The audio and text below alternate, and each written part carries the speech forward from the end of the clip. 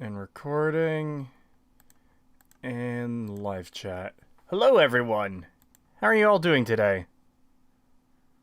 What up, my in-laws? Hey, everybody. You sound half dead again, Pagan. Are you all right?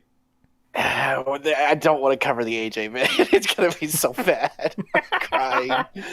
What, you mean the other time wasn't, all the fun in the world and not terrible at all? Oh my god. The best part of that stream was covering the fucking trailer at the beginning. It was all That was downhill funny as after fuck. that. That Resident Evil trailer is fucking awful, but that was genuinely enjoyable to cover. Yeah, absolutely. Um, so yeah, hello everyone in chat. I've never watched an Angry Joe movie review before, and Oh boy. I've heard bad things about them. I heard they're worse than his video game reviews, which, Yeah. oh boy. You're in for a treat. I'll say that much. Yeah. Uh, 20 Czech crowns from Karol Svoboda. We was space spice and worms and shit. um, so yeah, we're gonna get to this pretty quickly, but I do want to mention something quickly. Um, it's not. How do I say this? It's entirely optional, just so everyone knows. We won't be locking content behind it or anything, but we've got channel memberships enabled now. The only real thing with channel memberships is you get emotes in chat, and that's about it. If you're on the Discord server, you've seen some of them already. We only have a few emote slots unlocked right now, so there's only a couple there, but that's the only real benefit to it. So yeah. Also, for this one, we do have a guest lined up. They're on a different time zone. They were made aware. They already know, but their child kept them up at night. So we're hoping they'll be here. If they jump in, we'll introduce them and say, "Hey, how's it going? What's up and everything." We'll let them introduce themselves. £2 super chat from Istura. Thank you very much. His movie reviews are infinitely worse. Beware. So me and Creetosis watched 10 minutes or so, 10 maybe 13 minutes of this. Yeah. There was a point where they made a point, and that immediately was like, okay, we have to do this. Yeah. Because they were literally bitching about something the movie does and saying the movie didn't do it.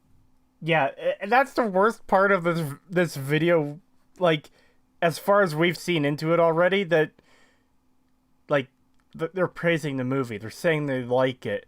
But then they're criticizing it for not doing things that it does. It is so bad. How do you fuck this up? It's funny. I haven't even seen it yet, or, like, this video. But I watched the film for the first time yesterday with these two. Last night, yeah. Yeah, last night, and there was a point where near the beginning of the film where they go into the thing that he claims that they don't talk about, and I just immediately interject with, "Wait, did Joe say that they didn't talk about this? Because they just did." And these two pause the video. We're like, "Right?" Yeah. Yeah, and I find it so fucking satisfying and amusing that. Even Pagan was like, "What do you mean? They actually fucking said it at the start? What?" Yeah, I was like, but they just said it. I was like, they just went into it. Yeah, okay, so I'd say to give this structure, first, I think we should do is we'll go from left to right, and we'll just say, Creetosis, general thoughts on the movies without spoilers. Like, did you like it? Did you not like it? Okay, so the thing about spoilers is, we have to spoil the movie. Oh, we're going to later. I'm just saying for people who want a general, is it good, is it bad, and then they're like, okay, that's all I need to know. I'll dip out for now. All right. So yeah, we'll give a spoiler warning after this then. I really fucking enjoyed it. It's a slow burn, but it's done really fucking well, and just the whole package overall, the acting, the story, the music, the characters, it's all handled really fucking well.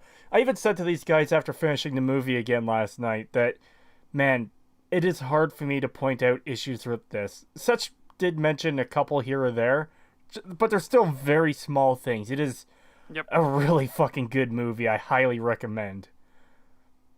All right, Pagan, your thoughts?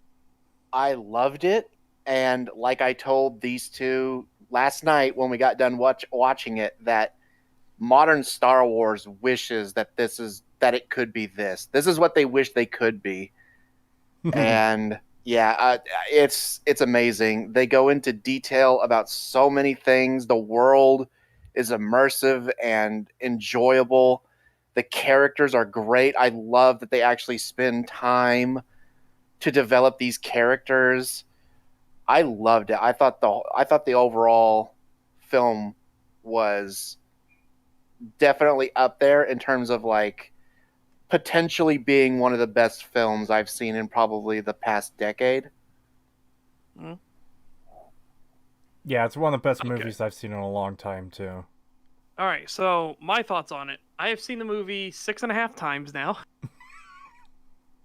I think it's a fantastic movie. There are a couple minor issues.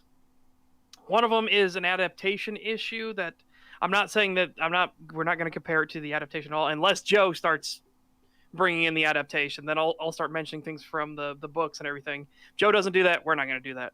But if there's an adaptation change they made which adds an issue because of something they did earlier, and there are ways, if you get exact wording, stuff like that, maybe it's not an issue. We'll have to see how it goes from there. But other than that, yeah, there's very little wrong in this movie. Very, very little. It truly feels like a passion project.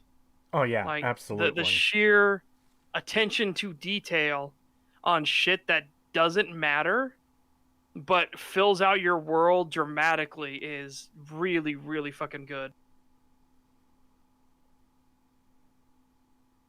And so with that, I would definitely give a heavy recommendation.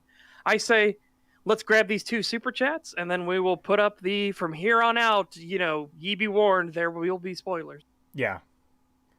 Okay. Go ahead. 1,000 Hungarian Foreigns. forints. Thank you. From Legalizer0956. Good day, sirs. Still at work. This review was ass. Oh, from what little we've seen so far, yeah, please tell me it doesn't get worse after the 10-minute mark. Oh God, I have no fucking idea. Shit. 25 Polish zloty from Super Jazzu. Thank you very much. Creetosis. If you think Joe is droll and one-tracked in his scripted game reviews, strap in and get the booze. You'll get brain leakage. Oh Okay, boy. see, I've always heard that his movie reviews are worse, but that's kind of my problem. I don't drink. I don't have that escape route here. A quick comment here from Brady Wastelander. Will you also be doing a special 10K stream? Also, hope you guys are doing well. I'm doing well, thank you. And yeah, I'm thinking of doing another 12-hour gaming stream to celebrate 10K once I hit it. Yeah, sounds good. A $10 super chat from Zimzilla99. Thank you very much. The Sardaukar introduction was one of the most atmospheric scenes of the film. And what are your thoughts on the EFAP adaptation argument they made on their most recent stream? I haven't seen their most recent stream. I don't know what their argument is. Well, But I know nothing... from what I'm aware of their adaptation argument from previous streams is you can do an adaptation. I believe you could do a story that's still really well written, but not faithful to the source material. And I largely agree with that. And it's actually from the example they use, because I've seen the show, Haunting of Hill House. It is nothing like the books from what I've heard, but aside from the last episode, it is a really, really good fucking show. So that's kind of my thing with that, is something isn't necessarily going to be bad because it's not faithful to the original. It depends on what it does as a standalone project. Yeah. I am of the opinion that that any film or TV show or video game should stand on its own. That you should not require any supplemental material or knowledge of a universe or anything like that to make it work. You Yeah. shouldn't need the extra baggage to get anything out of a film. And I think Dune 2021 is definitely a film that pulls this off where you don't need anything else from Dune itself. You don't need anything from the books or the series or anything like that. But if you do have it, it just adds that bit extra to it.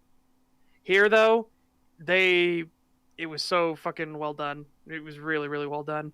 So my thoughts on adaptation, just in general, is you can make an adaptation that is not faithful in the slightest.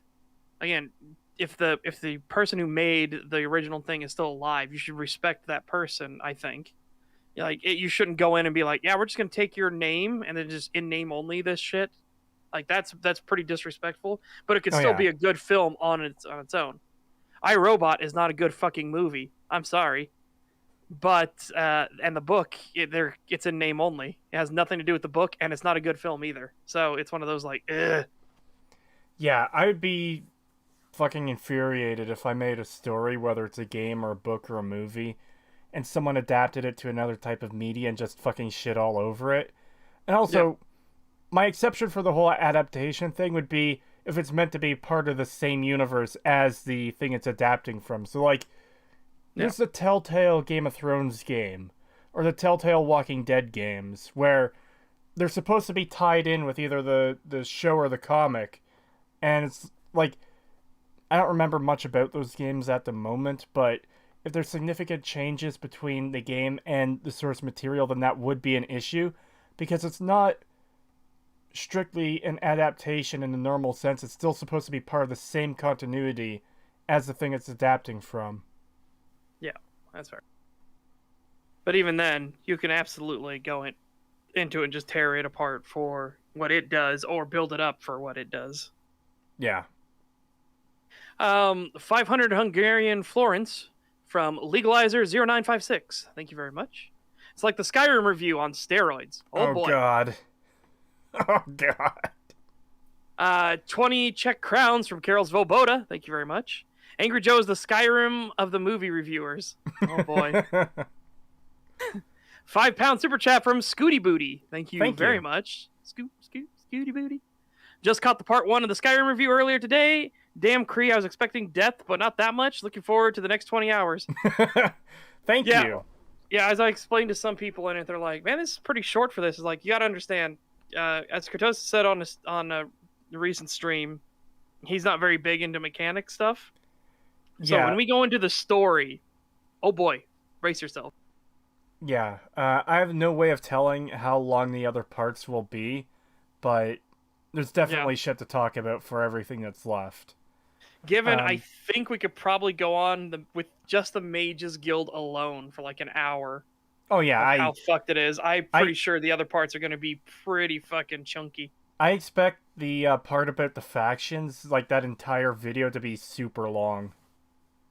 Except maybe the companions. There's stuff to talk about there, but they seem a lot like they got less attention, you know?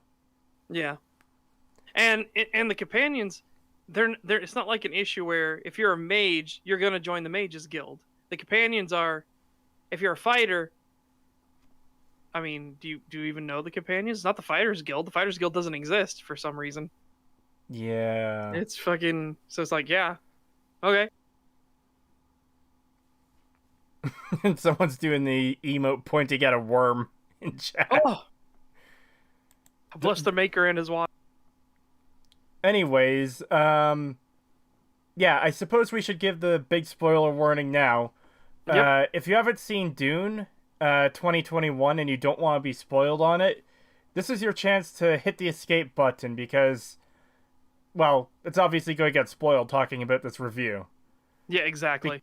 Because even if Joe and his friends don't spoil anything big in their own video, they might reference some things that will cause us to have to spoil it to counter what they said, depending on how bad it gets. Yeah, and they are going to go into spoilers though. They did say in here they they will did? do Okay. spoilers. I think they say at some point. Yeah. $5 a piece is never an option. Thank you very much. So you telling me the next 5 videos will be 20 hours each? We Oh, cannot no, make no. a claim. For that. Don't. I can't even upload a 20-hour video. I think the max is 12 hours, so Yeah. that's just a losing battle right there. Yeah, we'll have to see. I honestly think the discussions about the factions is going to be long. The discussion of the Civil War and the main story are going to be really fucking long. Dune. DLC is going to be pretty fucking crazy. Dune, isn't that about the angry guy in green armor beating up demons? Yes, it is. Yeah, didn't you play the hot video game Dune 2016? You might want to add that to the spoiler or to the title. The spoiler with thing. Mr. Atreides? Should I add spoiler to the title?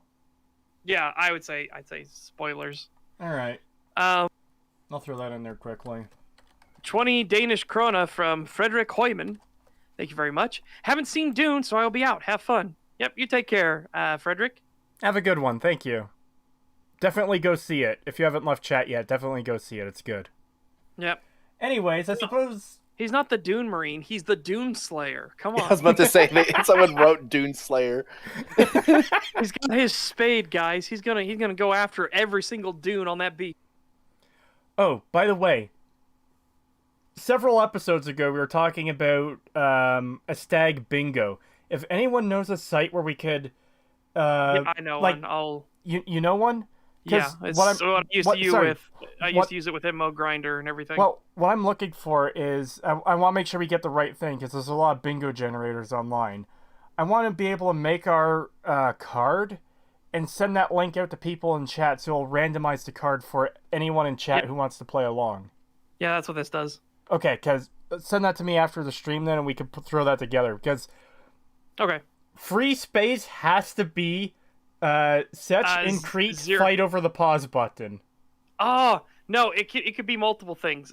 Maybe if they'll let us do multiple free space things, I'll do like Zero Stam Iron Dagger as one. Yeah, but the problem with that is it's not going to come up. So it's like in most videos, we don't cover Morrowind videos that much. No, I know, but it's a free space. It's a free space. I like the Crete and Setch fight over the pause button because it happens in every single fucking stream. Yeah, and then it's funny. Then we'll both be like, "Okay, fine, you get it," and then we'll wait, and then it'll keep going for a while, and then we'll both go after it again. It's that fucking meme of two people trying to get in a door, and they both slam into each other in the door, and they're like, "You first, okay," and then they both go in again. They're like, "Ah," and they stand back and they just stare at each other, and then they both try to go again at the same time. Anyways, let's get Watch Together up and let's get into this. I guess you guys ready? All right, while you're doing that, $5 super chat from Austin Flynn. Thank you very much. Thank you. Binge watched all the Stag episodes for the past 2 weeks. Finally happy to catch one live, listening while playing Bloodborne. Ah, thank you. Fear the old blood. Oh god, we're already at the point where people have to binge watch our streams. Yeah. Well, we're 16 episodes in. I find that crazy. Like, that many already. I want to respond to this. Clockwork Robot. Never read or seen Dune, but heard it's good. Heard it's like sci-fi with medieval houses, so it's like early Game of Thrones in space. Oh, okay. So Dune is the work that inspired George R. R. Martin to write A Song of Ice and Fire because of its political intrigue and everything like that. Yeah, there's and a lot. And of course, it's the thing that created Star Wars. It's the thing that directly inspired Star Wars.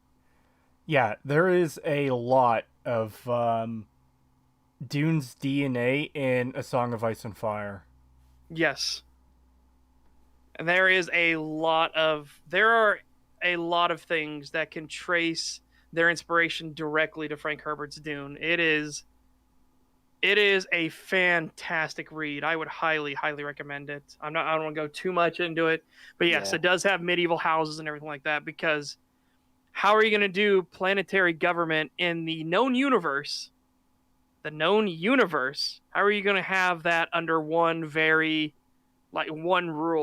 You can't. You're going to need fiefdoms and kingdoms and stuff like that to rule each planetary system and planet and everything like that. There's no way you can have a unified law. And that creates a lot of fucking problems in this Imperial. Anyways, you guys ready to get started on this train wreck? Yep. Yeah. Pagan sounds like he's gonna die already. We haven't even pressed play. I know what we're in for because I've seen his movie reviews, and I swore I would never watch another one, and here I am. You're telling me you're not excited for this amazing, high-quality movie review? You know what? I'm sure this video is gonna be so good we won't even have anything to say. We're gonna Hassan Piker this shit. Oh my god. To non, it is fantastic movie. Is New Dune a good movie? I heard your movie found it to be average.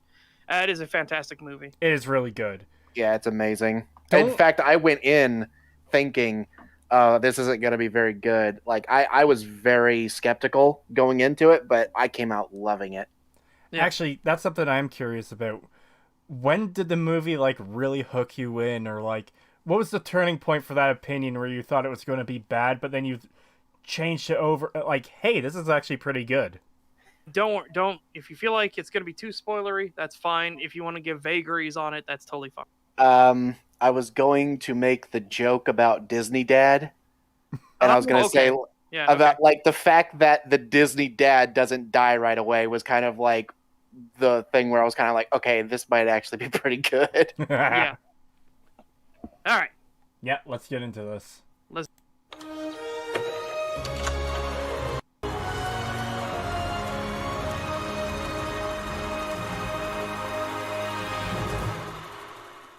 The spice must flow, or at least the air and the water. I finally know what 'Cause you're I'm- saying.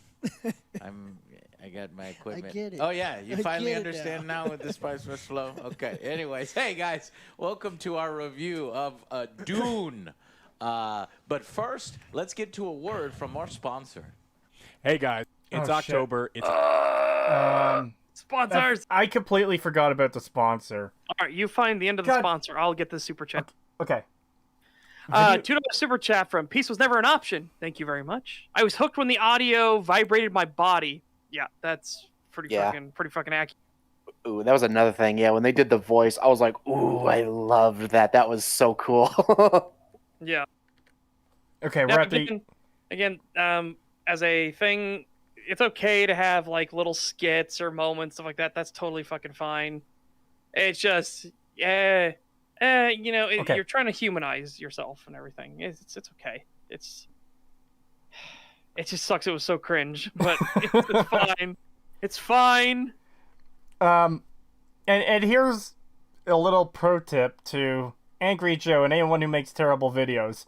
Put your sponsorship at the end, so people like us can, like, eject early, like, oh, thank God, there's a sponsorship in the last 2 minutes. We don't have to watch this anymore.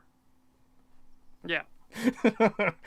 Um, Or if you're going to do sponsorships in the middle, do what fucking Oversimplified does, where they have like a really funny thing. Is like, hey, oh, did you know they're stealing your secrets? Who? Spies? English spies? Something like that. No. you know what? Worse. And then he like rips off and it's NordVPN fucking ad. Well, It's like, okay. I hate Raid Shadow Legends, but Internet Historian does the funniest fucking ads for Raid Shadow Legends. They're great. I've seen those. Those are great. 20 Czech crowns from Carol Svoboda. Hey Thank you. gays, Raid Shadow Legends here. Click the link. Oh God. Just letting everyone in chat know, we'll never do a sponsorship for fucking Raid. Yeah, fuck no. Fuck no. I ain't doing Skinner box bullshit. Fuck that. Anyways, both of you guys at 150? Yep. Yep. Cool. Yo, check it out. Okay, so Dune Part 1, actually titled on screen as Part 1. Yeah, I was Thank a God little for that. concerned about that part. So first off, let me just say, wow. Oh, my little apparatus here, my still suit. That was a atmospheric film. I gotta say, it is worth seeing on just the visuals, the grandness, the scope, and the sound design, the music. So, he hasn't really said anything yet worth responding to, but I want to point something out to everyone in chat. They like this movie. They're praising it. And we Yeah. still found this to be worth covering, so what fucking horrors await us? Yeah, just fucking wait. What the fuck's on his face? He's using his microphone cord as a imitation of a still suit. Yeah, so the still suit in the movie has like a little hose that comes up and goes into your nose. And he's just trying to imitate that, which looks really silly. Like I get, you do it for the little skit at the start, but he's still like trying to make it work. Like you're doing an extensive movie review. I don't think you're going to hold that for the entire time. Okay, I'm going to point out something that's a nothing. Hold on. Go ahead. Okay, go ahead. Look at Alex in the middle. He's trying to do the I am a professor lovely triangle there. Oh and my he's fucked up God. the bottom two fingers. This is one of the reasons why I don't like Joe's movie reviews. He is a contrarian. He has to be.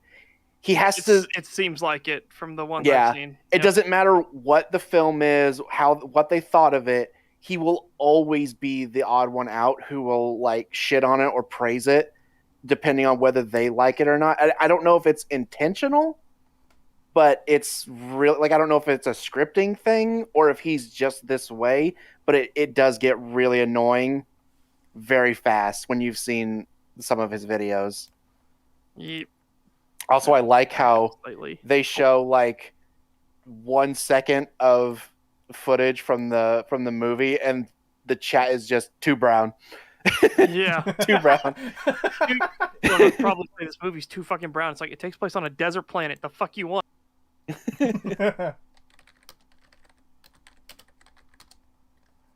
Hold on a second before you press play again. I just realized I forgot to update the tags for this. The leftmost lad is like, I ain't paid enough for this shit. That is Other Joe. Other Joe is a sweetheart. You must protect Other Joe. Other Joe is genuinely like, I don't know. He's very endearing. Yeah, it is hard for me to dislike him, even when he gets things wrong. He just reminds me of like He's just an so eager child. So passionate, yes. Yeah, he wants to be like a part of the group, and he wants to enjoy things. And I don't know. It's hard for me to be cynical about him in any way. Now the other two, Oh Yes. no! they piss me off. Oh Yeah. no! Shush in chat. Other Joe is wage slave. Joe, no! Pay him more. No. Yeah, Joe, pay Other Joe more. Yeah. Dude, it is just fun when he's just by himself and he's just like, hey, how's it going, everybody? Oh, it's awesome. It's like, Other Joe, you are a sweetheart.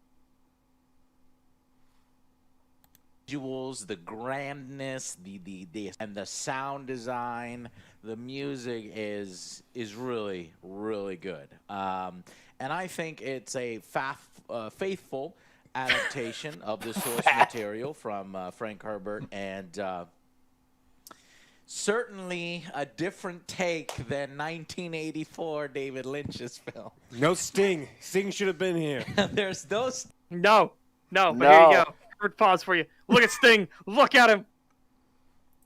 Okay, Fucking so David Lynch's movie was a mistake. I like the police, but why is Sting like a skeleton with flesh hanging over it? He wanted to be in the movie. He did the music, and he's like, I want to be in the movie. And they're like, okay, you can be in the movie. But why this? Because Like- it's Sting. See, I said before that it would have been a neat little reference to a really shitty movie if they just had Sting cameo as like some random background character just acting normally. Dude, if he was the guy watering the palm trees, Oh, that yeah, would be interesting. yeah, that would be a neat little cameo. Yeah. All right, let's back it up. Back. My own shitty joke made me laugh. Fuck. All right, here we go. Faithful adaptation of this material from Frank Herbert, and certainly a different take than 1984 David Lynch's film. No Sting. Sting should have been here. There's no Sting, right? Fade is not here. We don't get, weirding modules. We don't really get the Thank fuck for the that. pug or the milking of the cat. Because okay, so let me. Joe's like, what? What the fuck? Joe, you need to see the original. Anyways, No. I come No. from it. Okay, so that needs some explanation since they're not getting into it. Okay. So first of all, don't see the original. Highly recommend against it. Yeah, because I literally told these guys last night the reason why I had such a negative view of this franchise, this series, was I had never read the book, and when I was fairly young, I think I was 13 or 14 when I saw the 1980s Dune movie, and I did not even finish it. I got up to the part where they were where Baron was being a fucking freak, and You I mean said, the "This entire movie." I'm sorry, the Baron's a freak in the entire movie. You're gonna Yeah, have I to- know, but I mean, when they started giving him too much screen time, and I was like, "Okay, this movie fucking sucks. I'm done," and I stopped watching it, and I just never bothered to check in on it or anything, go into the Dune stuff, because that fucking hurt my view of it so bad. I was just like, I don't want anything to do with this series. It's shit. And it's one of the reasons why I didn't want to watch this film. But then, we were going to cover it. And, I was like, okay, well, I should probably watch it then. We'll watch it. And then I ended up loving it. And now I'm like, okay, yeah, do not watch the fucking 1980s David Lynch film. It is fucking terrible. It is god awful, and it will hurt your view of the fucking series as a whole. What is really painful about that is in David Lynch's film, he actually has a lot more book accurate dialogue, directly lifted from the book. And when they're talking about Baron Harkonnen, he's like, and then I want to look into the Duke's eyes, and he'll know it was I, Baron Vladimir Harkonnen, who sealed his doom. And it's a great moment in the book, but when you get a fucking fat clown with blisters all over his face, and they're talking about your pustules are so beautiful, Baron Harkonnen. It's like, what the fuck is this? And he's like, and he'll know it was I, Vladimir Baron Harkonnen. And it's like, oh, okay. It's fucking chillax, dude. You don't need to literally devour the scenery. You're fat enough as is. That is not, by the way, that is not me being mean-spirited to the actor. That is the fat suit. They made him literally fucking roly-poly. Well, when talking about the Baron from the original movie, all I picture is that clip from the one video we saw where he goes horizontal and he's spinning around. It's like, what the fuck is this? Yeah, I think that's the bit where I dropped out of the fucking movie. I was just like, I'm done. Oh, dude, when he's spinning around in circles and giggling like a madman. Well, Robin! It's like, what the fuck is this? Yeah. Well, we didn't explain the milking the cat thing to chat. Okay. Yeah, so there is a character who gets poisoned because they need him to be poisoned. They need to force him to work for them because of circumstances that happen. And so they go to him and they're like, you have been injected with a deadly poison and you will need the antidote. The antidote can be gotten by milking this sweet little cat. It must be milked every day. And it's like, what? And the prop is literally a cat in a body rig. So like you would give an animal if it has broken a bunch of its bones, and you're just trying to keep it stationary. So you have it in a full body thing and a harness on wheels and shit. It's. And then they for some reason duct taped a rat to the back of it, back to back. So this little rat's looking around what the fuck is going on? Why I'm tied to this cat? What the fuck? It's what the fuck is this? Yeah, it's fucking insane. Before we get back to the video, $5 super chat from Zimzilla99. Thank you. Well, off to work. Joe could be cringe and we stand other Joe, but Alex always comes off as over-pretentious despite knowing nothing. I haven't seen enough of Joe's movie reviews to know... Like, I've seen bits and pieces, so I don't know... I haven't seen a full video, so I don't know, like, what... I guess his name is Alex is like? Yeah. I don't know personally, but here we go. I'm going to link you a picture so you can show the chat. Oh, the cat no. contraption. I'm not sure I want to show this on screen. And welcome Hojo Cinco to membership. Might have to change the name because it just says welcome to Owl. But yeah, thank you. There you go. What the fuck is Oh, Why? God, I forgot how dumb this fucking shit looked. Oh my god, dude, it's so fucking stupid. You want to know what Oh the my sad God. part though is? The saddest part is that film had like amazing. The special effects do not hold up today, but the amount of work and effort they put into the special effects in that movie is mind blowing. It is fucking insane. Just a 'Cause they preview of didn't have the computers back original then. Dune, the fucking cat machine. Like, what is this? That Yeah. cat looks so confused. Like, what am I doing here? What does my life come to? Yeah. Oh, and there's the rat! What the fuck? Yeah, like I said, fucking just have a rat there too. Yeah, it's just Why? duct taped to the cat for some reason. What? I don't get it. Why? I don't fucking know. I don't know. David Lynch, why did you bring this upon our world? What did we do to deserve this fucking monstrosity? I love how the fucking new Dune kind of has its like weird cat moment as well, but it's nowhere near as bad as Nowhere near this. as bad as this. No.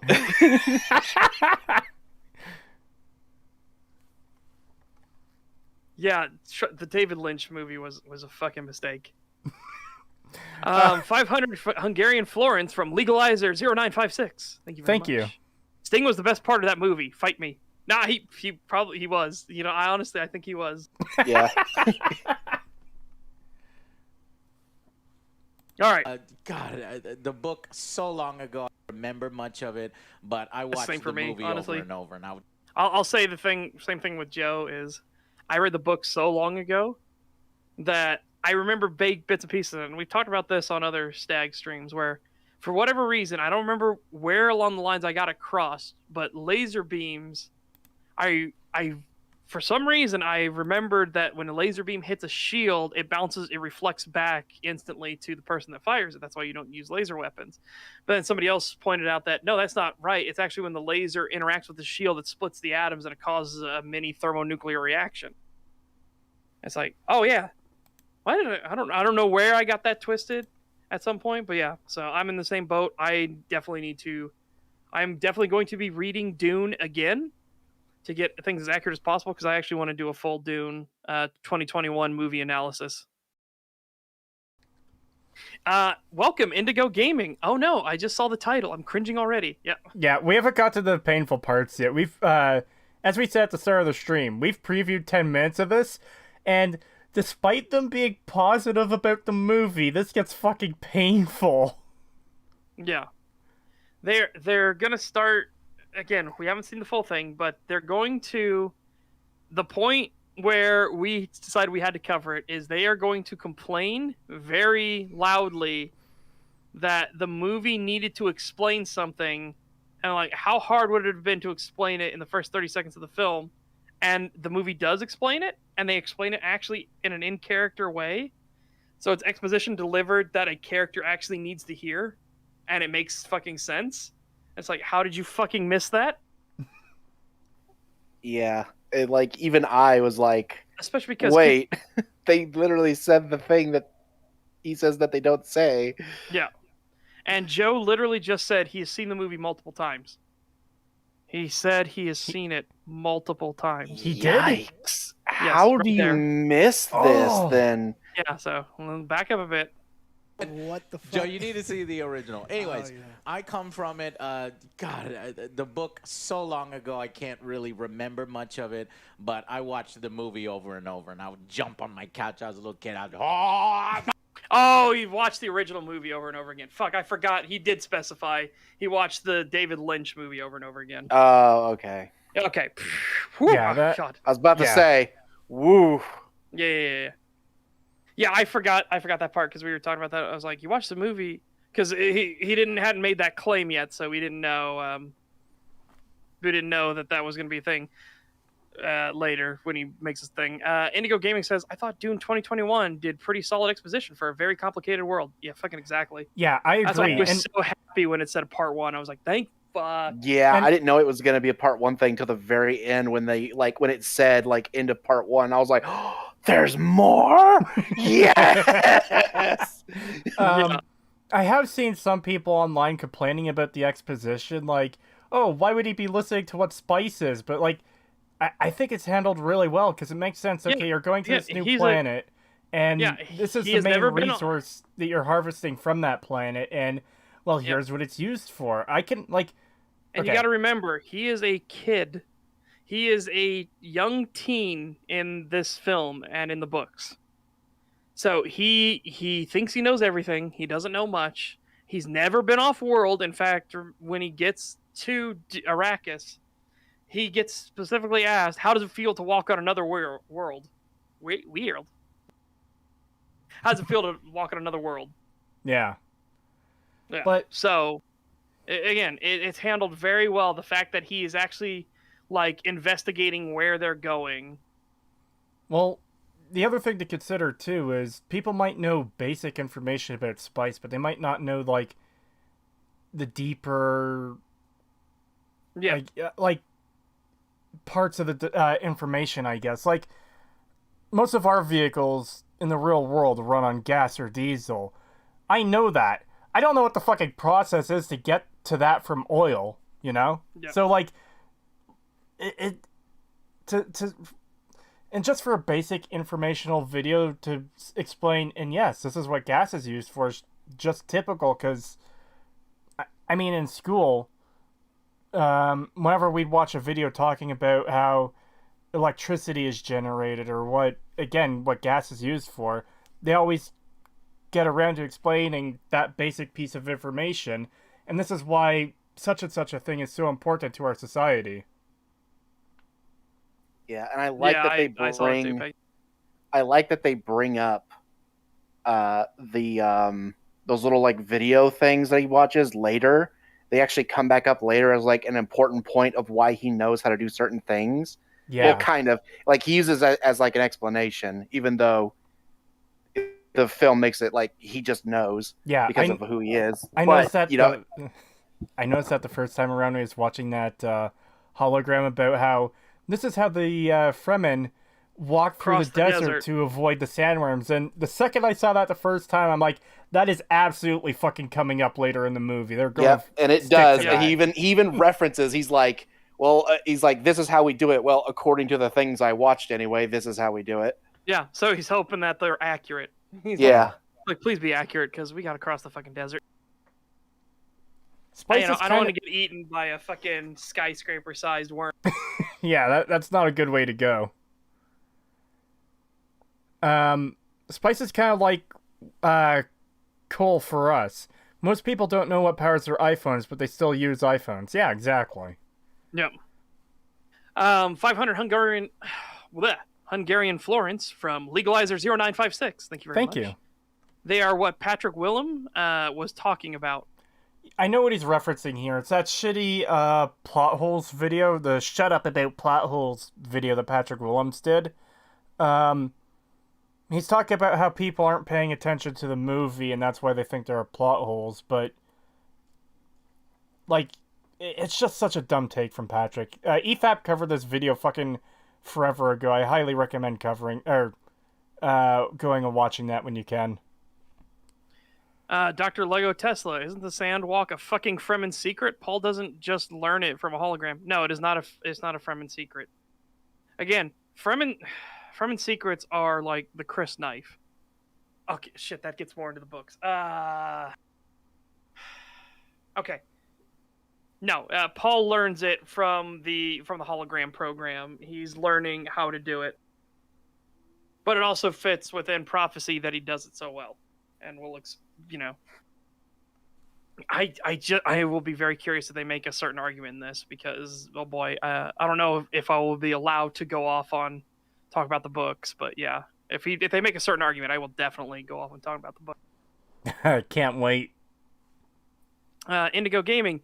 Yeah, it shows Paul being resourceful and researching his new home. Great exposition, honestly. I agree. Fremen lives matter. Yes, as Indigo Gaming points out, a Fremen secret is the origin of the spice, for example. Yes.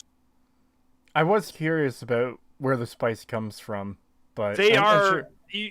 If it follows the way that the book goes, they will go into it. I was going to say, I'm pretty sure they'll get Awesome. into it. Yeah, awesome. Hope they do. $5 from the Framinator, thank you. Shout out to the Royal Space Pug that charges in the battle with Patrick Stewart. Well, the Space Pug didn't really have an option. He was just looking around like, oh shit, and Patrick Stewart was keeping it tucked under his arm and like, to battle! It's like, oh, oh man, the fucking Lynch film. Woo. But I watched the movie over and over, and I would jump on the little kid. I'd, like The running fucking around my weirding house modules were awful. doing these killing yeah, look at words. this. Alex, I've read almost all the series. I've seen the 80s masterpiece. Yeah. That is garbage. You would love it. So it is so great. I mean, it is wild. so but he's it's been a long be time. your lore master. It's been a long time, but And yeah. then Joe, Brand new. Never. not a goddamn thing. You thought we were seeing Doom.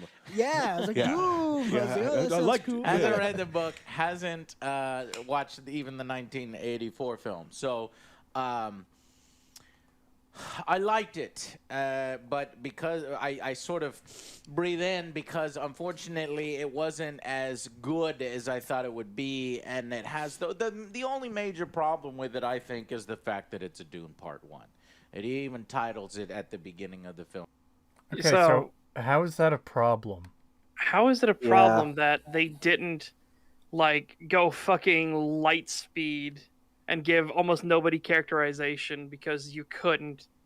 It's the same problem that happened in the David Lynch film. Was they tried to give the father, Duke Leto, some kind of fucking background, but he dies so fucking quick because he has to, because there's so much shit they got to get through after that. Yeah. And that's why I was so glad that he didn't die right away in this film, because I was like, the moment he started talking to his son in the graveyard, I was like, Yes. so this is the Disney dad. He's going to die soon, and he's going to like take his place. And then I kept noticing like, oh, the dad's still alive. The dad's still alive. The dad's still alive. I'm like, is he going to die?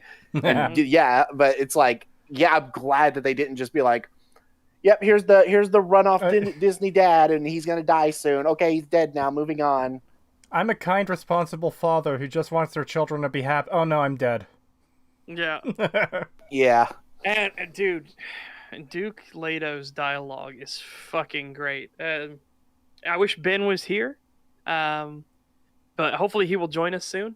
But he, when it happened in the movie, when he was explaining how like he didn't want to be the Duke or anything like that, he told his father no, that he wanted to be a pilot and everything.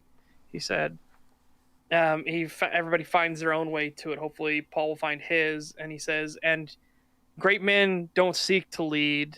It is thrust upon them, and then they choose to accept. He goes, and if you come up to that, and your answer to the question is no, then you'll still be the only thing I ever needed you to be, which is my son. Yes, And it's such a great fucking line. And I remember is. Ben, the moment it Yeah. came up, Ben in the call goes, oh, what a man. Yeah, I do Dude, really like it's that so line of dialogue. Yeah, that was what made me go, okay, so he's the Disney dad that's going to die soon. But it's stuff like that too that having watched Game of Thrones and gone through all the Song of Ice and Fire books, it's little moments like that that really like I see DNA of oh god, why am I forgetting? Leto. Duke Leto. I see part of his Yep. DNA in Ned Stark because Yep.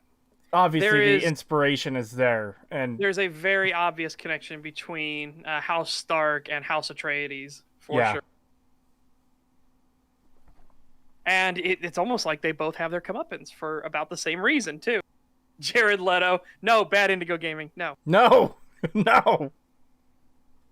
Yeah, they almost get the same fate for the same fucking reasons, too. It's very interesting. Yeah. Anyways, let's backtrack a bit. Oh, Yeah, that's I'm way too already far. worried about this like weird tangies going on. Oh, because it's part 1, it's bad. Why? Yeah. They 'cause- didn't rush through the fucking movie, and they're going to give you more, and it's going to be all, explained in a actually well done timeline from what I can tell so far. Well- It's like, yeah, I'm glad that they're taking the time to, build up the world and show these characters and give them depth and actually go into everything. I like that. So the fact that he's bitching that, oh, it's too long. Well, we or don't it's know a if he's bitching. We need to understand. Again, bitching just sounds like there's a lot of malice put onto it. We got to see what his argumentation will be. Yeah, that's just what it seems like so far, but we'll see. God damn it, Indigo. Good as I thought it.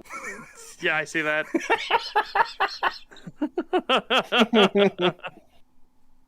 And it has the only major problem with it, I think, is the fact that it's a Dune Part 1.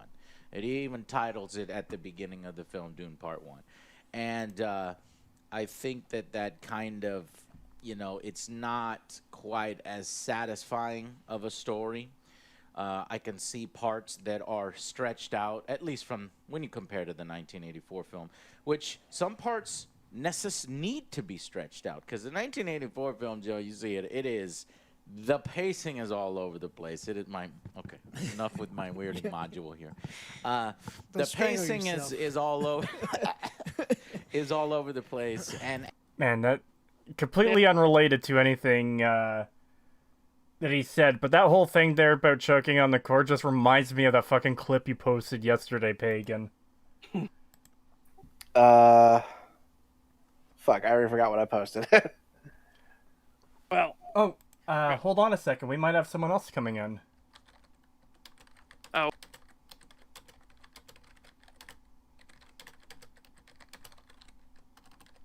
But yeah, while you do that, here's the thing: is like he's doing it in comparison to the Lynch film. I don't think you should compare it to the Lynch film.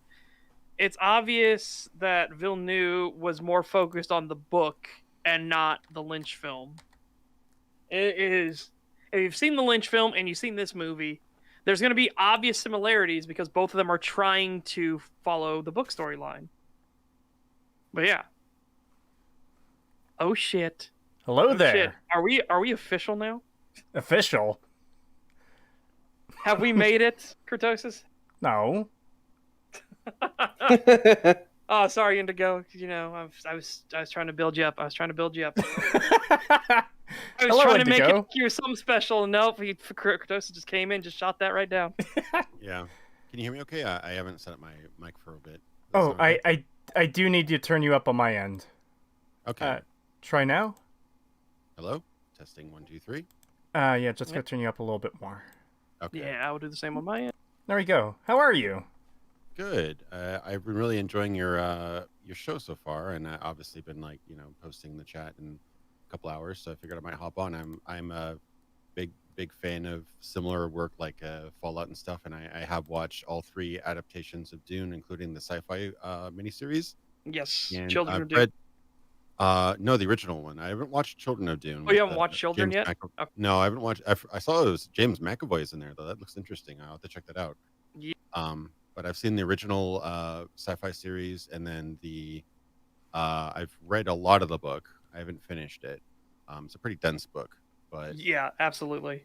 but That's why when this movie said it was part 1, I was so fucking thrilled. I was like, yeah. Does anyone How else the feel a hell? little? Yeah, I'm glad it's a part 1. But did anyone else feel a little bit catfished when it's like Dune, Dune, Dune, Dune, and then it's like at the beginning of the movie Dune Part 1. It's like, Yeah, okay. a little bit. I feel it in a good way though, because I was like, one of my big problems with the David Lynch film, as we just discussed, was the pacing is completely fucked because they have to get through all of the Dune book in one movie, and it's like, okay, Yeah. good luck.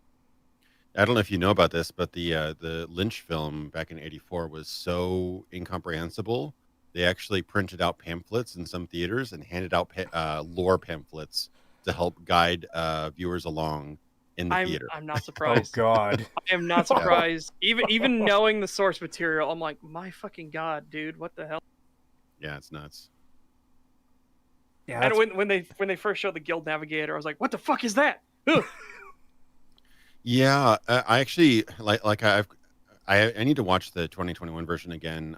In the middle of rewatching the sci-fi series, but I think that the sci-fi series so far is probably the most I don't know if it's the right word, but like threadbare, like straightforward adaptation of the story. Doesn't take too many Yeah. liberties. It's probably the most comprehensive or comprehensible and like honest adaptation without much flair. And pretty good for the time. It was like, TV shows back in 2000 weren't that great, but the special effects actually hold up decently today. I'm surprised.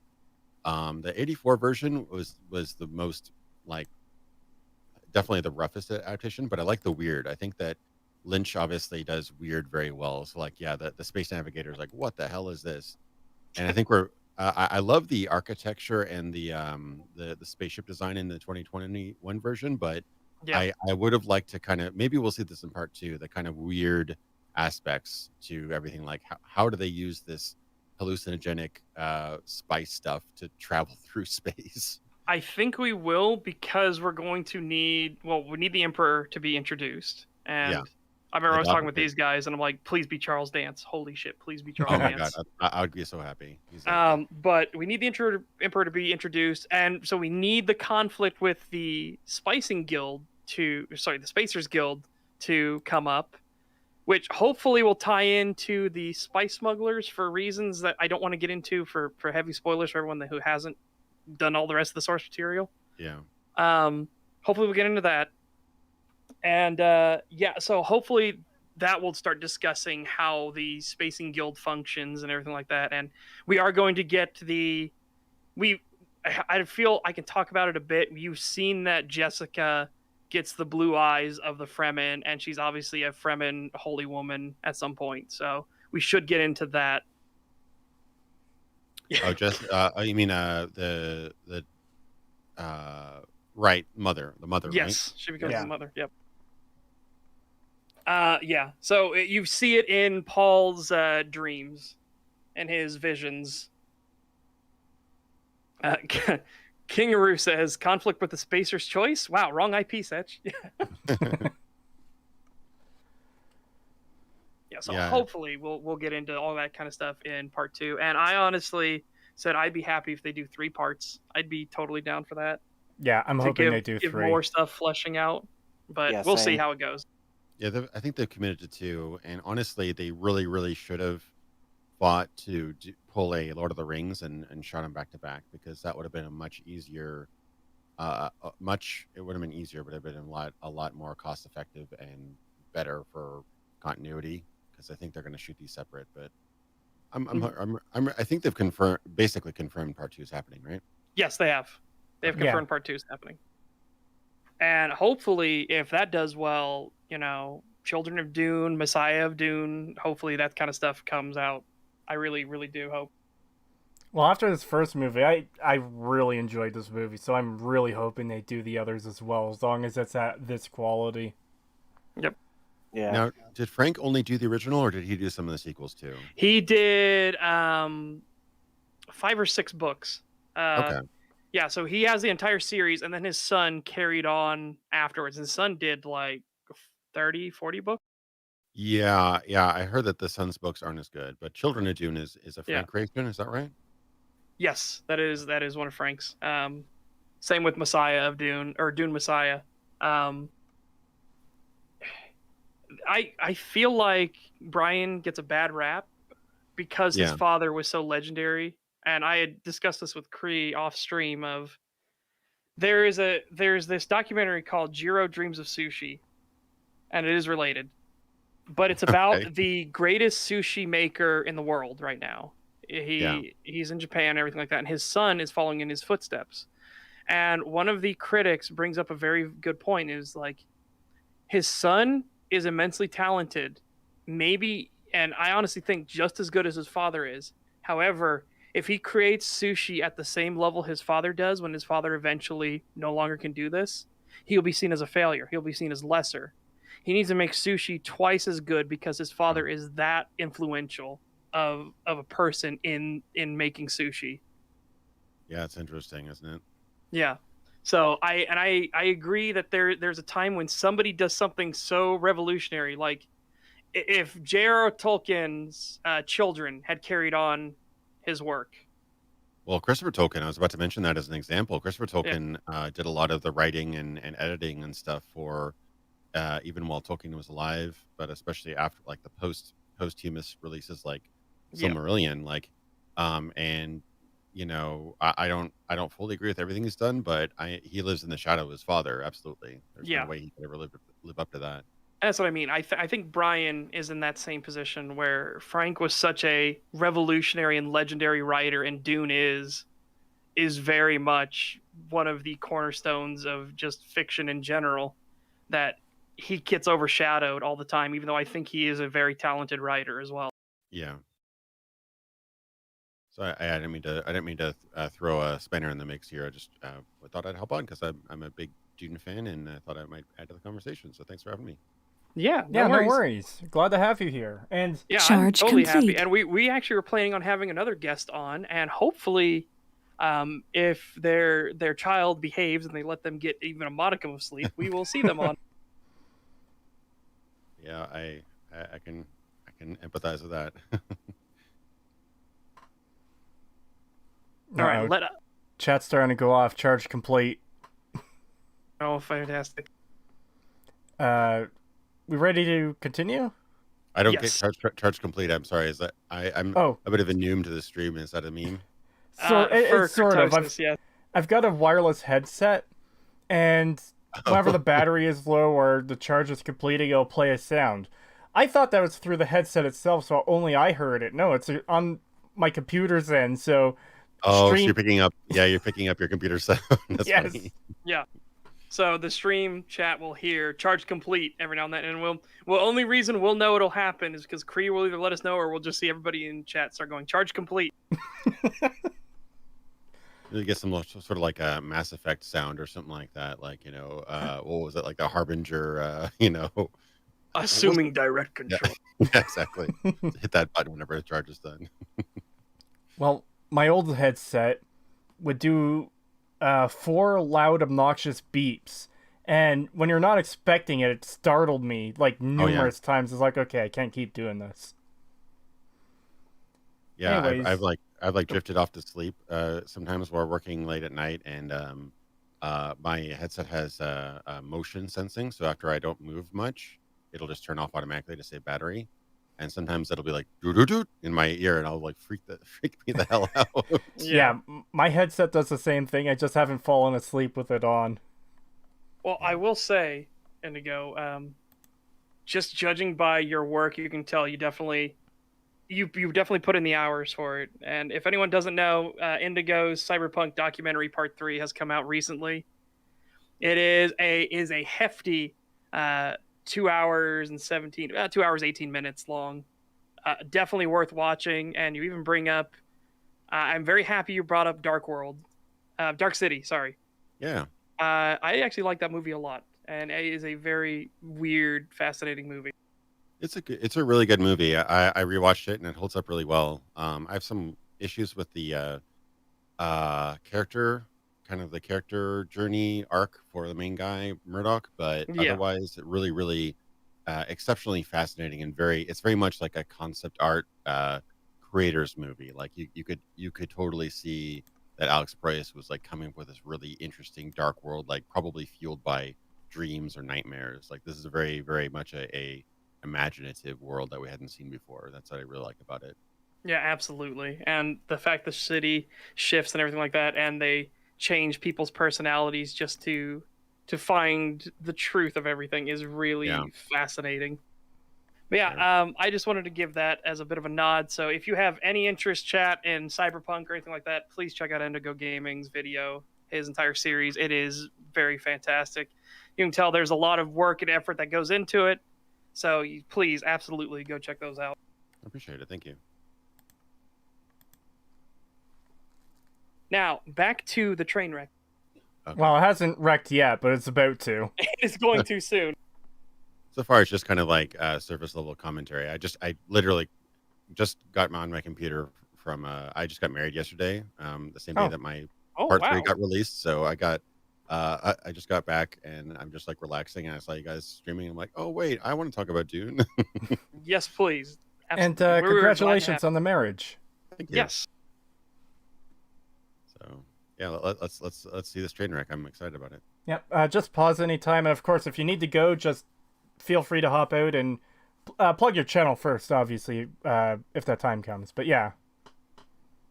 Cool. Thanks. Enough with my weirding module here. Thing is all over is all over the place, and this one the pace is a lot slower, a lot slower, but it definitely follows the beats of the book and tells the story in a pretty faithful way. So there's that. Unfortunately, I was like, Gad, is this part of the story a satisfying part of the story?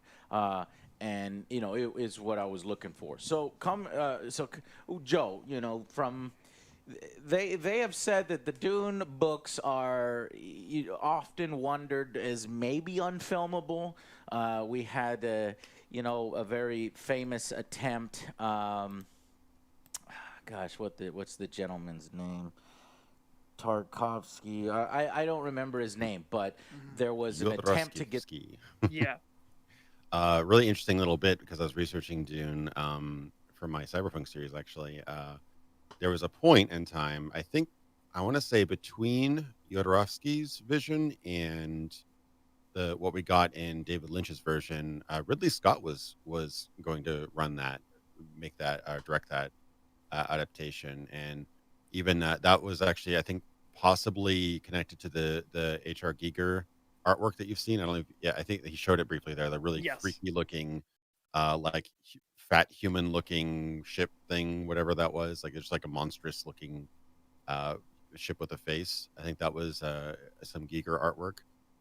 Some of it looked like straight out of Alien, the '70s Alien movie, but that I think would have been a pretty cool take. I think 1980s Ridley Scott would have been a good fit for Dune. I think. Unfortunately, his brother died, and kind of like he went down a pretty bad way. And then I think finally somebody convinced him to like take on Blade Runner, which was I'm super thankful for. But yeah, could have seen a Ridley Scott Dune, which would have been interesting for sure. Yeah, I believe I had first heard about the Ridley Scott version from SF Debris when he was doing his Dune, talking about the Lynch film. He was doing his review of the Lynch film, and he was talking about how I think he had a quote from Ridley that he was in a very dark place, and things, he was just, there was a lot of anger and torment and stuff like that coming from him, and he didn't want to put that into the movie. He didn't want to have that poison any sort of movie that he would do. And this was also back in the time in Dune when David Lynch and everything, they didn't have computers in the way that we would have them now. So all the like special effects are model work and very specific in-camera tricks and like hand-drawn frames and everything like that. Like it, oh boy. Yeah, CG was used extremely sparingly. I think Westworld was the first time CG was used, the original Westworld back in the day, and then I think Future World was the first time 3D CGI was used, if my sources are correct. But very, very sparingly. It was miniatures, model work, stop motion. Those were like and then like a composition, and then for like big vistas, they'd use matte paintings and stuff. That was like your the tools of the trade. Yeah. Every once in a while, you do something crazy like what they did with what's that movie? 2001: Space Odyssey, where they'd actually rear project, like they project onto. I think like in the beginning of that, not to get off a tangent, but these things kind of go on tangents. But on the opening scene with all the apes and like the backgrounds and stuff, that was all in camera. That was actually Yeah. a projector projecting onto like a very very reflective screen, almost like a movie screen, and but I think actually like almost like reflective tape like substance from what I recall, and that was how they got really realistic backgrounds in front of what is essentially a stage with the rocks and the apes and stuff. So you can do some of those things, but yeah, it was all practical back then. That's why it holds up pretty well. Like I think 84 is still a couple rough sort of green or blue screen effects, but I think that overall it holds up pretty well from what I recall. The Lynch film, one of its crowning one of the crowning shots was definitely when House Atreides arrives on Arrakis, and they're trying to show the size of everything. What it is it's a model. There are 5 ship models. One of them is a bigger one, and then they have 4 smaller ones that decrease in size. And they have all these little like miniature wargaming figures that they paint up and everything. And then they cut out a very exacting angle of this miniature and had the camera set up 40 feet above the ground, and we're looking through the camera lens, and then they filmed the people actually moving, and the door to the ship was all the way at the other side of a stadium. So yeah, that's how they got the shot to work and make it look like they were actually landing on the planet and coming out of the ship at that time, because there was no computer work or anything that they could do with it. So Yeah, the modern idea of like let's just fix it in post is that you really couldn't do back then. They'd come up with really creative ways of getting these effects, and Yep. I still think that one of the best looking movies in the world ever made was Blade Runner 1982. That movie still looks fantastic today. yeah, that movie still holds up, which is Yeah, it's fascinating because it was sci-fi in general is just very difficult to do, but Mhm. the original Blade Runner, not only does it look great, but it doesn't feel like the cheesy sci-fi where stuff looks super like what would be the purpose of that thing even be sort of deal. Like yeah, why would you have an antenna that sticks out in front of in front of your car like 3 feet? Like, what is that about? Oh, it's sci-fi. Yeah, what's that there for? What purpose could that possibly serve?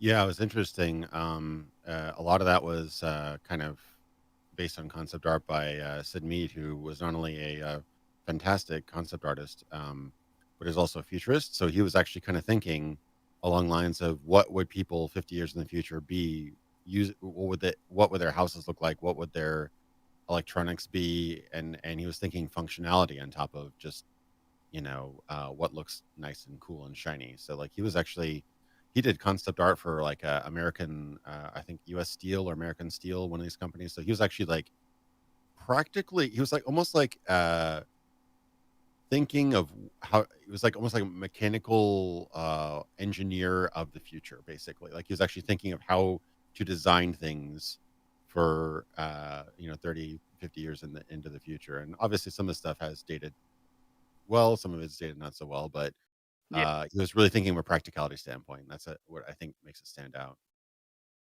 yeah. And tangent off of that, and I swear we will get back to the video at some point. And Do tangent we off have of to? that, yeah, I don't know if do we need to? I mean, chat's rowdy, but do we need to? We must endure the pain. Frank Herbert actually was very similar in that regard. Of when he was creating his world, his whole thing was how would this actually function? Like, how does a desert planet have an atmosphere at all? Yeah. Well, Frank, what he discovered was there are plants that live based off of silicate. They will eat silica in sand. So he has silicate plants that eat the silicon in the sand, and they then produce oxygen and everything. And the winds push the silicate towards these plants and everything like that. And that's how they feed. And so that's how the atmosphere started growing and everything. And then when a little bit of moisture got introduced, you have a little bit more for these plants to grow off of. So that's how Arrakis, a literal desert world, actually has a biome, has an atmosphere. That's really cool. Yeah, I it reminds me. Sorry, I didn't mean to cut you off. Go ahead. No. I was just saying, yeah, it's just I love when people go through that effort. It really shows too in making their worlds ground.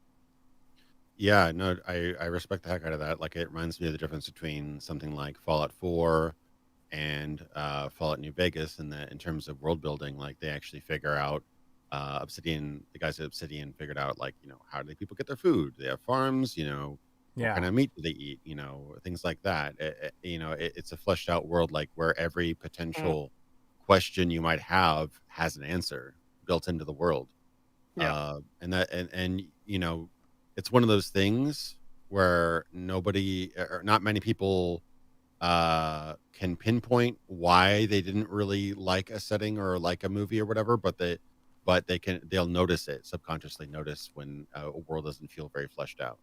you Yeah. know that's part of the reason why Star Wars resonated with people, is because you could tell these ships and these like, Mos Eisley and stuff is like, it's got scorch marks and dust and dirt and grime. People lived here, people drank here. It's unkempt, it's unclean. This is somewhere that's existed for tens if not hundreds of years.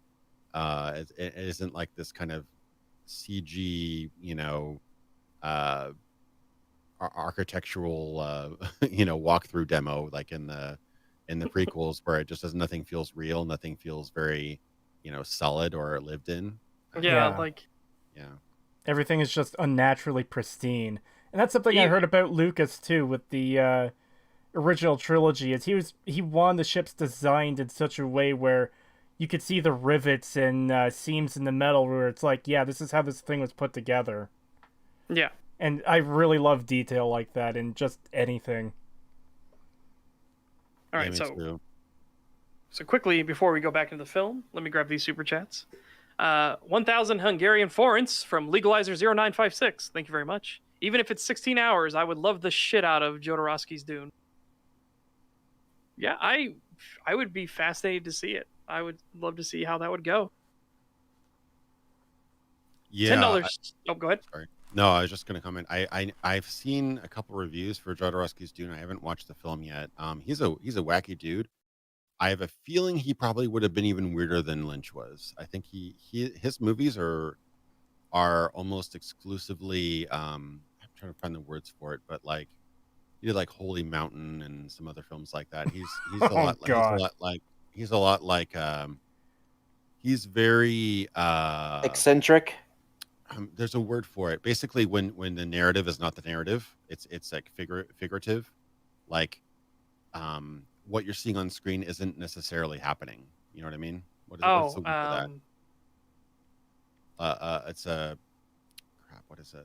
I know SF DeVries talked about this in the past. Abstract. It's Yes. abstract, and what you're seeing may be there's a word for it.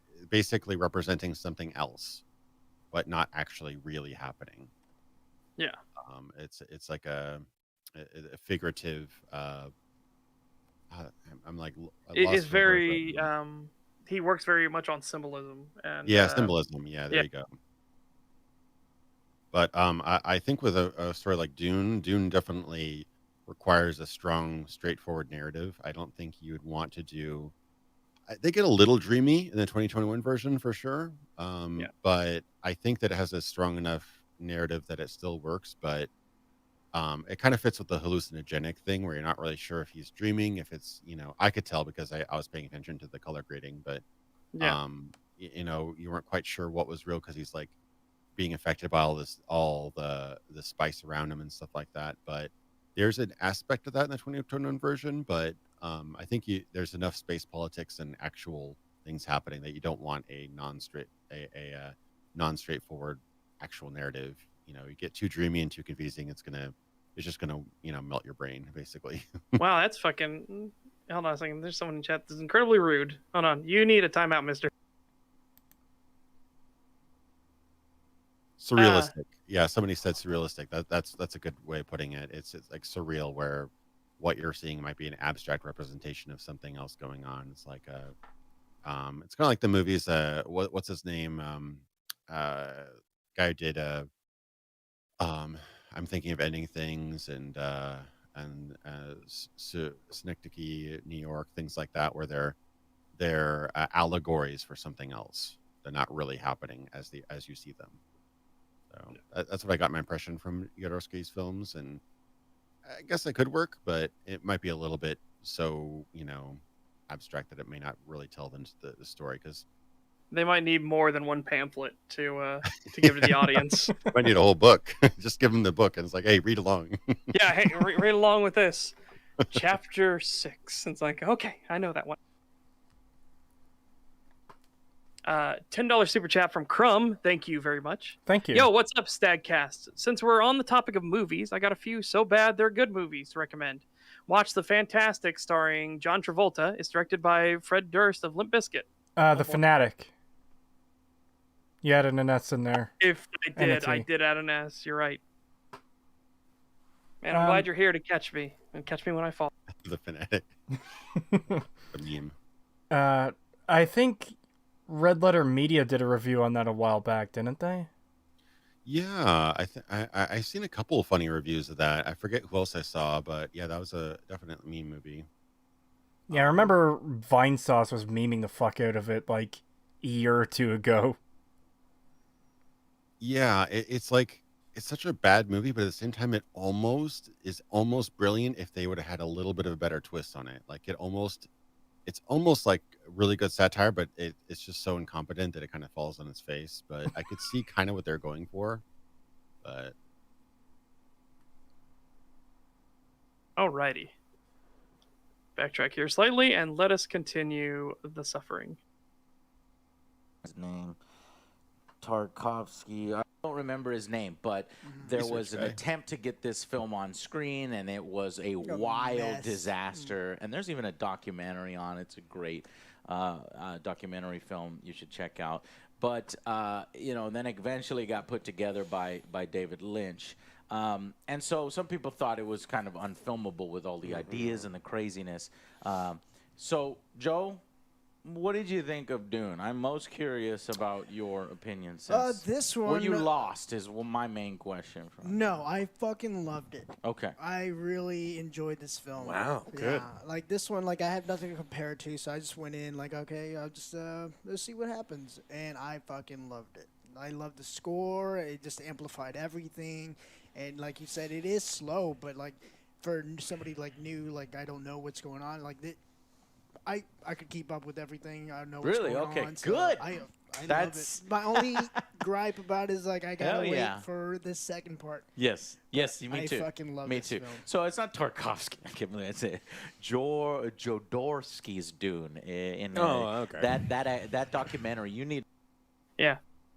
Again, we're just breaking up a bit so people know that we're just paying attention. There's not Yeah, much it's to not a talk whole- about. He's giving his opinion, and it was the same thing with Creetosis. Creetosis hadn't read the books or seen the Lynch film or anything like that, so it was fun to go through with him and get his first experience with the film. I do agree with what other Joe said about the soundtrack too, though. I fucking love the soundtrack in combination with this movie. It's so good. It's so intense. Yeah, it's Yeah. amazing. I'm a big proponent of Hans Zimmer. I think he's pretty much excellent with everything he does except for The Amazing Spider-Man 2.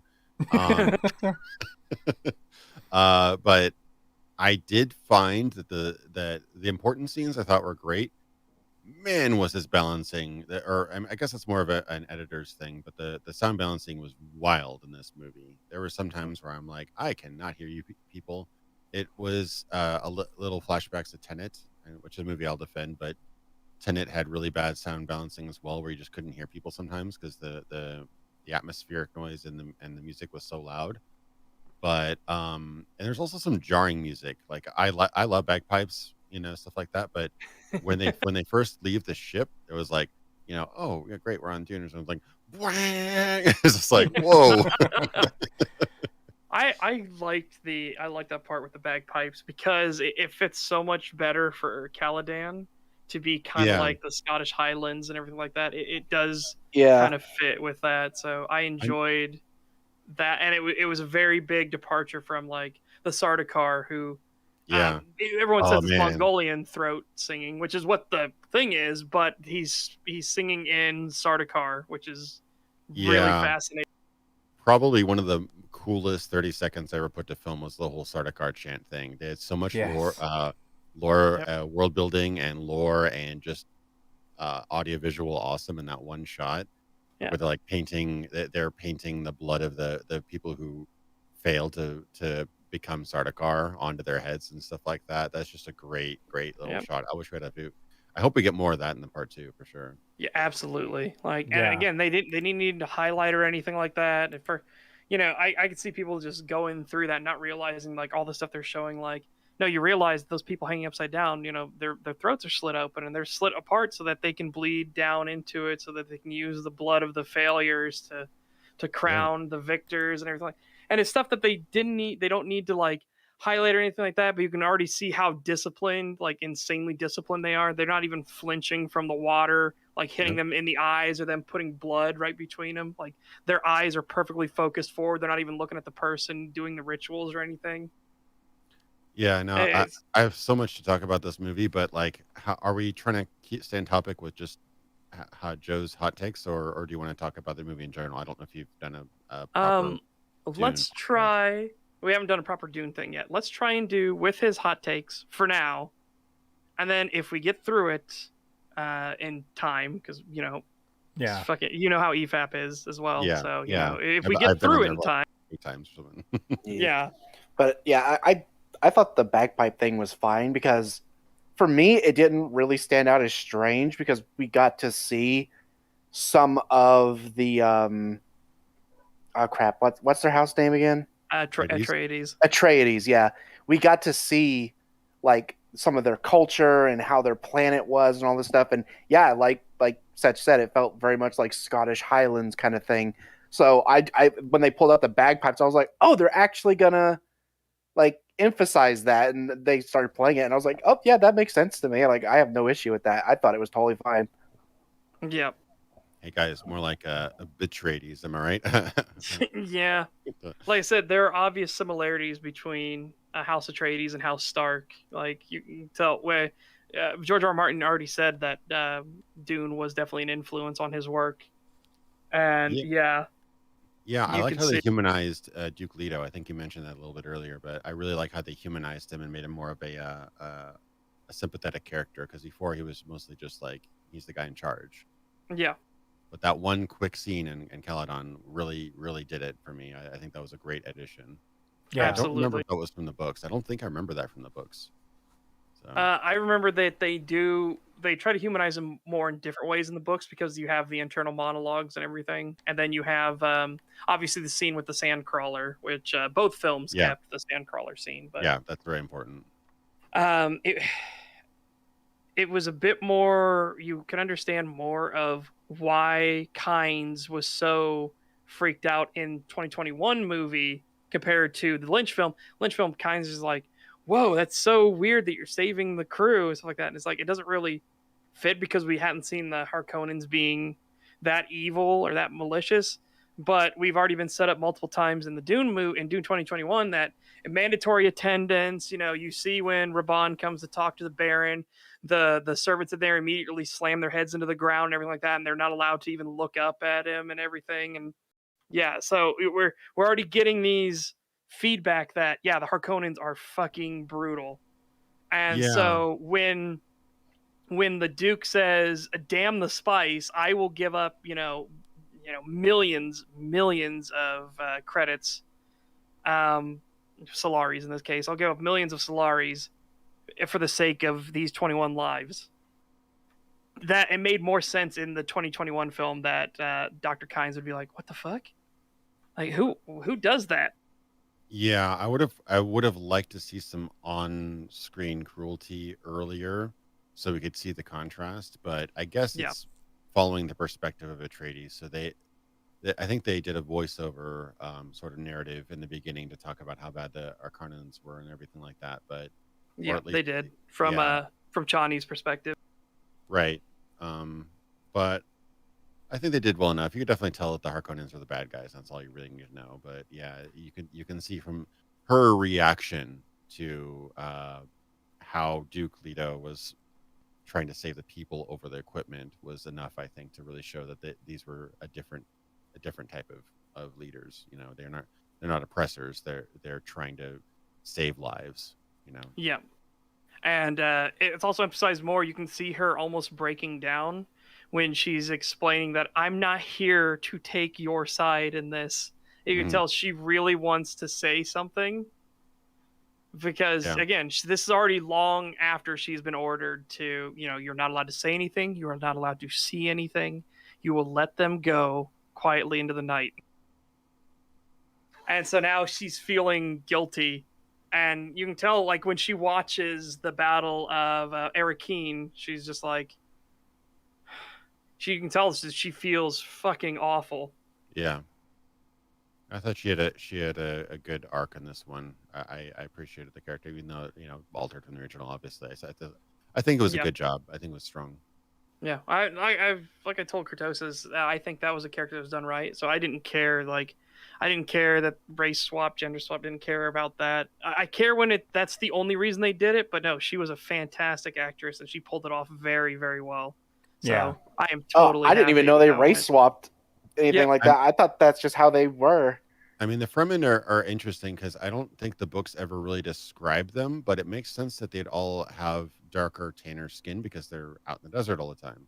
Yep. So that made sense to me. But honestly, like the people that they had Javier Bardem, who's like Spanish, and then they had a lot of that one guy. I couldn't tell the one guy he gets in the Chris knife fight in later. He almost sounded like he was like British or Scottish or something like that, or. Mm. But obviously very, very darker skin. But it made sense enough to me that it didn't bother me. Like they're out in Yeah. the desert all day long. Of course, they'd have darker skin. So Yeah.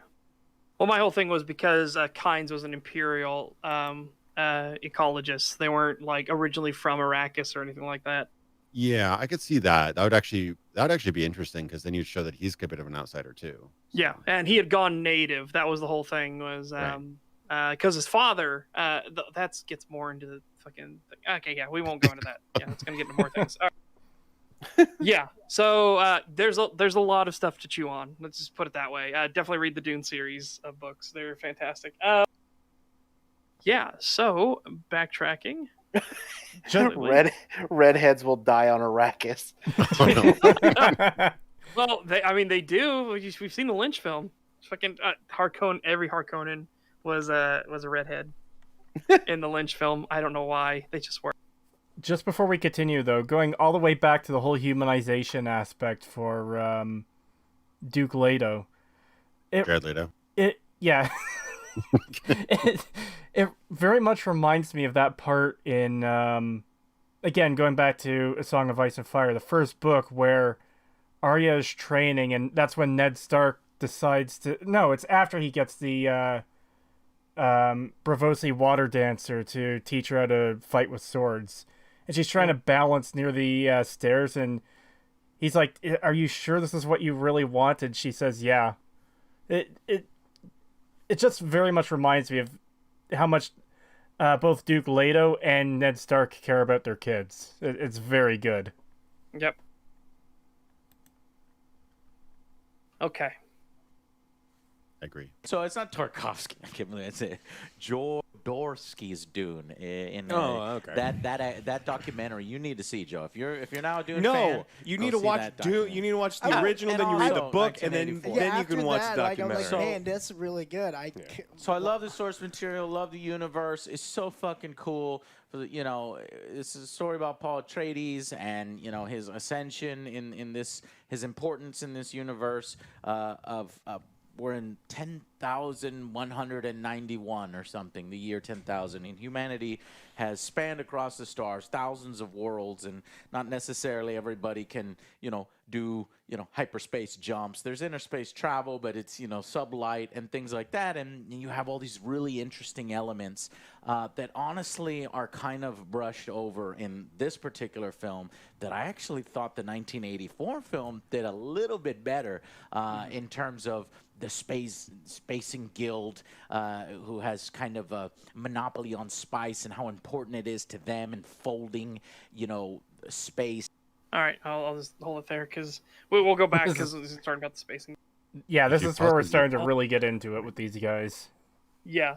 So the thing that I liked more in Dune 2021, and it still has the chance, and again, we have part 2 coming. That's the beautiful thing about part 1 and part 2. They still have a chance to go into the Spacers Guild and everything. But the thing I liked in Dune 2021 is there was more emphasis on the fact that everybody was scheming against each other. Atreides was scheming against the Emperor and the Harkonnens. Baron Vladimir Harkonnen was scheming against Atreides and was even mentioning that the Emperor is a dangerous, jealous man. So you can tell that he's working like ways to finagle the Emperor. Even the fact that they had spice reserves on Getty Prime, and he's like, sell them off slowly so we don't have the price dip or anything like that until Which we is get a our detail I operations back really up. like. Yeah, and just the fact that the Bene Gesserit, like in the Lynch film, you have no fucking idea that the Bene Gesserit are really like plotting and scheming, stuff like that.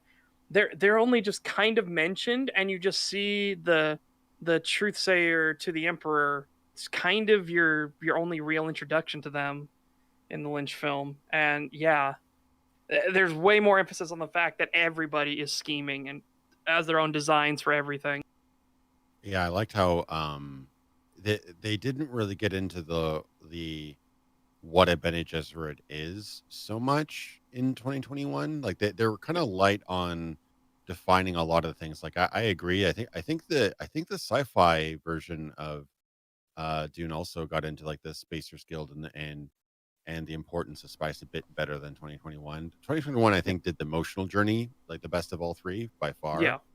Like I really felt it. I really felt Paul's journey in there. But what I really liked about this is it dug into one of my favorite things about the original Dune book is that prophecy is artificial. That these things are planned thousands Yes. of years out, where they implant the seeds of prophecy and destiny into these like tribal people, and 1,000 years later come back with basically with their chosen delegate to fulfill this prophecy. It's a really cool idea that an advanced society, spacefaring society, can basically create and fulfill prophecies over thousands of years. And they dip into that in this movie, which I really really liked. And they show you that the Bene Gesserit are not to be trusted. They've got their own plans, probably beyond even the Emperor's goals. Like they've got their own thing planned out and underway. And Yeah. one line that I really really liked that I don't remember from any of the adaptations or the books that I loved from Duke Leto was, "Is this my wife?" Or sorry, "Is this?" Yeah, I know what you're talking about. Yeah, Is well, this like the if Bene anything Gesserit? happens, Or will you keep our son safe? Will you yeah, defend? Will you protect our son with my life? I'm not asking his mother. I'm asking the Bene Gesserit. right. Yeah, Yes. Will that's you the line. protect Paul? That's an incredible line because what she emotionally wants to do and what she's bound by duty to do are two very different things quite often. Yeah. But the thing that Leto doesn't know, same thing with Duncan Idaho, this minorly gets in the books, is that they don't realize that she loves Duke Leto more than she cares about her oaths to the Bene Gesserit. She violated. It's weird because the Bene Gesserit make it sound like you were only supposed to bear daughters and you were being arrogant. Right. Well, no, she loves the Baron. Or sorry, she loves the Baron. She Oh, loves her no. uncle that much. No, she loves Duke Leto that much that she didn't care. She is his. Lady Jessica loves Leto Atreides. Right. She went much further and she fell in love and bore him a son because that's what he wanted. And Yep. yeah, she's kind of on bad terms with the Bene Gesserits because of that, because she violated their plan basically. Yeah, absolutely. And they bring up when the Reverend Mother brings up the fact that you're teaching him the way and everything in violation of our rules, and you were told to only bear daughters. I think so. Yeah, but again, the Duke doesn't realize how much that she's given up already, and neither does Duncan Idaho. He doesn't understand how much she's given up either. Again, it gets more into it in the books. Yeah, it's hard to contextualize, hundreds and hundreds of pages of books and lore, and that's what's so tough because, like, for example, you take an anime, a lot of that stuff is, in the characters' heads. You can't take 10 minutes of internal monologue and turn that into a live action film and not be just god awful. Yeah, So, like, each medium exactly. has its strengths, like movies quite often get you, for me, movies get me a lot more emotionally than books do for the most part, but they almost always fail in comparison to books in terms of just the depth of the lore that you can get into. Yeah, I noticed the same thing going through the Song of Ice and Fire books. This past summer at work, I was listening to them on audiobook. I'd previously seen the Game of Thrones show, but then I got into the books, and yeah, I made that same realization is there's so much internal monologuing that you just can't convey through film. Yeah. And Yeah. like there's so much that get lost in the transition between the two. Oh, that vaguely reminds me of another thing. Jessica, in in the books and compared to the show, in Dune 2021, she is a lot more emotive than she's ever Yeah. been, because her whole thing with the Bene Gesserit, their whole thing is supposed to be they're very stoic, they're very much in control of themselves at all times, sort of thing. That's why it's so weird the fact that she abandoned that to be with Duke Leto, basically, to fully give herself to him, which is something, you're supposed to be above this. You're supposed to not fall for these emotions or, fear or anything like that. You're not supposed to show anything. But I kind of like, and I was talking with Cree about this. The actress wants to act, and it would be hard if Lady Jessica was just a plank everywhere and Yeah. was just being stoic the entire time and everything. So I fully understand why they made that change. I fully understand that adaptational change to let her emote and show herself, but reassuring herself with the words of the Bene Gesserit to calm herself down and bring herself back. And you notice that she stands up straighter when she finishes the whole "the fear is the mind killer" speech. Yeah, I have a little bit of an irritation with Denis Villeneuve. He tends to make a lot of his characters cry a lot. Probably a Yeah, little bit too much. I had that issue with Blade Runner 2049 as well. But I think Rebecca Ferguson definitely knocked out of the park. Not only is she very striking, she's very did a very good job. She does, cry a bit in the movie. Are we doing full spoilers, by the way? For Part the one? movie, because yeah, for it's the movie, yes. Okay, part yeah. one, yeah. But like, probably one of my favorite scenes in the movie, and this really, really solidified the relationship between her and what she's done for her son, was when they're in the tent after they're like everything's sinking in. The Trades house has ended. They're the last survivors, and they're stuck in this tent just trying to survive until somebody can save them because they're completely stranded. And Paul's having all these messed up dreams, and it's like just really messing with his head. His father's dead. Everybody he knows is dead, basically. And then she tries to comfort him, or like and he does the voice and says like, "Get away from me, you Yeah, bitch," get or off whatever. me. And then the first thing she does is hug him again. It's like, Yeah. oh man, Yeah. that got me. But yeah, well, I mean, we'll see if they bring up the Jessica criticism. It was a natural flow off of the tangents and everything. But Yeah. yeah, I would have liked to see the conflict between the Emperor and the Spacers Guild. That would be interesting. But again, we have part two for that, and there are things that will happen in part two that will obviously need to bring them in conflict. I don't see how they could possibly not do the conflict between the Emperor and the Spacers Guild at that point. It had to. Yeah. $5 super chat from Christopher Ashbrook. Thank you very much. Thank you. Just joined the stream. You guys are the only people I will watch for hours. Keep up the good work. Well, thank you. That's appreciated. Very much. Glad you enjoyed the show. Anyways, yeah, let's continue and see where this goes. They are so in the Empire because they facilitate all the travel between the stars, and so those kinds of weird elements. And then if you don't know, the cultures, this feudal system, because it kind of seems like a Game of Thrones in space, and it Yep, kind yep. you even throw in Jason Momoa here, right?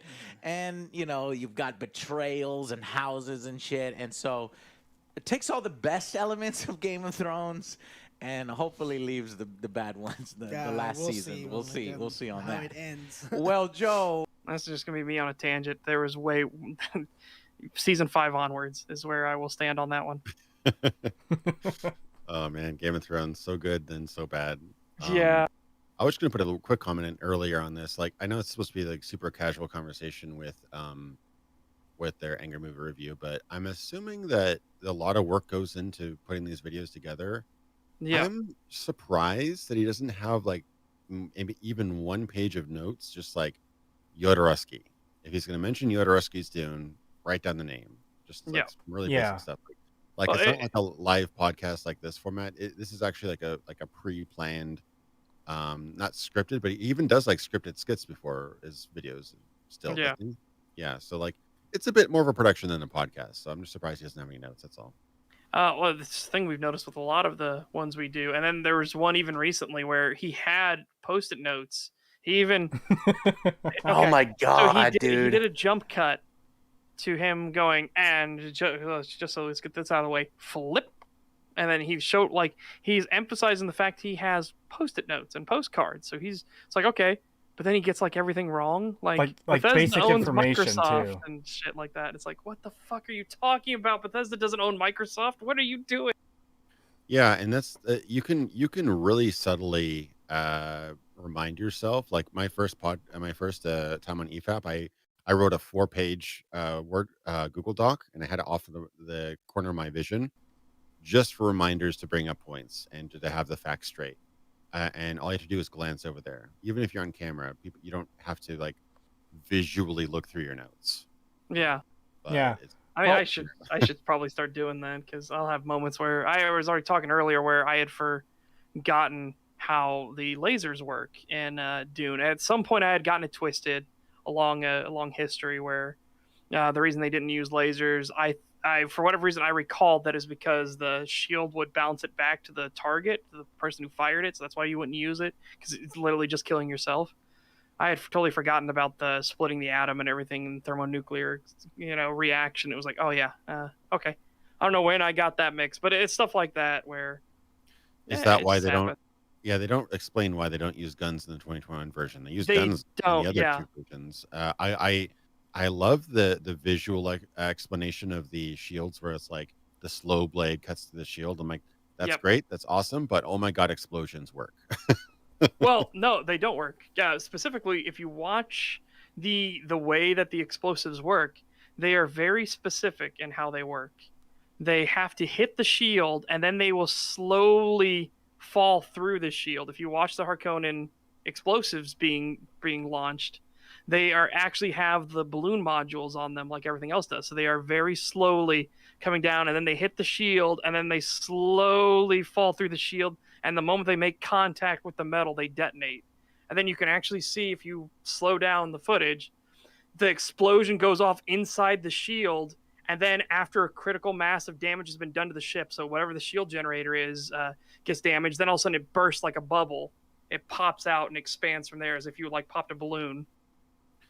Yeah, well, I Yeah. love the visual of that, and obviously they took down the overall. I don't remember what the colony is called on Arrakis, but that shield for that whole base that they're living in, they took down that shield, which Yeah. made them extremely vulnerable. They're fish in a barrel at that point. But if a direct explosion hit a person, that would still kill them, even with the shield, though, right? Or very, very severely damage them. You get injured pretty severely. Yeah, you wouldn't get the same concussive blast because even the blast wave would be deflected by the shield, but it would still knock you off your feet and like throw you back.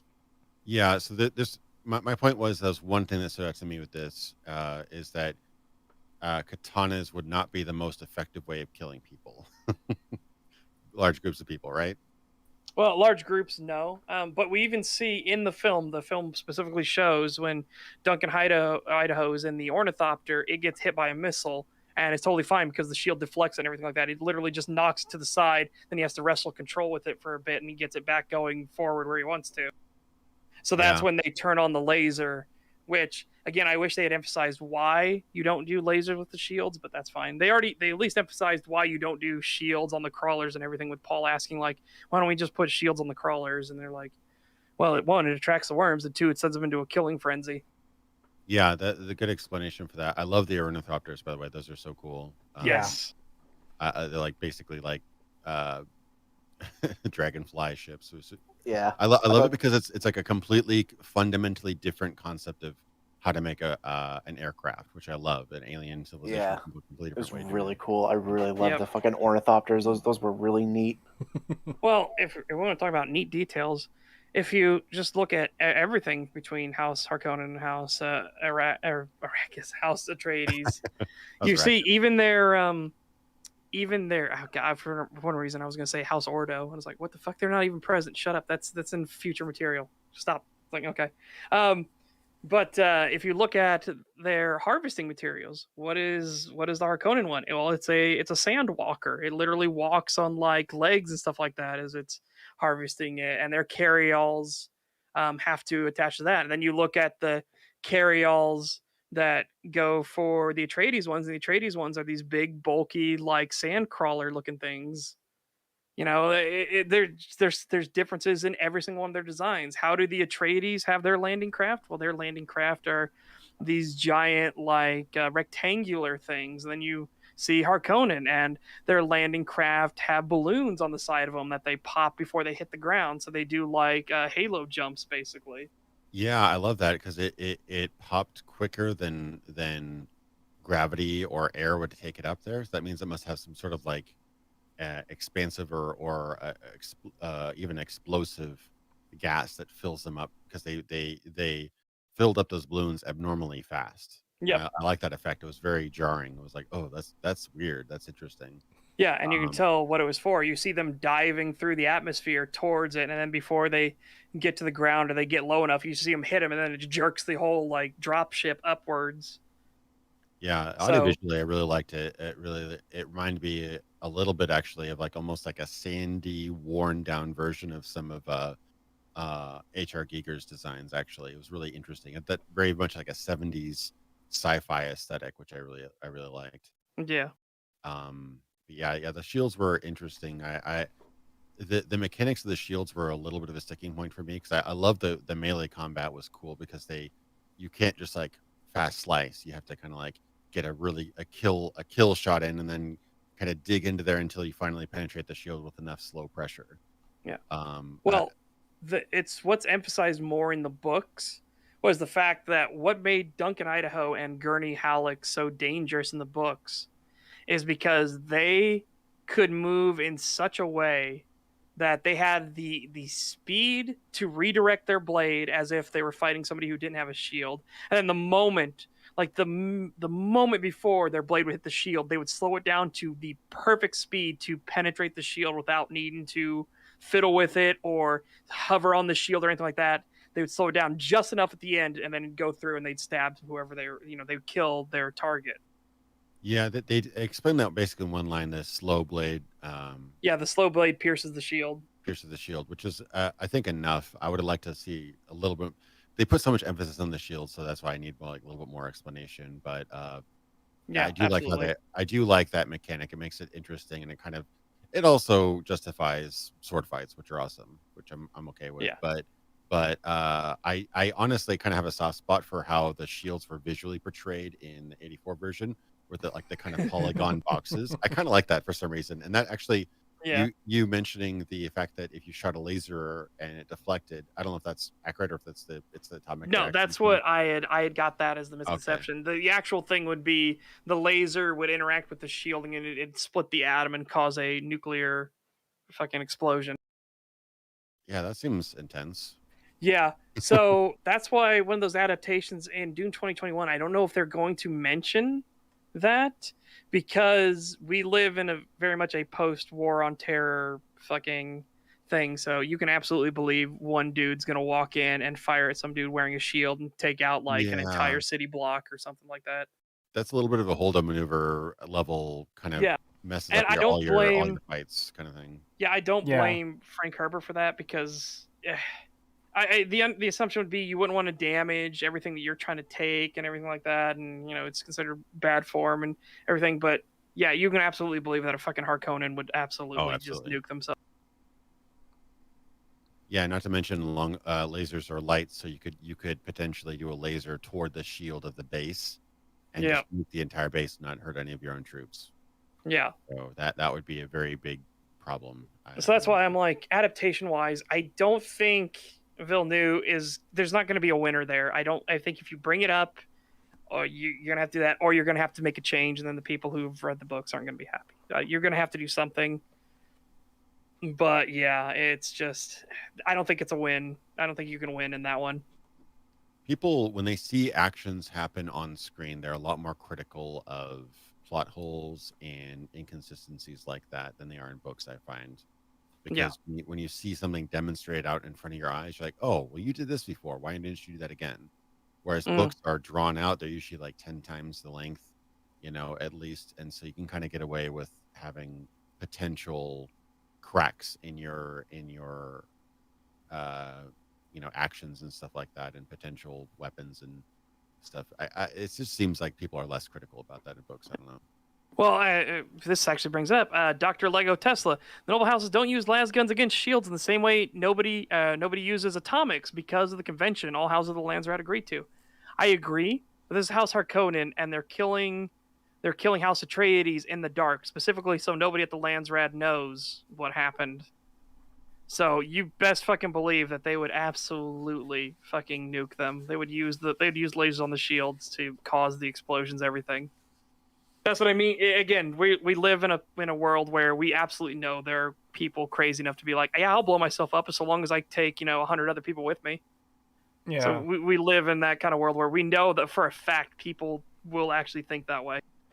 And they could have easily just taken Paul and his mother away, sneak them out earlier, so that they would still technically be following the guidance by the Bene Gesserit, and not be prone to the lie detection, whatever they had.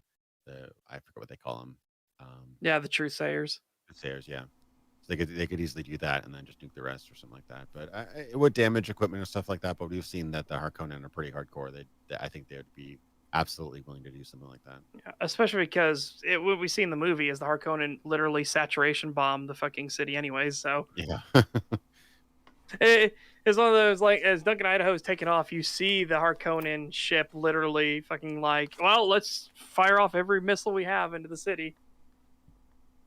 Yeah. So while I agree with you, Time Up in chat, they need to use the cities to harvest spice. I agree with you. Baron Harkonnen has already said they have a massive supply of spice on Gady Prime and everything, and they're going to make it look like nothing's gone wrong at all. They're going to just slowly sell off their spice reserves so that they can keep the price up until they get back on their feet to harvesting spice on Arrakis again. So I could absolutely believe that they would just nuke it. Instead of sending in the Sardaukar at all, they would just literally nuke the fucking thing.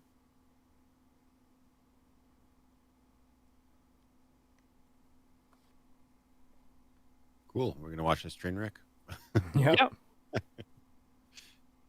We'll see on how that. it ends. Well, Joe, it's pretty fucking crazy. So I'm curious how he's gonna handle it. A few films down along the line. But I'm saying too much. So what I'm saying is, in terms of setting up House Atreides, setting up the Harkonnen, and the story of Paul. This film does a really good job. Yes, it did. But it does lack some of the extra context. And maybe they thought that if we threw all this shit in, it would just go way over everybody's head. What did you think, Alex? Could you feel that the universe of Dune in here? No, yes. I think for the most part, I think that people who remember the books will be disappointed, not upset. I don't. Well, there's gonna be those people are gonna be There's always upset. gonna The be people that are gonna be upset are disappointment. gonna be upset anyway. There were times when they were explaining things that I was a little pissed, and I'm going to be like, at the end, I'm going, this is why this is important. This is why this is important. I stopped myself, by the way, because I wanted to explain everything to Joe, but I was like, no, I don't want to influence his opinion on it. Yeah, they did. I think they did a pretty. It's almost criminal. There could have been a couple lines explaining the world, why they got there. Okay, we're coming up to it. We're coming up to the big one. Oh boy. Yeah. Dr. Lego Tesla says atomics would be far too conspicuous to keep their conspiracy against the Atreides secret, along with the fact that nobody knows they can bend over the guild with absolute control of the spice. The Harkonnen goal is to regain control of Arrakis as their fief in full, rather than instead of the Choam company, as well as removing the Duke Leto as a threat to the Padishi Emperor. Yep. Again, you could tell the Baron has plans within plans. But like I said, again, in worlds like this, I cannot imagine. I know it's poor form and everything like that and be conspicuous, but we would know there would be some lunatic that would do it. Oh yeah. And we know some lunatic out there would do it. Lands rot be damned. We know, like, a Harkonnen agent, they could just be like, he wasn't working for us. What the fuck? Like, dude, he was clearly mental. He blew himself up. We absolutely, but Yeah. so it's just one of those things where it almost. I mean, to the movie's credit, it doesn't even mention that lasers exist at all in the movie that I remember. No, So- it does. Because they show that, you see the starship fire the laser at Duncan, Idaho, as he's escaping the Ornithop. Yeah, and then there's Oh. also that bit at the beginning where the Fremen shoot one of the carriers or whatever on The the carry-all and the harvester. Now, that shouldn't actually work because lasers technically aren't supposed to work in the desert because of all the sand in the air. Technically. But, yeah. That's just a thing. But like, if that had a shield on per the original book, that would have started an atomic reaction. Yeah. Yeah, that seems pretty. That's pretty rough. I guess they just ignore that fact. Yeah, like I said, I don't think you can win with that because, like I said, there are absolutely people we know that would be crazy enough to literally put a shield on themselves and then turn a laser on themselves. Yeah. If they cut that from this film, I'm totally fine with it. I have no issue with them just being like, you know what, we're just gonna leave that to the book. It's a hot take, but that's a bit of a Tom Bombadil. That's like, okay, you kind of break the story. Yes. Oh God. We have the One Ring of Power. Oh yes, I'm not corruptible by it. But no, I can't take it. I am a god. But no, you must do it. But why? Yeah.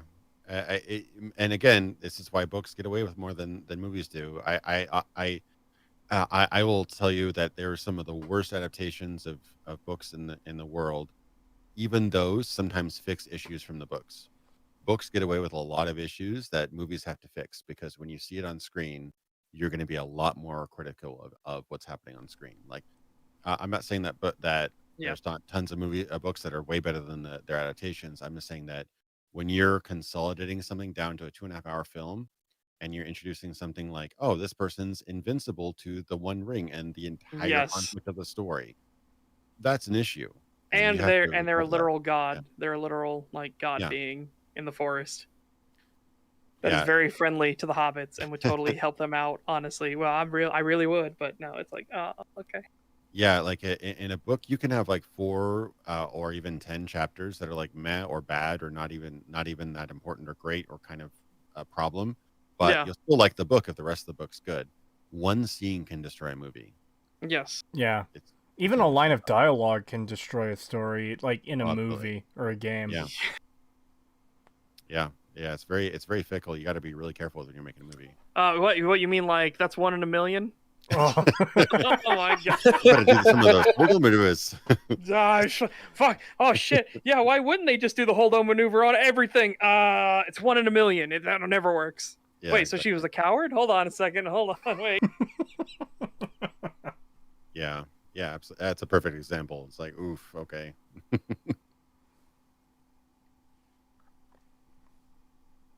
Did you? There could have been. Oh, good. Was just asking if you wound it back a little bit before we started again. I did. Okay. I did. couple lines explaining the world, why they got there, why the spice is important, and they It doesn't seem like the kinda- spice is important in this film. Yeah, and they did a lot of. They just kind of rushed through some things, and then I was like, okay, we're going real breakneck speed. Where maybe we don't have time. No, we had time. It's just Yeah. like this is something that you needed to really, in my opinion, this is a I'm letting really them do the whole interesting thing. world. It's a really interesting universe, is. and they could have spent fucking 30 seconds Yeah. at the beginning talking about AI, talking about why spice is so important, using the word mental. There we go. Okay, so Fucking Is he the new what? guy? Is he the new guy? Alex said, no, he's not new. He's not new to this. No, the he's one not to the new. to Alex's left. So the guy on the far left is the new. He doesn't know anything about the world or anything like that. Okay. Alex just said that the movie doesn't explain what the spice is for and what it's for, even though at the 7-minute mark in the movie, this is why we realized we had to do this. In the 7-minute mark in the fucking movie, they explain why spice is fucking important. Very basic, very straightforward. Spice is used by Is the hallucinogen, the bringer of life to it, and it was also used by the Spacers Guild to allow for interstellar travel. Without the spice, interstellar travel would be gone, making it the most valuable resource in the known universe. They make that very clear in the beginning. Yeah. Yeah. That's why I was like, that's why I like stopped the film for a second and was like, wait. I was like, that makes no sense. Why would Joe say that when it's perfectly explained? Like just right there, it's on screen. You can't miss it. How the fuck Yeah. did they Like- say this? and it's super blatant too. It's like I genuinely don't know how you miss this unless you're literally not paying attention. They were Yeah. probably talking during the Maybe. film because the Maybe. thing is, that's not the first time they've done this. I've seen movie reviews that they've done where they talked about like how they were talking through the film, Oh god. and then they would say like, "Oh, well, we missed this" and stuff like that. Like, "Oh, I didn't even know that was a thing because we were talking through that part." It's like, yeah, maybe you shouldn't be fucking talking through the film you're supposed to be reviewing. Yeah. Well, Now- it's more the fact that sure, go ahead and talk about the film, but when you get to the point of reviewing it, make sure you rewatch the film so you know what the fuck you're talking about. Yeah, No. or at least pause. Well, they went to see it in theaters, so obviously they can't. But it's just like if you were doing it the way we did it, pause. Don't just talk over the scenes and then miss whatever happens in them. Yeah. Yeah, I mean, they definitely put a lot of emphasis, as you have to, because spice is the entire conflict in the movie. But And they go through I- it multiple times too. yeah, They reference it a lot. Like he says, the two most valuable things: the spaceport and then the spice refinery. We can't refine spice, ship it off world. We're dead. yeah. Everything they do is about the whole first scenario that they do on Arrakis is ensuring a spice mining expedition goes smoothly. Yes. Like it's all about that. Spice is life, whatever. But the one thing I'll say, like, I would have liked to see Mentats, Spacers agree. Guild. I would like to see the Navigator. The all that kind of stuff. But one thing, I 100% understood what Villeneuve and I'm assuming he co-wrote it with somebody else. What they were focused on.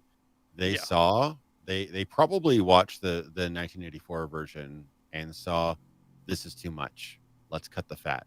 We need to streamline this very down to the very bone because this is too much to put on screen. And again, they have a part 2 to explain Mentats even more. They already set up Mentats. You can already tell that Thufir he's calculating something. Obviously, his eyes go white for something, and he starts speaking very unnaturally. Yeah. Like he's speaking in exact terms rapidly. Yeah, they're. I'm sure they're going to get into that. They're going to get into the international politics, the emperor's daughter, that whole thing. They already planted the seeds for this, but you can't get into all that stuff before you're actually connected with the characters and their journey.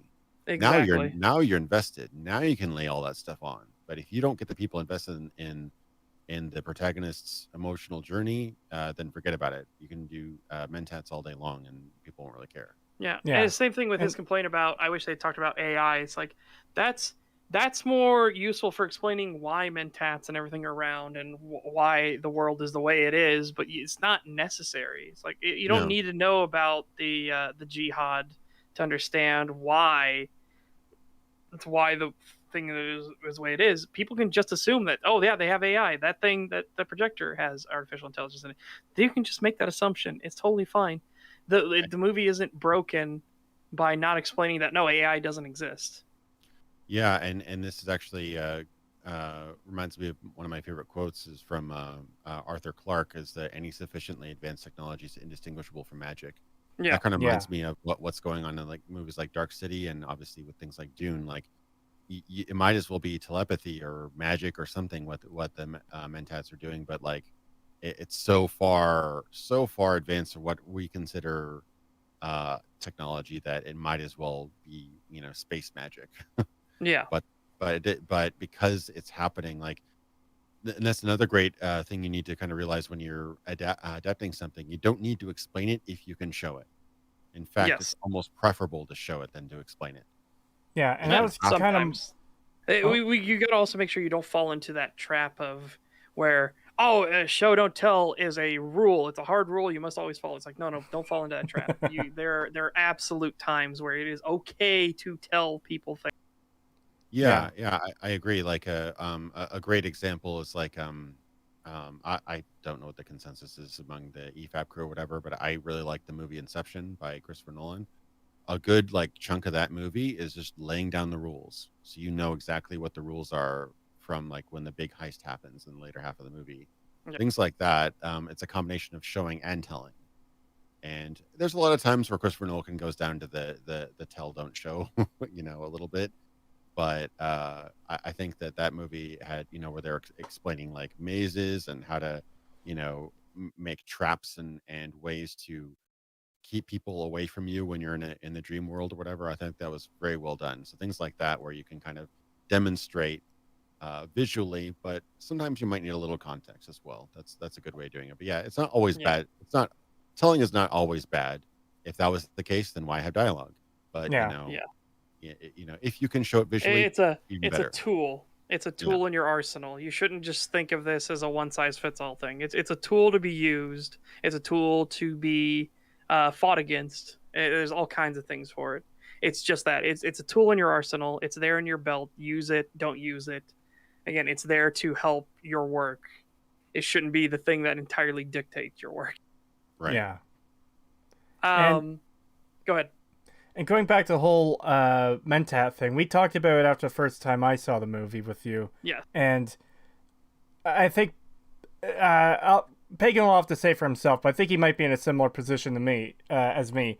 When I first saw his eyes go back, and he did the calculation, I figured, okay, that's some kind of sci-fi bullshit that they'll explain later. There's going to be an explanation for it, but it's not something that's necessary for me to know in this instant right now.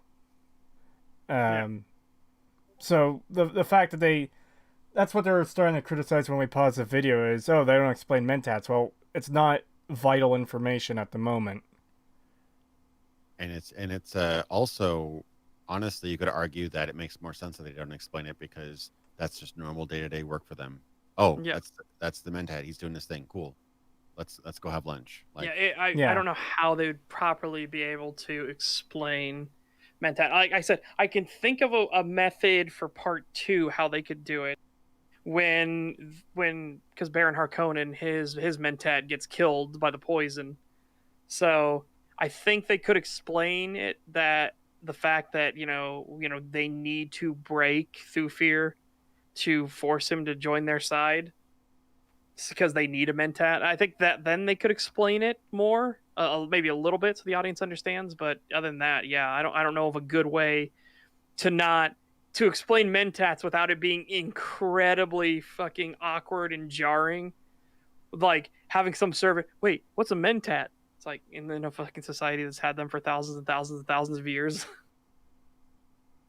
It's like, oh, you don't know the people that could calculate everything and are basically like living, walking computers? Oh boy. and what they should have done is at the very last second when they're loading up to fly over to Arrakis, the mentat guy should have gotten up. Was like, This is, I forget his name. This is Mentat. He can think through anything. There's Katana. She's got my back. That'd have been perfect. Oh. I think they would have given it a 10 out of 10 if they did that. Yeah, that's what I mean. It's again, it's one of those situations where it's very hard to do these kind of things. People are like, oh, they should have explained Mentats. Like, how do you do that in a way that doesn't come off as incredibly awkward or, as if like, how does this person that lives in this universe not know this? Yeah. Yeah, And- and it's tricky because Paul. Sorry, I didn't mean to cut you off. I was like, Paul is well versed, educated. He's a bit newer than the others, obviously, but he would know what a Mentat is. You don't have a Luke Skywalker who's like, some kid from a podunk town in Tatooine nowhere who has to be introduced to all this stuff. That's a great opportunity because you can, as characters are telling information and lore to the newbie, they're also telling it to the audience. Unfortunately, we don't have a complete fish out of water to tell everything to in this movie. I know a slight way they could potentially get away with it. Chani is young still, as well as Paul. Both of them are young. Paul has been trained in the ways of being a Mentat, so he is on his journey to becoming a Mentat. So he could explain to Chani, if he starts trying to use his calculation abilities and everything like that, that could be a way to explain it to the audience as well, because she could freak out by the fact, because again, she's Fremen, and as she said, she's only known the fight against the Harkonnens her entire life. And I don't recall in the books the Fremen having Mentats, so I don't recall it either, but that'd be a great opportunity because she would be teaching him the ways of the Fremen and their specific knowledge that he wouldn't be privy to, and he could kind of explain, intergalactic politics and Mentats and stuff like that. That'd be a great way of portraying both sides of the coin there, as well as to the audience. Yeah. Yes, that could be a way to get around. Yeah, at the time it says in chat, it's important because Paul's a Mentat. They kind of fucked up there. Well, again, like I said, there's no real way to do it without it coming across as incredibly forced. And I love that they do a little bit of a forced exposition joke, and then Duncan Idaho immediately jumps back on it. He's like, "So you're going to Arrakis with the advance? You're going to Arrakis tomorrow with the advanced team?" And he looks back at Paul and he gets that weird look. He's like, "Yeah, I'm going to Arrakis tomorrow with the advanced team."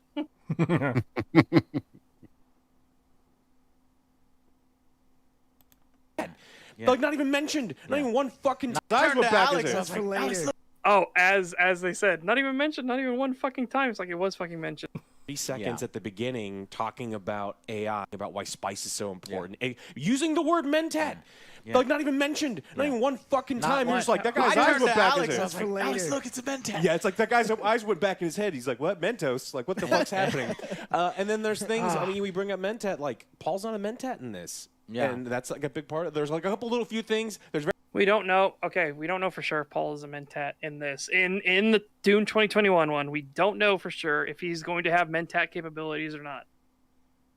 Because again, Paul is young and he's going through a lot of fucking training. He's still going through the Bene Gesserit training with the Way. He is going through the Swordmaster training with Duncan Idaho, and then getting taught by the most badass bard in history, fucking Gurney Halleck. And on top of this, he's got to learn to lead House Atreides now. So now he's sitting in on the War Council and stuff like that. So we can already see that he has a lot of training and he's being taught multiple fucking things.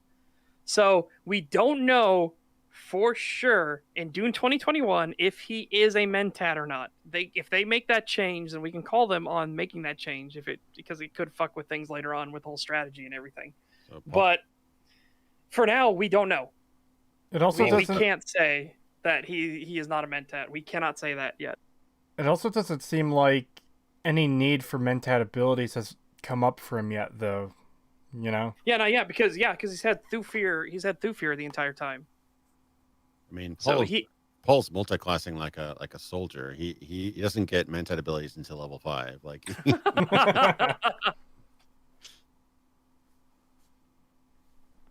But yeah, I attribute a lot of this to, let's not do a Dune 1984. Let's cut the fat. Let's be as slim, as effective. Let scenes breathe.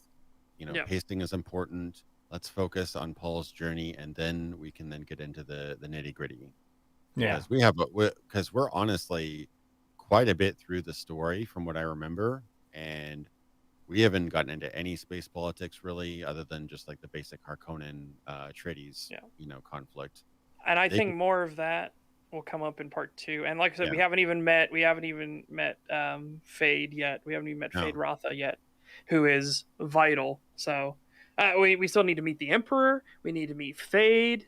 Because I can't go into that yet. We need to wait till this is finished, and unless they bring it up, then I can bring up the fact of what the Baron's plan is, because the Baron is thinking like really far ahead on everything. I really hope they introduce Fade as like, my name's Fade. Fade who? Fade Skywalker. I am hoping that the first time we meet Fade in part 2 of this, it will be in the arena killing people. Because that's kind of his passion, his fucking sadistic little fucking shitty passion. Before we continue on with the video, I'm just going to grab these super chats. $2 from Skids. Thank you. Keep in mind, Angry Joe gave Terminator Dark Fate an 8 out of 10. What? Oh boy. Yeah, that's what I'm saying. His movie reviews are fucking shit. Yeah. God. I want to cover the Terminator movies at some point. This one I'm going to do because I got a funny thing for it. $5 super chat from Peace Was Never an Option. Thank you very much. Paul's going for a 100% run and specking into every skill tree. Paul's playing Skyrim? Ouch. Fuck. He'd have mental abilities level 1 then, wouldn't he? Yeah. Oh, man. Yeah, so again, like, we don't know for sure if Paul is a Mentat in this or not. They haven't said one way or the other. Again, as Alex just complained, they haven't talked about Mentats at all. I think it's because they don't need to at the moment until it becomes vital to the story. Yeah. So, yeah. Everything they've introduced so far has been important to Paul's journey. They haven't, they've planted the seeds to a lot of things. They've teased a lot of things. And also, that's probably been a big factor too. They wanted to tease a lot of things because they know people are going to be wanting to know more about it. Because they really... If we're going to give Paul Mentat abilities in this movie as well, on top of the visions and everything he has to have and stuff. So that's kind of, you're already starting to really clog things down here. Yeah. Because again, remember, Paul has multiple visions of possible futures, and that's kind of what makes him so special, is the fact that he can see the paths that lead to those futures. All right. Paul's not a Mentat in this. Yeah. And that's like a big part of it. There's very few things that kind of piss me off a little bit. This Paul is kind of different, at least from the 1984 films Paul. 1984 films Paul kind of had his shit together. He even knew what was going on in the political world, like what's being set up. He saw it coming. This Paul's... and this is because he had to. Again, you have one movie to fit in the entirety of the Dune book. Yeah, that's kind of what I was going to say there, is why are you comparing it to the 1980s movie? Why not compare it to the actual source material? Yeah, or just even itself. Again, Paul is a teen. He is a teenager in this, okay? Of course he doesn't have his shit all together yet. He hasn't been alive long enough. So the fact that he becomes Duke this early in his life is a big fucking deal. It's like, oh shit. Now my house is ruined. My armies are scattered. I'm the Duke of a fallen kingdom, essentially. Oh boy. And I'm not even married yet or anything like that. This should be something I should have done when I was like 40. Shit. Yeah. And I'm sensing a pattern here. I hope it doesn't go this route, but I love a lot about... I'm a big David Lynch fan. I love Twin Peaks, one of the best shows ever made. I like Blue Velvet and a few other of his films, Mulholland Drive. I love a lot about Dune 1984, but it's not a good movie. Yeah, the narrative does not work. Yeah, there's too much fuckery that goes on, and the weirding modules are the thing that annoy me about that movie the most. Oh, or they made it like a physical object rather than just Yes, a voice. Yeah, that's and like, oh, why and didn't you just use a gun? Because they had guns in that movie too. I'm like, yeah, yes, guns they seems have more guns. They practical. have guns in the 1984 version, and then they're like the weirding modules, and it's based off of the word. For some arbitrary reason, certain words are more powerful than others, and Paul in the 1984 movie chooses the name Muad'Dib, okay, which is the name for the desert rat. Oh, sorry, desert mouse. Let's be more accurate. Muad'Dib, yeah. Yeah. So he chooses that, and one of his guys says, "Excuse me, Muad'Dib," and all of a sudden his weird module goes, "Wah!" And he's like, "What the fuck?" Boom, and it blows off like a massive carrier All right, that his name's a that they killing were word. using, Yeah. and they're like, "Oh my god, Muad'Dib is like the god word. Oh, he is the prophet." Now everybody's saying Muad'Dib when they're firing at people, and it's like, "Oh my god, Lynch, stop." It's like they had a negative idea but went too far with it, you know. Yeah. It's like it's literally like this. How you want to give Paul a god complex? This is how you give Paul a god complex. He fucking everybody says his Fremen name, and it's like the most powerful word in existence, and that like destroys buildings and shit like that. It's like, oh, stop. Yeah, yeah. It's just I noticed it was like a gun with more steps. So I would have Yeah. I love how they did the voice in 2021. I think that was great. Oh, absolutely. Yes. No, Muad'Dib, Maudib.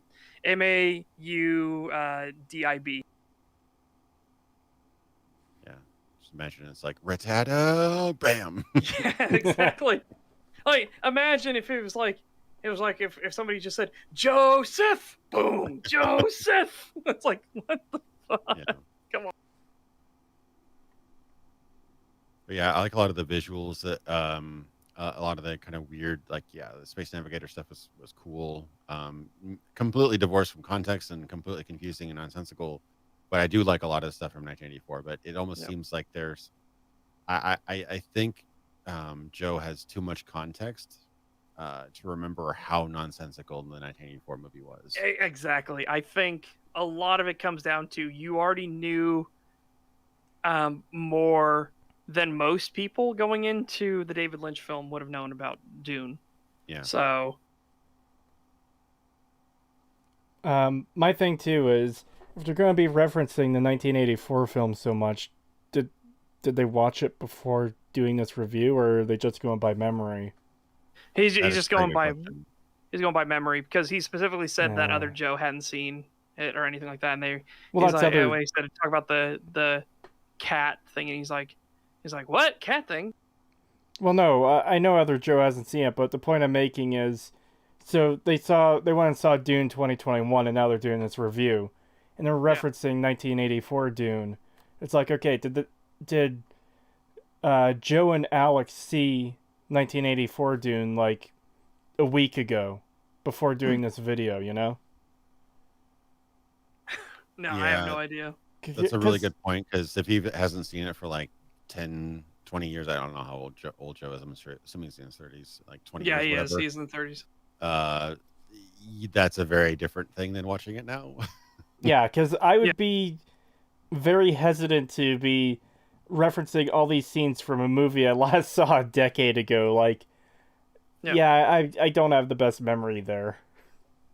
Yeah, you'd want to revisit it and make sure that you saw what you saw and that it still holds up, because night and day, you're going to get a lot more out of 2021 than 1984. 1984 is really interesting for what it did, and obviously anything that comes before, you can kind of give it a little bit of reverence because it came before, and anything after it kind of be influenced by it. So obviously, my hats off a little bit to it. It was the first try, not a very successful one, but that movie was so bad at times that David Lynch disowned it. And one TV edit of it, I think I mentioned in a comment actually, that they replaced David Lynch's credit with Alan Smithy, which is the de facto fake name that you gave to movies that when you did not want to be credited. Yeah. Well, what's funny is we did after we did this first thing, we were watching some other stuff that was about like Dune related, and one of the things is like David Lynch disowned the film, saying he didn't have enough creative freedom, and then I stopped the thing right there. And I said, not enough creative freedom, motherfucker. You just brought a cat that you duct taped a rat to and said that they should you must milk this cat every day. And it's like, how did you not have enough creative freedom? I think you had a bit too much creative freedom, honestly.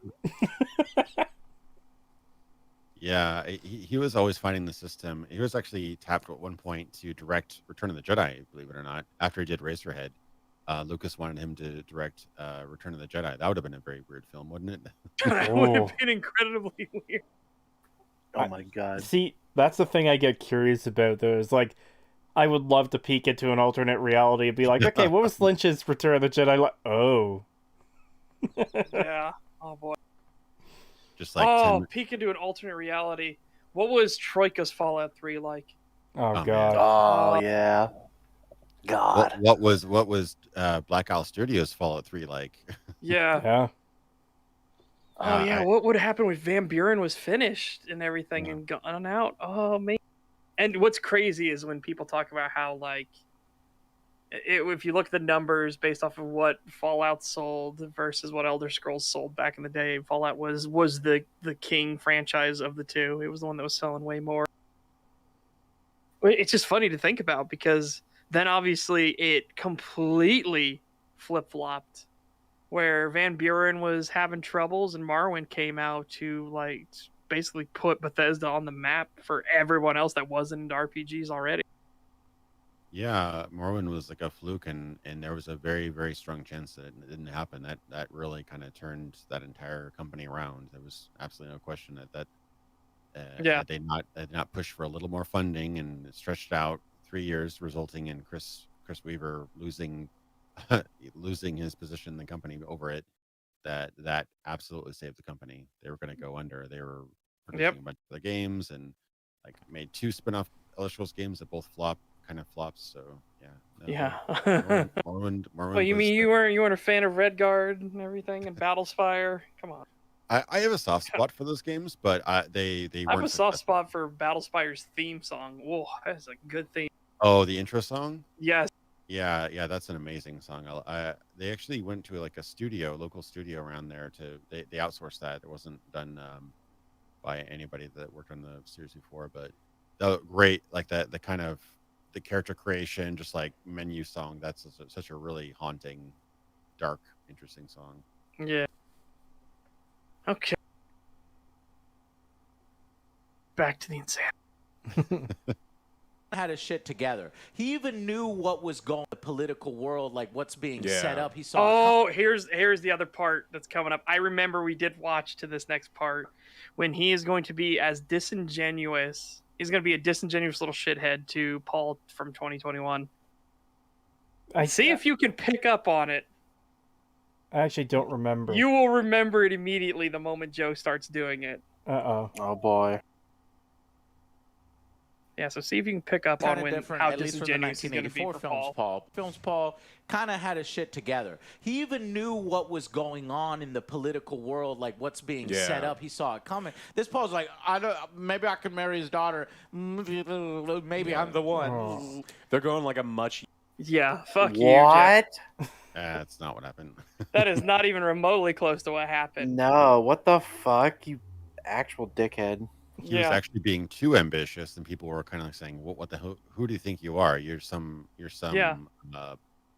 kid from a dead family out in the desert." Yeah, Dr. Kynes is like, you're gonna make a play for the throne. You are a fallen house hiding in the desert. Like what? Yeah. But she doesn't realize that he has begun, his awakening has begun. He's starting to see more and more visions more often, and he's realizing more of his visions have been accurate, like scary accurate. So he's starting to see, he's literally awakening to being, well, God, I don't want to go into that many spoilers. All right, yeah, no, he's awakening. Yeah, we definitely see he's changed a lot, and I really had to take my hat off to this. This is definitely the most. They very cleverly didn't show too much, but they showed enough for you to get kind of emotionally invested in certain cases. So, like for example, in this 2021 version, you saw hints of something bad happening, but you weren't sure. You weren't entirely sure what will happen to Duncan Idaho. He Yeah. didn't know about his father. So, but Yeah. we gained to like his father, and we had that scene in Caledon, and we got the idea that there was a strong relationship between him and his father. So when his father died, it was very sad. We got the strong relationship between him and his mother. We even got a really interesting connection to the person he hadn't met yet, the Fremen who he fights to the death with Chris knives. Yeah. So he actually becomes sort of like a mentor to him that he hasn't even met yet, that he now has to kill. Yep. So it's like a really like that was like, I guess that was like an alternate future that Yeah, never it's happened. setting up that there are multiple paths to the future, and Yeah. that'll play, the whole idea of paths will play a role in the later in the series. Yeah, and that was like sad because you're like, oh wow, this person's gonna wait, he has to kill him. This is, and then the Yep. line was reinforced to kill somebody, another is to kill oneself, or I'm paraphrasing. Yeah, But that when was you like, when you kill another, you also kill yourself. Yeah. yeah, and that was like, wow. And then he was really emotionally torn because that was the first person he's actually killed. Yeah. Like that he actually And- killed. He had like and- knocked one of the Harkonnen out of a copter, but they might have survived or whatever. But this is like a person, like for all he know, a perfectly Well, normal. he didn't do that. He had the other guy did that, because remember, he just told him to remove my mother's gag, Right. and then he did it, and then she immediately said kill him, and Okay. then yeah, so he didn't do that. So he hadn't had his hands bloodied by death yet. So yeah, Not that was he was torn up by that. So like that was a Yeah.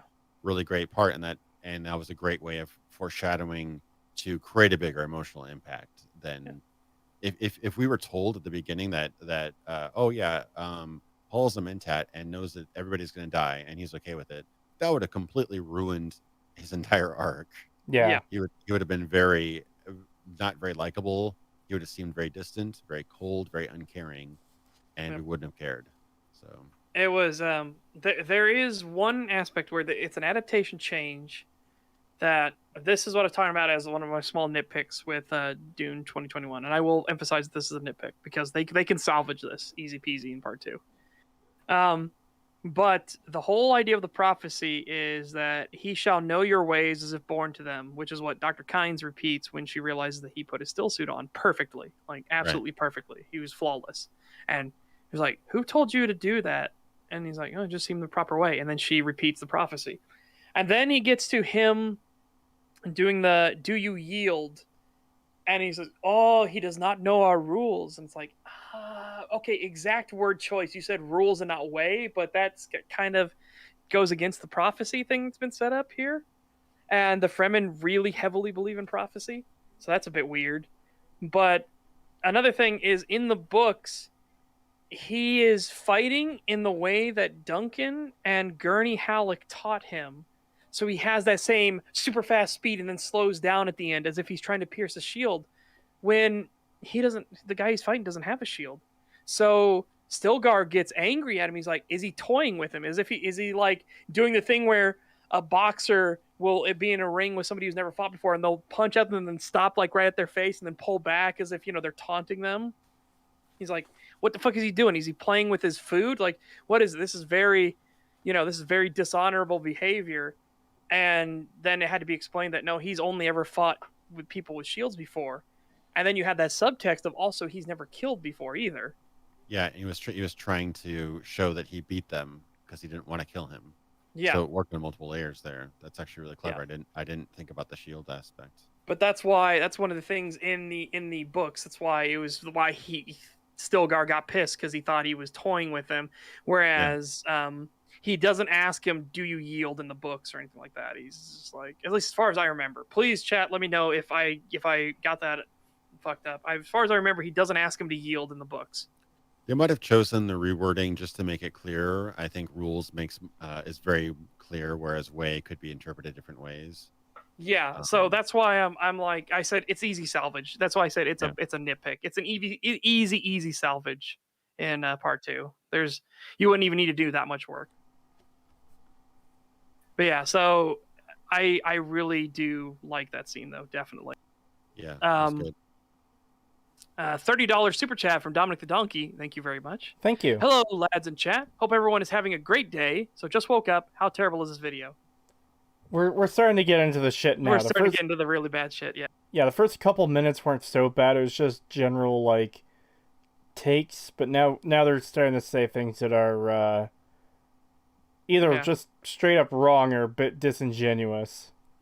Yeah, him portraying Paul as this, like, naive idiot. He's like, no, Paul is actually seeing way ahead of how the only way the House Atreides is going to survive. It's just that everyone else is being a realist at the moment. Like, House Atreides is fucking gone, my dude. Like, what are you? Yeah. Like, if they don't realize that Paul is seeing things that are going to happen and how to take the steps to get to them. And also, what convinces Dr. Kynes that he is the Lisan Al Gaib is the fact that he says, I know you loved a Fremen warrior you lost in battle. Something like that. And that immediately was like, oh shit, he can see the fucking past. Like, past that he's not even connected with. Yeah.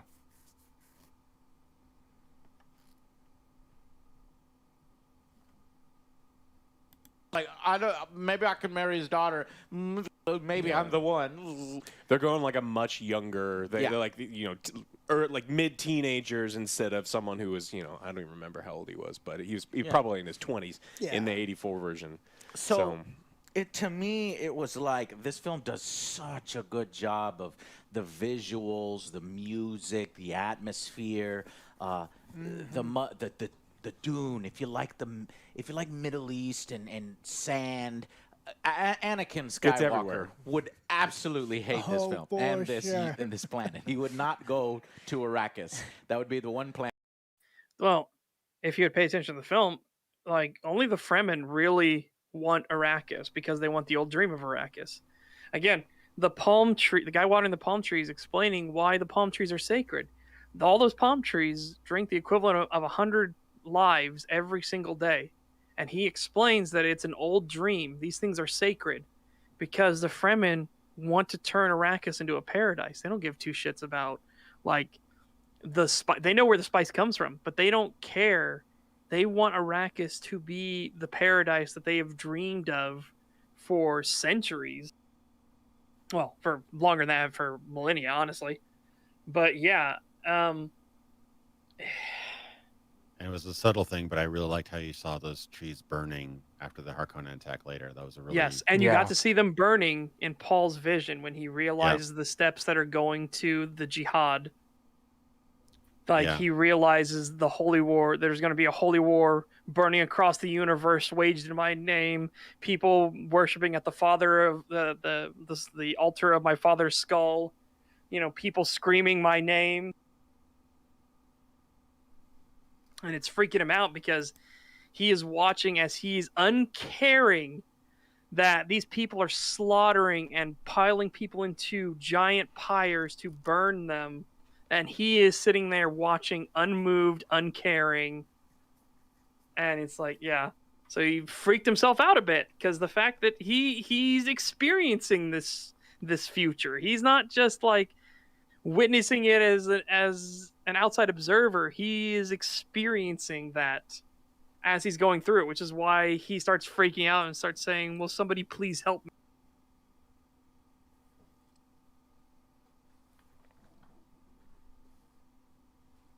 Yeah, you can imagine why Paul is a bit fucked up for a while. Yeah. The weight of he's seemingly having knowledge of fate and like the possible ways that the universe could go would be such a weight on your shoulders. You would just feel like you're responsible for everything. It really messes with you. That every single little thing that happens is your fault. Yep. Basically, you're basically the Joel of the universe. Did you ever see that stream with what was that? Was that the EFAP stream about Last of Us 2? No. That. Joel is responsible for every single death after the first game. Yes. Every death in Last of Us 2 is Joel's fault. It's like, well, how the fuck you figure? I think we got a bigger case for fucking Manby over there.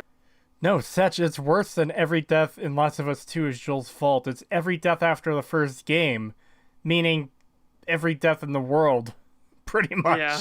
So some guy in Australia who's dealing with their mushroom zombies who gets bitten and dies. Man, that's Joel's fault because 3 minutes ago he decided to not let Ellie die. Even worse than that, somebody in Antarctica who's 95 years old and is on a deathbed, their death is Joel's fault too. Oh, yep.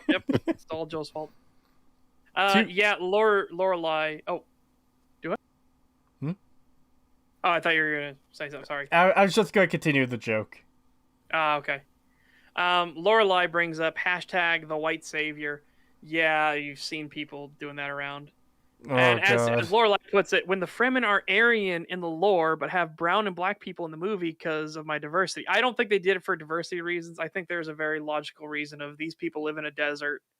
So naturally, they've been there for a long, long time. Eventually, the humans do adapt to their environment. So eventually, of course, their skin would get darker and everything like that. That would just fucking happen. The white savior who makes a bloodbath from the known universe. Yeah. So yeah, I don't know if anybody has made the claim yet, but if they claim Paul is a chosen one, I will go on a tangent about that because there are things that happen, and yeah, we'll see if that gets brought up at some point. The one thing I wish they would have emphasized a little bit in 2021 version.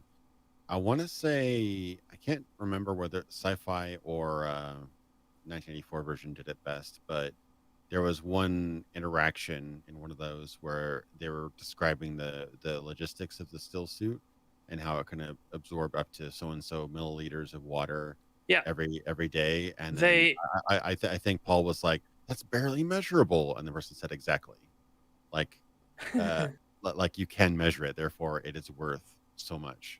Like it's a really great line, and they probably will do the other thing I'm going to mention in part 2, where I won't say it here because it's kind of a spoiler for part 2, but they might get more into that, but like just how incomprehensibly valuable water is in this planet. They do a pretty good job, but they could have gone a little bit further, I think. Well, yeah, we'll have to see if when they start showing the sieges and everything like that. That'll be what seals how important water is. Yeah, exactly. But yeah, they do explain the still suits quite a bit. They explain how it functions and everything like that, and they explain like in a properly functioning still suit, you'll lose less than a thimbleful of water a day, which you fucking need. You need either like even in the early morning hours where it's not as hot, you won't last for more than 2 hours out there before you die. Yeah. $10 super chat from Dominic the Donkey. Thank you very much. Thank you. How dare Joel not want to have a child die? It wouldn't have stopped the existing zombies or crumbling cities and raiding groups, but he killed Zebra Dad. Yeah. Dude, that was so fucking awful. Like, how do we humanize this person immediately? He saved a zebra and wasted valuable resources on saving a zebra in the apocalypse. It's like, okay. It seems like one of the most blatant cases of emotional manipulation. Look how good this guy is. He saved an animal. The dog is more blatant than that. Yeah, the dog part is worse. Yeah, you had to fucking look, you're such a good puppy. Who's that good puppy? He's gotta kill the puppy. It's trying to rip my throat out. Oh, it's worse than that because you kill the dog, then you have to go through the scenes where you're forced to play with it. Yeah. It is so. God, Last of Us 2 is such fucking cheap nonsense. Also, the fucking fact that, like, look how good he is because of the zebra, and then that same group later fucking blows up a fucking horse and kills it. Yeah. I kind of fucking ruined that there with your God. stupid little thing right there. Yeah, it doesn't really make sense. Dude, and you're trying to make us feel like that Abby and their group are real people when they're fucking cartoonishly evil. It's like, what the hell? Yeah. It's the emotional manipulation to the extreme. I almost get that, I really don't get into the whole postmodernist thing, but I think I'm using it incorrectly. But like postmodernist narrative, it almost seems a little bit masochistic, where you're like trying to punish Yes. the reader or the viewer, and they want to create scenarios where you get emotionally attached to something, you take it away, and then you show how wrong you were to like that thing. It's just like, Yeah, I hate that Well, shit. a great example is the fact that pregnant lady is trying to fucking kill Ellie, and she kills pregnant lady, and then she realizes, oh my god, she was pregnant. It's horrible. And then later on, Abby is like, but she's pregnant. Good. It's like, okay, fucking Yeah. psychotic Abby. Oh, God, you getting them bonus points for killing a fetus too? Jesus. yeah. How are you supposed to be a likable character? How does anybody like Abby? Honestly, she is so evil. It is fucking weird. As Dominic the Doggy points out in chat, for some reason they had her on the front lines. Her being the pregnant lady. woman. Yes. Yeah, that's insane.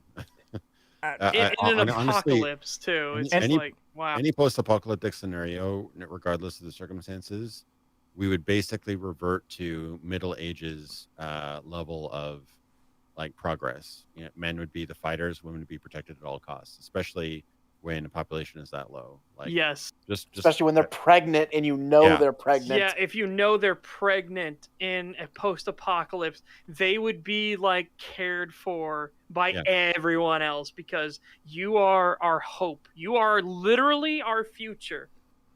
Yeah, and it's brutal, but like honestly, the freedoms that we all enjoy today are luxuries afforded to us because of how easy life is today. Those would be stripped away. I read it too. Fetus had its chance. Oh, that's amazing.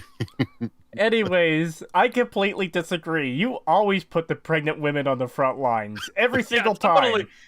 That's extra padding right there. That's what that is. Well, the thing is that the bullets are non-armor piercing, so they can only hit one target and they don't. Oh yeah, there's their fucking 500 IQ play. It's not quite a Kevlar vest, but it'll do. I go into battle wearing fetus armor. Oh my god, it just reminded me of that fucking comic with the guy with the baby strapped to him. Yes, because they realized that nobody would shoot at babies, so he just duct tapes a bunch of babies to himself. You can't even push me over. Oh, that's incredible. Oh god. Oh god, that's horrible. All right. I'm so glad we went off on this tangent, though. That was fucking great. Like, this film does such a good job of visuals, the music, the atmosphere, the Dune. If you like Middle East and sand. Anakin Skywalker would absolutely hate this film and this planet. He would not go to Arrakis. That would be the one planet that he would stay away from. The Death Star would show up, blow up Arrakis. But anyways, they do such a good job with that stuff, and they incorporate a lot of the Fremen. I felt more Fremen culture. I felt more, integration. That stuff is good, and you would think. All right, so again, the integration doesn't matter, but of course we got to see more Fremen culture because they're not trying to cram an entire book into one fucking movie, so they could take their time and show you all of this. Again, the palm tree scene is beautiful, because it's such a subtle thing of him explaining like how first off, how precious water is. This is 100 lives every day. And then Paul asked the obvious question. It's like, well, that could be better used, for people. So it's like, should we have them removed? No. These are sacred, old dreams. And it's like, that is really fucking important to the Fremen. And this is why the complaint of it being a part one, I don't understand that complaint, because you would lose stuff like this if it was a single standalone movie. No, Lorelai, we got to see more of it. We got to see the palm trees, the duel, the housekeeper explaining everything, and her having her break down for a second because she realized she is living in prophecy now. Yeah. which again we know is falsified and engineered by the Bene Gesserit, but she doesn't know that. That has been her culture, her prophecy for her entire life. And there's also the And meeting between Duke Leto Yep, and and Stilgar. Stilgar, yeah. And the whole I appreciate you giving moisture from your body for the spitting thing, which Yeah, and we return the gesture in kind in which it was received, and then he spit. Yeah, like immediately took offense, and yeah, that was a good one. I kind of missed the I believe it's in the book where somebody spills some water accidentally, and then a bunch of the I think some like peasants come and like just throw a rag down and soak up all the water that's on the dirty ground just because it's so sacred. I like that Yep. little. That was a good little gesture. It's just showing you just how valuable this all is. Yeah. But not completely necessary. But nice touch. Yeah, as Tiamat points out, he's talking about Stilgar. Little words because it's not good to talk in the deep desert. Exactly. You don't want to waste. You don't want to waste water. So Stilgar is a very to the point, try not to speak too much and everything like that. So he's very reserved. But It's like, yeah, we do get to see a lot of Fremen culture in this.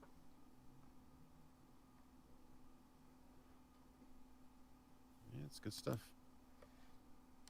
yeah. For a film that kind of removes the 19th third act, which is a mess anyway, and it kind of rushes the final battle because it gets real epic towards the end, they kind of throw that out, and it's like 2 acts, right? And you would think you would have so much more time to sort of develop the characterizations and form bonds with, say, Paul, They absolutely say, Duncan, say, even his father. Duncan? Yeah, He but wasn't in these this. characters, I don't know why, again, See, they do all this. Yeah, I think that's one of the Joe, things... you need to go back and watch the '84 film. Yeah, Because if you're going to tell me that Duncan, Idaho was characterized in the '84 film, oh no, sir. Are they arguing that Duncan Idaho didn't get enough screen time in this movie? That he wasn't characterized. In fact, Alex even said, Duncan? Who? He wasn't in this movie. yeah. It's like, And no. that's the point where I kind of groaned at, because I do, again, this is something we talked about last night, Such and Pagan, but I really do like Oscar Isaac and Jason Momoa as actors. I do wish they had more screen time, but they had to die where they had to die, and Yeah. they were utilized very well in the screen time they had. Yeah, that's one of the Yes. things I praised about the film was that they didn't just die instantly like I thought they would. They actually went in depth with them and gave them character. So I actually cared that they died, and I was like, wow, I'm surprised they actually did that because a lot of films don't do that anymore. So the fact that they're sitting here and saying that they didn't do that, I'm like, that's literally one of the selling points of the movie for me. The fuck you Yeah. talking about? And how Yeah. did you not get that they were set up when Paul is like trying to convince Duncan to let him go to Arrakis, and Duncan's like, "You want to get me court-martialed?" And Paul's like, "Can I trust you with something?" And he's like, "Always." But then even later on, when he sees Duncan again and Duncan's still alive, he goes fucking sprinting off to him, and Duncan even runs up to him and they hug. Like, my boy. Yeah, it's like, how do you not get that they're characterizing him? You start to realize this relationship they have. Yeah, no, they made Duncan's and Leto's deaths much better in this version, I think. Leto's death led to a lot more destruction and death from a lot more loss on the Harkonnens than in previous adaptations, for sure. Yes. Like they just like wrecked that room, and he was like on death's door for a while and getting like repaired and in that like awful, gross, disgusting looking soup, like repairing soup, whatever he was in. Yeah, the black goop. Yeah, he's in some real thick tar, fucking goopy shit. Yeah, so they made his death more meaningful. They also made Duncan die really well. Like he died, and then he like got a second. He got like the Call of Duty perk where you get Second to, wind. they took out some more.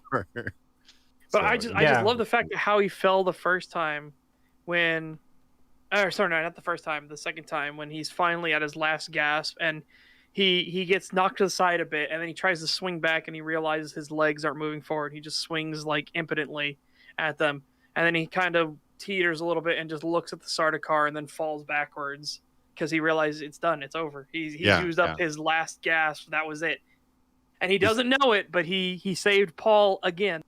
Yeah, he did what he needed to do. He got them away safely. So Yeah, no, I thought they did a great job with them, and he was probably Paul's strongest friend up to that point. Obviously, his relationship with his mother was developed a lot toward the end, but like you said, Yeah. how there's a balance here. If you make them too developed and you kill them halfway through, that's going to be really upsetting. You have to yes. develop enough so that you care about them when they die, but if you have developed them too much, you're going to be disappointed and you're going to feel like something's missing for the second half. Yeah, and lest we forget, during the attack on Arakeen, what's the first thing that Duncan Idaho does? I mean, he's fighting Sardaukar, because he kind of has to. But the Yeah. first thing he does, he checks on Lady Jessica and the Duke, and then he checks on Paul. And when he realizes they're not there, then he escapes, and he Yeah. goes to Dr. Kynes, and he almost breaks down into tears. This guy who has been stoic and who's been fighting, and he looks like he's like a monster when he fights, and he just has that moment of like, the Emperor sent us here to die, Yeah. and he just realized that he just basically had his world shattered. It's finally dawned on him that it's over. House Atreides is over. No, I don't remember from the books, and I would say the one thing I wanted a little bit more of is sort of a hint or an explanation of why the Emperor was sending him on like basically a death mission, like why go through that much effort. I would have liked to see a little bit more of that. Yeah, they do mention it a few times, like Duke Leto explains the fact that the rest of the House of the Landsrat look to us for leadership, not the Emperor. They look to us for leadership. Okay, yeah. And this worries the Emperor. So by taking away Arrakis from House Harkonnen, he is setting the stage for a war between House Harkonnen and House Atreides, which will weaken both houses so that the Emperor can maintain control. And then we get the flip side where Baron Harkonnen, when Raban, which is also great characterization for Raban, when he comes in to show how brutal he is and how much he doesn't think ahead, when he screams like, "How could we let that Emperor take away Arrakis and give it to that filth, that Duke?" And then Piter chips in and does, "Don't think of it as an act of love." And Baron Harkonnen has to explain when is a gift not a gift. The Emperor is a jealous man, a dangerous, jealous man. Yeah, so they were basically setting up. Yeah, I got enough of it. I guess that if they had to improve one thing, I think that they could have improved that a little bit, made it a little bit more clear why they would go through that much effort to set them up. Like one scene where you got I liked how distrustful the Atreides were. Like Duke Leto knew that this was not an act of kindness, basically. Yeah, he wasn't an idiot. He knew that this was the setup because the Emperor didn't trust them. And even Baron Harkonnen says the Atreides' voice is on the rise, and this threatens the Emperor. I guess it's hard to understand the Emperor's motives when you never see him. You just hear about him through others. That's I guess which that's the part, we will have to see him in part 2 because we're gonna have to get into the whole spacing guild, putting the screws to the fucking Emperor.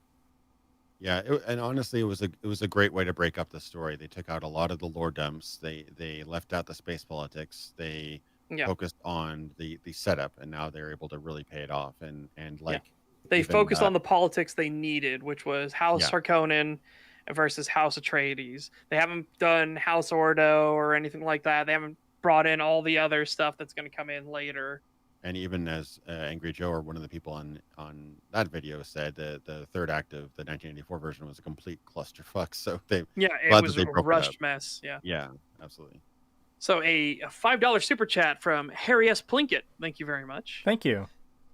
Dennis V is, I think it's supposed to be Denny because I think it's one N. So Denny V is becoming one of my favorite directors.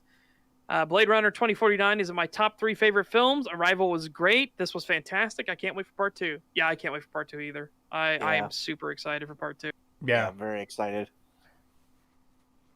Yeah. So yeah, here we go. We'll see any other characters that he's gonna say don't get characterization because oh boy. Duncan, say, even here. Duncan? Yeah, He but wasn't in these this. characters, I don't know why, I wasn't forming connections with them. I just felt like they weren't fleshed I can out see that. in the way that I was hoping for. And I know it's very difficult to compare with a book because, you got time and you can do that. But I think maybe some of the acting here wasn't quite up to par, or maybe, this is quite an old book, so we've kind of seen it done a few times before. Maybe. I agree with you on that point. I think that I would be more forgiving if there weren't slow portions of this movie, and so he really wanted to show long sequences of them in the desert, long sequences of them just walking. There are sequences of him putting his hand in the water on his home planet and playing with the grass and doing all these other things. Okay. Oh my god.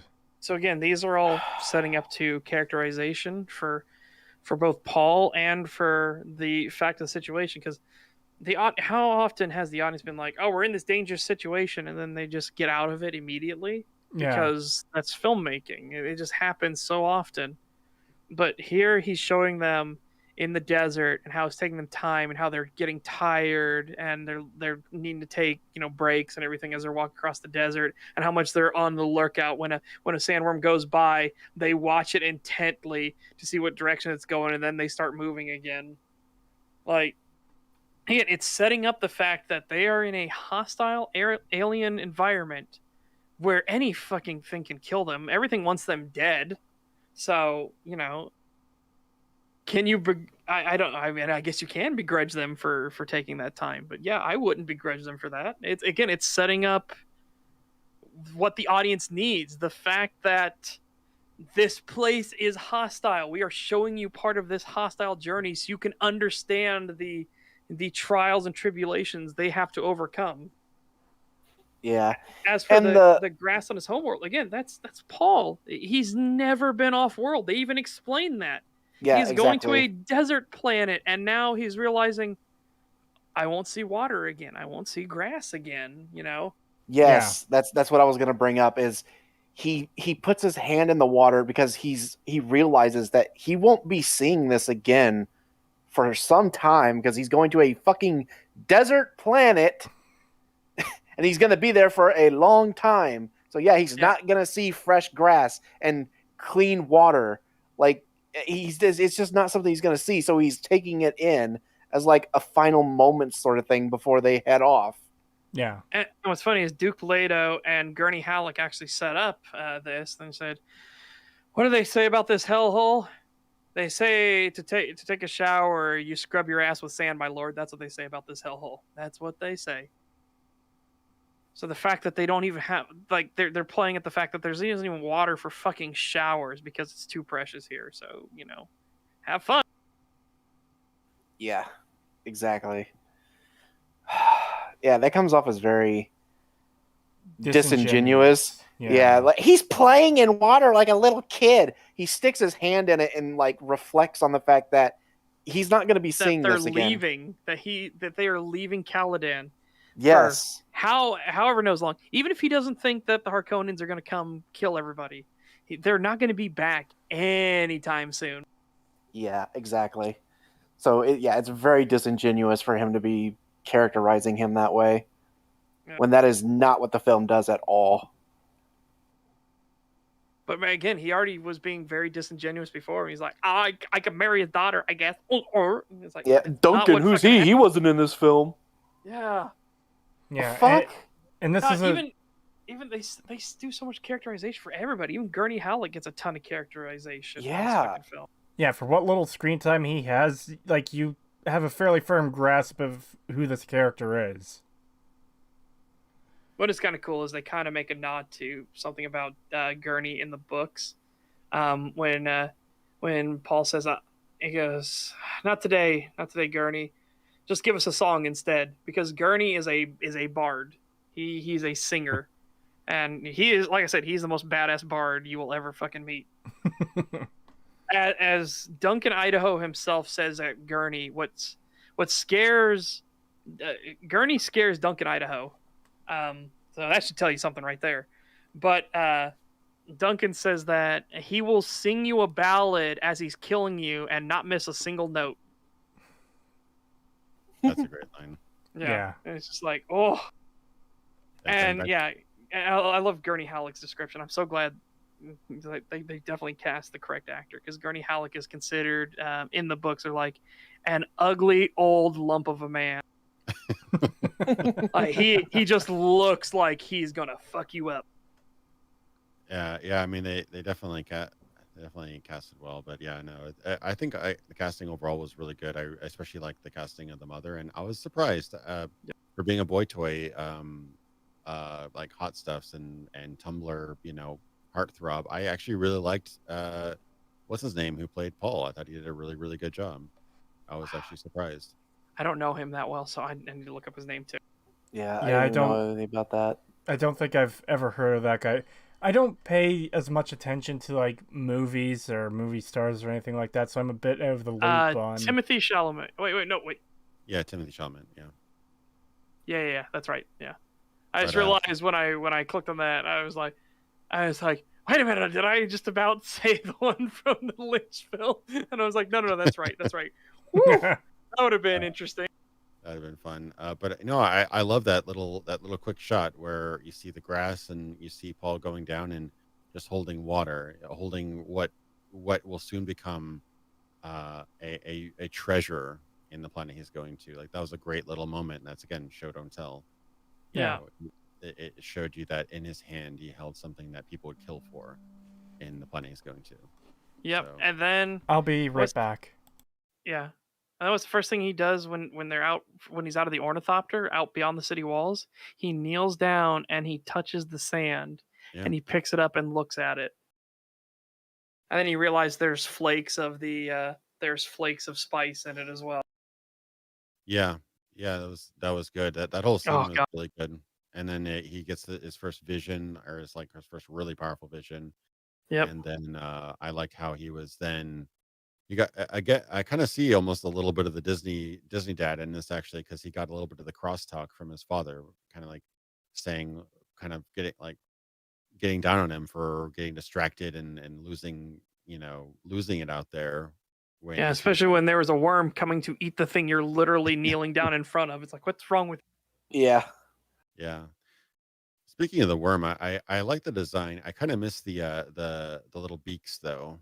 I miss them as well, Yeah. but I think I don't know why they chose to do this, but I just think they wanted to distance themselves from the Lynch film. The Lynch film Probably. had the more accurate to the book design, where it's the three beaks. Yeah. But I understand if they wanted to be like, no, we need to show the worms being different. I get it. I would love to know the exact reasoning why. I think the worms still look fantastic, but you never know. Also, we are, by the way, a guy under bridge. I'm saving that super chat for when Creetosis gets back, because that super chat's pretty fucking good.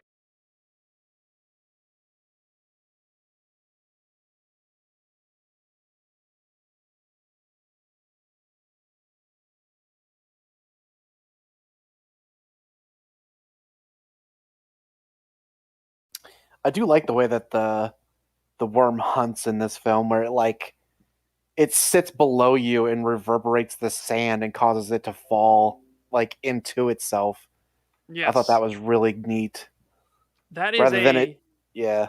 and I know the way that they did that effect. So what they did is you put a motor under sand, and Yeah. you blow air into it and then give it vibrations through, and then it will actually turn the sand into a water. So it liquefies. It's liquefaction. It is a really fucking cool technique. I've seen And it the- before. It's trippy as hell. Yeah, the only reason I know that was because of, I think, Mark Rober, I think it was, or he had done like a jacuzzi filled with sand, and he's like, here, I'm just sitting on some sand, and he's like, and now we're gonna turn the jacuzzi on, and so all the the air goes through it, and all of a sudden he just starts going whoop and sinks into it as it's like bubbling like water. It's like, yeah, it is fucking weird looking. It is so cool though to think about. Yeah, completely dry liquid. Super, super odd. Also, our other guest has finally woken up because he said his child, his demon spawn. No, he didn't say that. But he said his child. He's gonna get his child sorted, and he'll be here in 30 minutes. Cool. I'm probably gonna hop. I'm probably going to have to hop off at some point in that time. So Oh yeah, thanks no for, worries. Like I yeah. said, I'm gonna tell him the same thing. It's like you just go when you gotta go, and it's totally fine. It is understandable. I'm back. Okay, so our other guest said that he finally woke up after his night, so he will be coming on. Yeah, so we will see Ben here in about a half hour. All right, cool. And I saved this specifically for you because $5 super chat from a guy under a bridge. Thank you very much. This is Gurney. He's got my back. He can cut all of you down with one sword swing without missing a tune. That's great. I think we should just have Suicide Squad memes for every movie. Oh, Yes. of course. I still yeah, find it hilarious. This is Slipknot, the man who could climb anything. Yeah, oh my god, yeah. Yeah, like that should be shown in classes of like how not to write a movie. My new favorite meme though is definitely got to be, oh no, Wesker's foot got smooshed. His foot got smooshed. What a letdown! I never watched that last one, but Yeah. God, what a freaking awful way! Like compared to even the deaths in Dune after one movie, like building up a character after 5-6 movies and just have him like, oh no, my foot. Oh no, my foot! I can't get out. I am a mutant creature who I just cut my leg off and I'd be probably fine, honestly. Nah, my foot got smooshed. I'm just gonna stay here while the base self-destructs and ponder where things went wrong. Yeah, even the EFAP, I think it was the EFAP crew who had the great idea, just replace the other guy with Wesker, have that final fight with Wesker, not the other guy. Yes. Yeah. As I don't know if the EFAP crew pointed this out, but I know I definitely pointed it out. It's like there is a fucking laser hallway in every single one of these damn movies. Which wasn't even their invention. I commented on the first EFAP movies, saying it's like, wait a second, isn't that just Cube? Did anyone else watch Cube back in the day? Yeah. And apparently on the commentary, somebody commented replied to me and said, apparently on the commentary track for the original Resident Evil, Paul W.S. Anderson is just like, yeah, I just stole that. I liked it. Oh wow. Wow, yeah. All right, super chat brings up a good point. $2 super chat from guy under a bridge. Thank you very much. Slipknot climbed out of the movie. To be fair, yeah, so I guess he can climb out of anything. He climbed out of life. Yeah. $5 super chat from Dominic the Donkey. Slip kick on, but not forgotten. Yeah, maybe Slipknot realized how shit the movie was. So he's just like, yeah, I'm out of here. See you later. Yeah, I'm out of here. Get me out of this movie. Kill me. Just fucking kill me. You can't ruin my character any more than it already has been. I'm gonna climb right out of this piece of shit. I'm gonna climb straight out of this and straight into heaven, baby. Blow my head off. I'm joining the Dom. You just wait. But yeah, man, that movie, The Cube, was fucked. Oh my god. Yeah, I actually I haven't seen it for a while, but it had some really interesting. I love the fact they realized to use their boots to get through, realizing to get through the traps and everything. Yeah, that was great. It was a really small scale. Like they filled the entire movie in a 20 by 20 cubic room. Yes, all they did was they changed the lighting and they would put random other effects in there. It was literally the same cube every single time. Yeah. Great concept, extremely efficient, and God, it was crazy. I love small scale movies too if they're done right. Like I love Reservoir Dogs. That's pretty much 90% in a warehouse. Really good usage of, and it's just all based on drama and writing and just creative implementation. Yeah. Well, you got Evil Dead as well. Fucking, that's a great. There's a reason that's a cult classic. you ever see that game they made where it's like it's basically the cube, and they actually do the shoe thing where you're supposed to take your shoe off and throw it in the next It's room? not a good game. It's not. A It's good game. not, but it's super funny. It Yeah. would make a great game if you could do it right, but yeah. Yeah. I mean, If Yeah. it was like a single player thing and you got everybody and they were all like kind of asshole victims, so you kind of had to figure out like who you wanted to try to survive and be like, okay, well, we're out of shoes, so I'm sacrificing you to fucking Chub Niggurath or whatever. You're like, you're going, bye bye.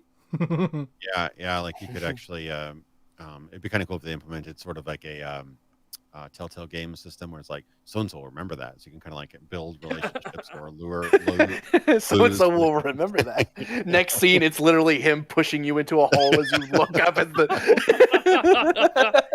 It's like, I'm Dude, sorry, I'm insulting your mother. If we could name all of them, I would make sure like the guy I would fuck over constantly would be named Patches, and then it'd be like fucking Patches the spider pushes your ass down in the cube. It's like no, Patches again. Fucking Patches. Oh my god. Not even in a game that's not related to From Software. Yeah, that was a scene in the movie, wasn't it? Like a guy just like pushes I think the girl or whatever into the room, and then Yes. like I think she survives, but it's like, whoa, you can't take that back, even if nobody got hurt. Like, Yeah. you just did something that you cannot take back. Well, they did the same thing in Squid Or- Game where the Sorry, guy. I'm 2 episodes in. Sorry, I don't want to. Okay, yeah, I won't say nothing. I won't say nothing then. I won't say nothing. Seems good. I'm still about to watch the movie. so I if you- fucking love that they made that fucking crab game spin-off thing. That's Oh, yeah, I so saw great. that Made it Steam like review. 2 weeks. It's completely free. The advertising on Steam is a total shit post. I Yes. fucking love it. Oh god, yeah. All right, Amazing. okay, let's get back to this. That I would be more forgiving if there weren't portions of this movie, and Yeah. so he really wanted to show long sequences of them in the desert, long sequences of them just walking. There's sequences of him putting his hand in the water on his home planet and playing with the grass Yeah. and doing all these other things, and those moments This is the money shots. are not they don't bother me. I like those when they're in a movie, but the issue is if we're cutting things out of the movie and out of the story, and like you put the fucking hand in the water Yeah. shit here, Yeah. and then Duncan has so little goddamn time. Right. Yeah. What, as Mhm. we've already established, Duncan gets plenty of screen time in this.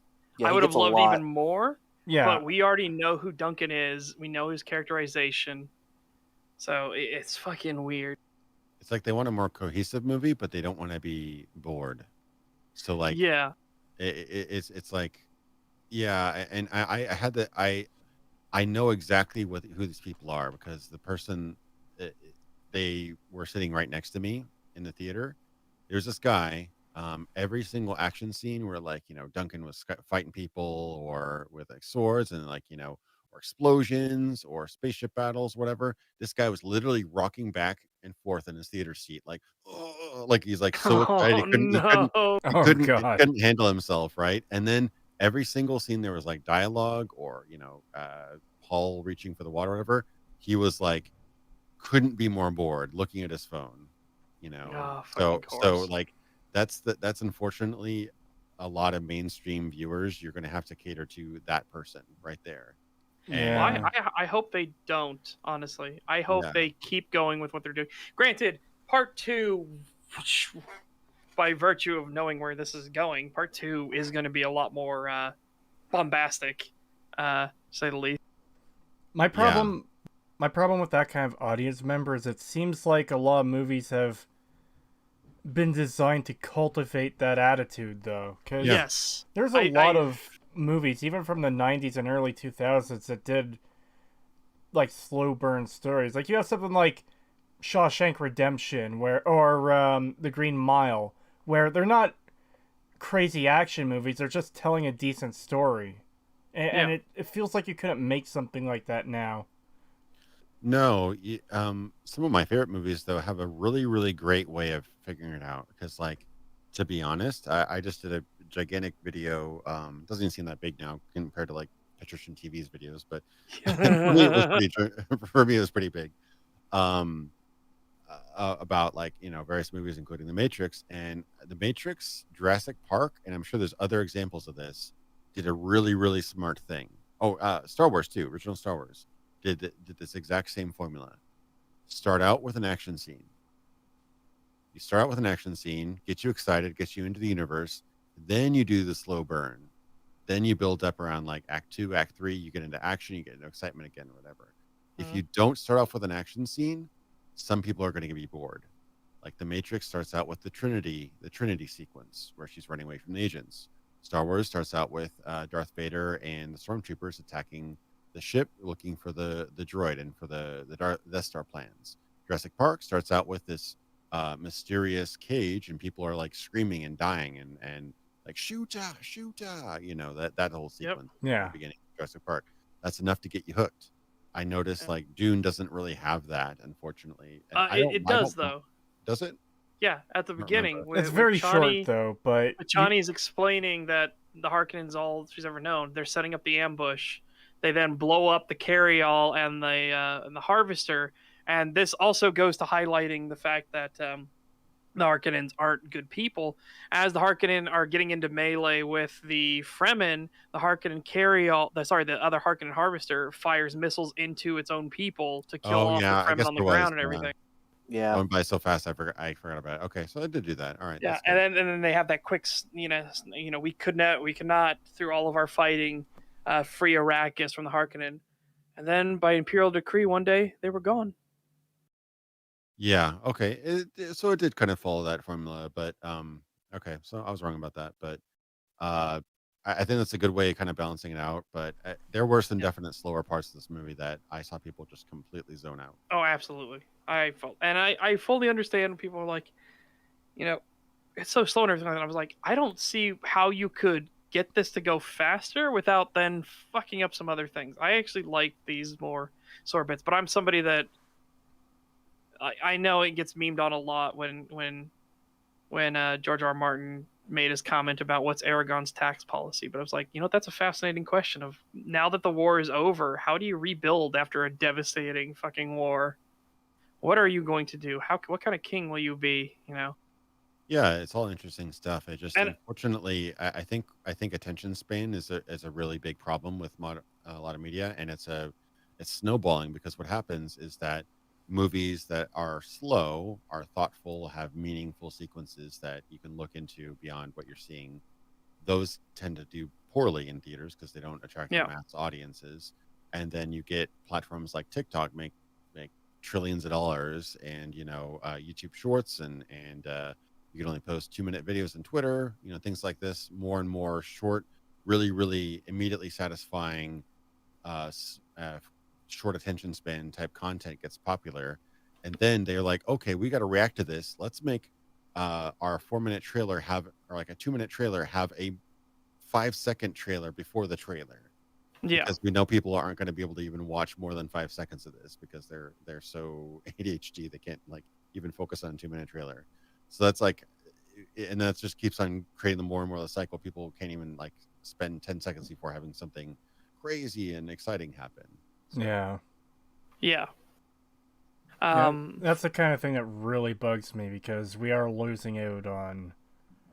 What I can't say losing out because we're talking about potential, I guess, but like, we're not getting a lot of those more slower movies that were really good. Like I said, Shawshank and The Green Mile are some of my favorite movies, and it's just disappointing we don't see much like that anymore. Dune is like a rare exception. The Lighthouse is a rare exception. Yeah. And I'm hoping that we'll get more of these. If Dune made back its budget and everything like that and was successful, like, it at least doubles its budget. If it was successful and everything like that, then I hope we get more of these type of movies, because this is what I want from Hollywood. I want these movies that have their slow moments where you're just engaged in the world and understanding how the things work and everything, and getting characterization more naturally instead of the fucking this one's Harley Quinn, she's got a baseball bat and just fucking smack you with it.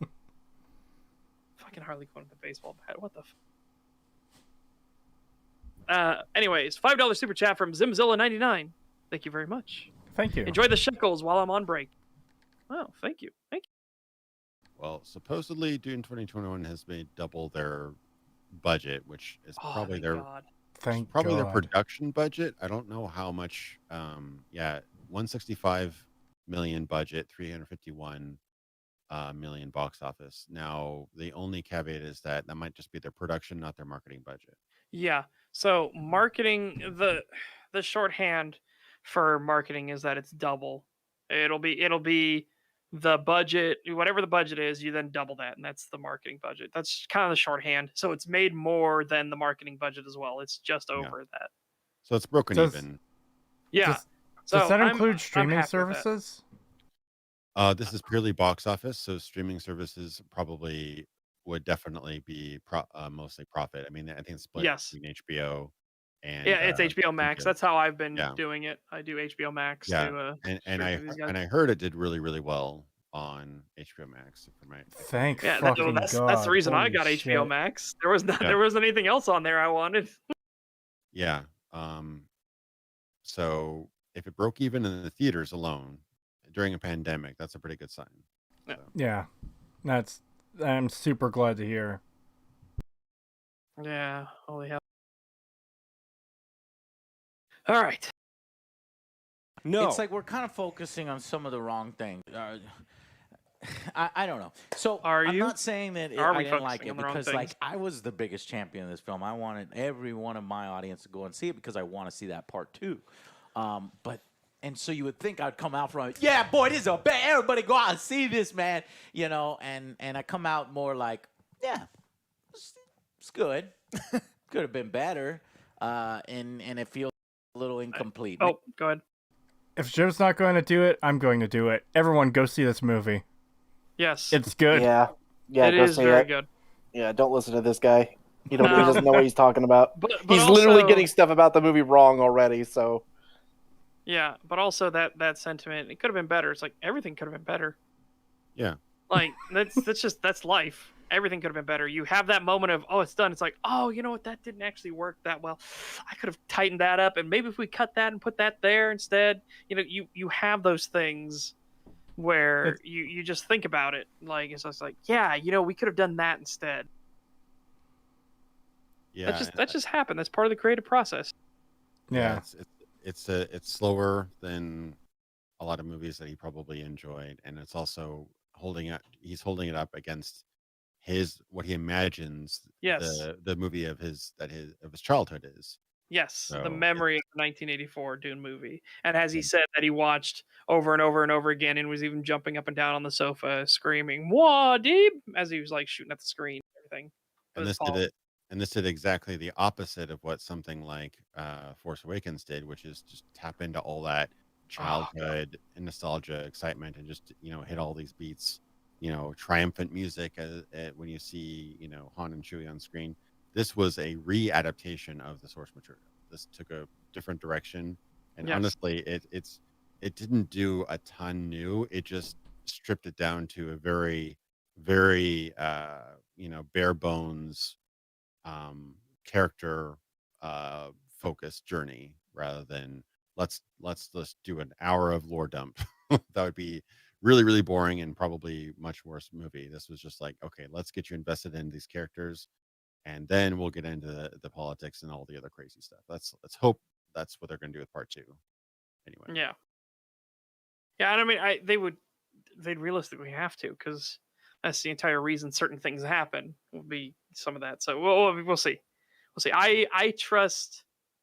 Well, again, trust can be lost easily. So you have earned my trust, Villeneuve. Don't lose it on the very next fucking part, please. Yeah, don't fuck this up. yeah, seriously, you did so well with the first one. Don't then half-ass the second part. Yeah, Cause- which I don't cause- think he will. He does feel like somebody who puts his all into his movies. Because that's kind of the problem if the second part is bad. Is we're going to have another Game of Thrones issue where, like, yeah, the first 4 seasons are, like, really good, but I can't watch them anymore. There's some sketchy shit that goes on, yeah. I can't That's- watch those first 4 seasons anymore knowing what happens next. Yeah. And it's not even just the ending. It's like, oh, it's just the ending was bad. All the rest of it's good. It's like, no. There were 4 good seasons, then 4 not good seasons. Yeah, because with the Star Wars trilogy, you can watch the original trilogy and just end there. You don't have to go and watch the prequels. You don't have to go and watch the sequels. So Yeah, you just leave out the fan fiction. Yeah, you just watch the originals. yeah, exactly. But you can't do that with Dune Part 2 if it ends up being bad, or Game of Thrones. Because when you hit that cutoff point, it's like, okay, there's so much story that is still untold. It's just a dead end. Yeah. Yeah, absolutely. I'm looking at the writing credits. You got Denis Villeneuve, and you got two opposite sides of the spectrum. You got the writer who wrote Forrest Gump on one hand, and you also got the writer who wrote Prometheus. Oh, God. Oh, Oh, God. I even made that joke in my Ugh. fucking review of Aliens Fireteam Elite, and I was like, I'm just gonna say it. Nobody can stop me. Prometheus was a mistake. It's nothing but trash. Yeah, so Eric Roth has got quite a pretty. He's got. Oh, he did Wolfen. Wow, I didn't know anybody remember that movie. He did like Forrest Gump. Oh man, he's had a really roller coaster career. He did The Postman. I don't know if anybody's ever seen The Postman with No. Kevin Costner. It was I have a not, huge nope. flop. The Insider, which was one of what's his name, Russell Crowe's first movies that did pretty well. Munich was good. Yeah, so you got a lot of interesting. I'm very mixed talent there, but I'm thinking Eric Roth is probably the strong point. I think that Denis Villeneuve kind of wrote some. Did he write all his stuff, or did he co-write all of his stuff? Right? Does anyone know that? That's fine. Because there were aspects I liked a lot about Blade Runner, but there was also like probably a good half an hour to an hour that didn't need to be into it, didn't need to be in the movie. So he wasn't really good about cutting the fat, from my interpretation at least. Oh no, he didn't write Blade Runner. He had Hampton Fincher and Michael Green do it. Okay, so he's more of a director. He doesn't really write so much. Well, he has 11 writing credits. He wrote, he screenplay. He did screenplay for Dune Part 1. He did screenplay for Dune Part 2. Along with some other Polytechnic. people, He was collaborative. He wrote the dialogue and scenario for Incendies. Oh God, I can't read that. Etude impriex sur il influence du son sur la persistance retine. Yeah. I know I Such- butchered that language horribly. What the I'll fuck is just this moon speak? Yeah, we'll just replace this with a caption: weird French noises. yeah, exactly. Apparently, he wrote one episode of the Art of Seduction TV series. Interesting. 120 seconds to be elected. 120 seconds to get elected. He wrote Maelstrom. Wait, he wrote Foley Maelstrom? No one else? Interesting. August 32nd on Earth, Cosmos, and Rewind and Fast Forward documentary short. Yeah. So I'm not- he has some writing credits, but he's not like, writer. Most of his best movies are written by other people, or he co-wrote. So he's not so much of a writer, it looks like. Yeah. But he's co-writing this along with 2 other people. So I don't know, maybe he had an idea or Ooh. whatever. But yeah, Wait a second. There is a Dune TV series announced. Really? Sisterhood, I did right? not know about that. Yeah. Yeah, Dune the Sisterhood. So they're going to be talking about the Bene Gesserit. All right. That'll be Yeah. fucking interesting. Let's hope it's good. Yeah, apparently he will be directing the pilot. Okay, could be interesting. Alrighty. I have no faith that it'll be good, but I'm hoping the Wheel of Time series will be good. I really don't have any. Yeah, I'm definitely gonna hold my breath on that one. I think Yeah. it's like the perfect series to adapt because you don't have to modernize it. It's about an all-female order of spellcasters. You don't Yeah. have to add any like modern. I don't know. It's weird. Well, They'll you find a think way. you wouldn't have to. They'll find Yeah. they'll find a way. Yeah, and I'm perfectly okay with the original story because they have a very good reason. In the lore, all males who harness the one power turn evil. Of course, you would have an all-female order if you want them to stay good. So, like, it's, as long as it makes sense within the universe, have at it. Just whatever. They'll do Yeah. something, I'm sure. Yeah, they'll do. They'll annoy the shit out of us. They'll like there isn't enough fucking diversity in the Shire. It's like, what the fuck? There's not enough female empowerment in any of the Lord of the Rings movies. What the fuck? Stop. Just leave him alone. Just leave him alone. You clearly didn't watch the stuff or read the books. Leave it alone. What's funny is that Lord of the Rings movies really adds a lot more screen time to the female characters. Like Yep. I joke that I think Arwen is mentioned in like 2 pages in the original story. Like she's mentioned a little bit in Rivendell and a little bit at the end of Return of the King. Of course, Eowyn was a great character, but yeah, like they really fleshed out that particular character in the movies. So they already kind of went toward that direction and added more screen time for the female characters. So it's also tiring. Let's be fair. The Sherlock pilot was good. The series, not that much. Actually, the Sherlock pilot, there are 2 Sherlock pilots. If you didn't know, the original one, it didn't have all the fancy text effects or anything like that, and it was it was a lot more grounded as a mystery thing. God, Elementary is just so much of a better show. You should watch Elementary. I don't know if it got worse later on, but it's a good show because it actually uses fucking deduction, and you can actually solve the mystery as a person watching it. You don't need fucking psychic superpower bullshit. Jesus Christ, Sherlock, it's bad. When you say Sherlock, you mean the BBC Benedito show. Cabbage Patch one, right? Yes. Okay. Yeah, I've never seen that. Oh God, I saw one episode of it, and I was just by the end of it, I was like, "What the fuck did I just watch?" Never watched it again. Go ahead. I liked it a lot at the beginning. The Reichenbach Fall is when it all went downhill because it started hiding so many things from the audience. That's what you don't want to do with those things. You want to show enough that people can kind of piece it together on their own if they're really paying attention. But at Reichenbach Falls, when they started kind of pulling the rug under you, the subverting your expectations kind of thing, where they're just like, oh yeah, we'll kind of tease you a little bit, and then we'll give you all this information you had no chance of possibly attaining through. Oh, I hate that shit. Yeah.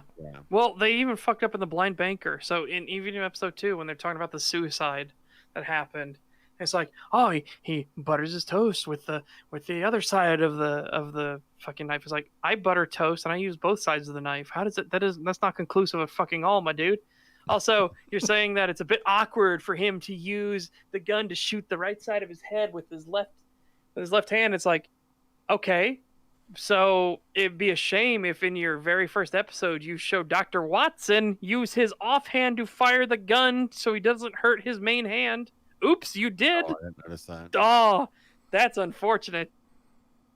Now that come up into the investigation, it's like, well, that's possible somebody would use their other hand or whatever.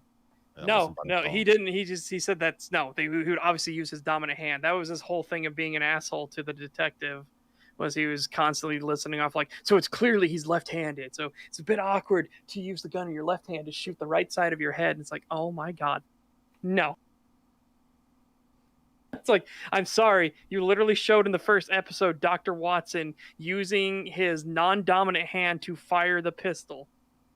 Oh God, if you hate that trope of I can figure out everything about you based on a couple mild clues. Yeah. Watch The Kid Detective. That movie is a great, incredible retort to that sort of superhuman Sherlockian thing. I really recommend it. It's a really interesting movie. I watched it after Red Letter Media recommended it. I really enjoyed it. What was it called? The Kid Detective. All right.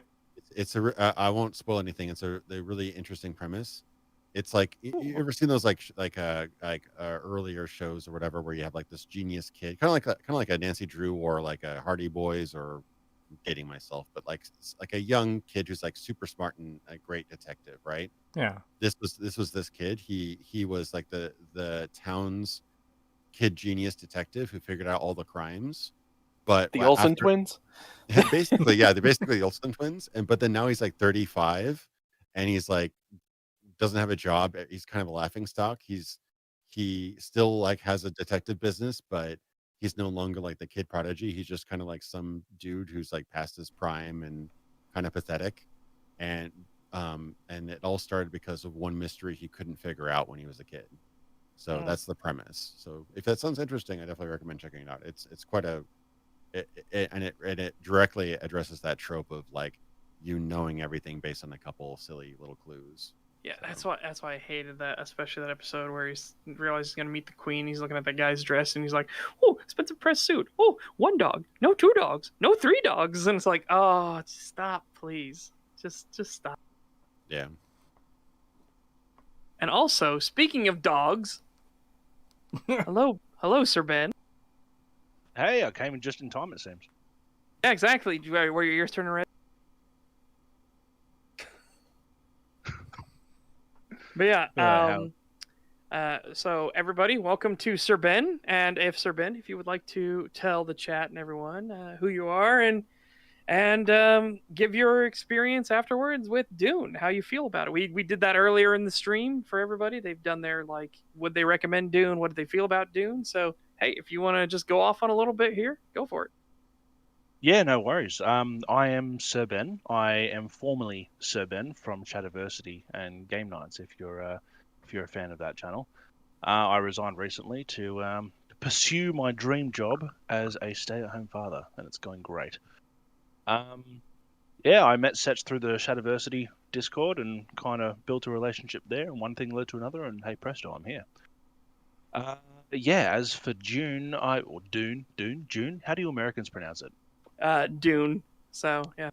Dune. Yeah, it's really tough because when I say Dune, people think I'm saying Doom, like Doom Slayer. Well, they even made that joke here in this review of like, he's like, he thought we were going to see the movie Doom, and he's like, yeah, it's weird that we were going to Dune. It's like, yeah, so like I've trained myself to unnaturally say Dune, like Dune. Yeah, Dune is a lot more clearer because when I say Dune, people always think I say Doom. So yeah, it's tough. So yeah. Dune. So as for Dune, I'll work on that. I loved it. I haven't read the books, but I did play the games growing up, and I'm a huge fan of the games. Just huge fan of the universe and the story and the environment, everything. And I thought the movie was fantastic. I mean, obviously, I can't really speak much as for how accurate to the books and how what's the word I'm looking for? How much it respected the story of Dune. But it brought back so many feelings of nostalgia for me. It was fantastic, and especially when they're in that little I can't remember what they're called now. The little dragonfly. Yeah, the ornithopters sort of thing. Yeah, the ornithopters. That's right, and they're flying over the spice fields where you got that big harvester going around. And I'm just remembering back when I was playing Dune 2 and Dune 2000. Yeah. And just all that sort of stuff. I just absolutely loved it. The story was great. It was kind of difficult to follow at first, but thankfully I had Setch kind of talking in my ear and explaining a few things here and there. At least I only talked when directly questioned, chat. Don't worry, I wasn't like interrupting or anything. It was definitely much appreciated. And but as things started coming together, I started getting the story a bit more, and then once I had all the pieces of the puzzle, it was an absolute blast. Couldn't get enough.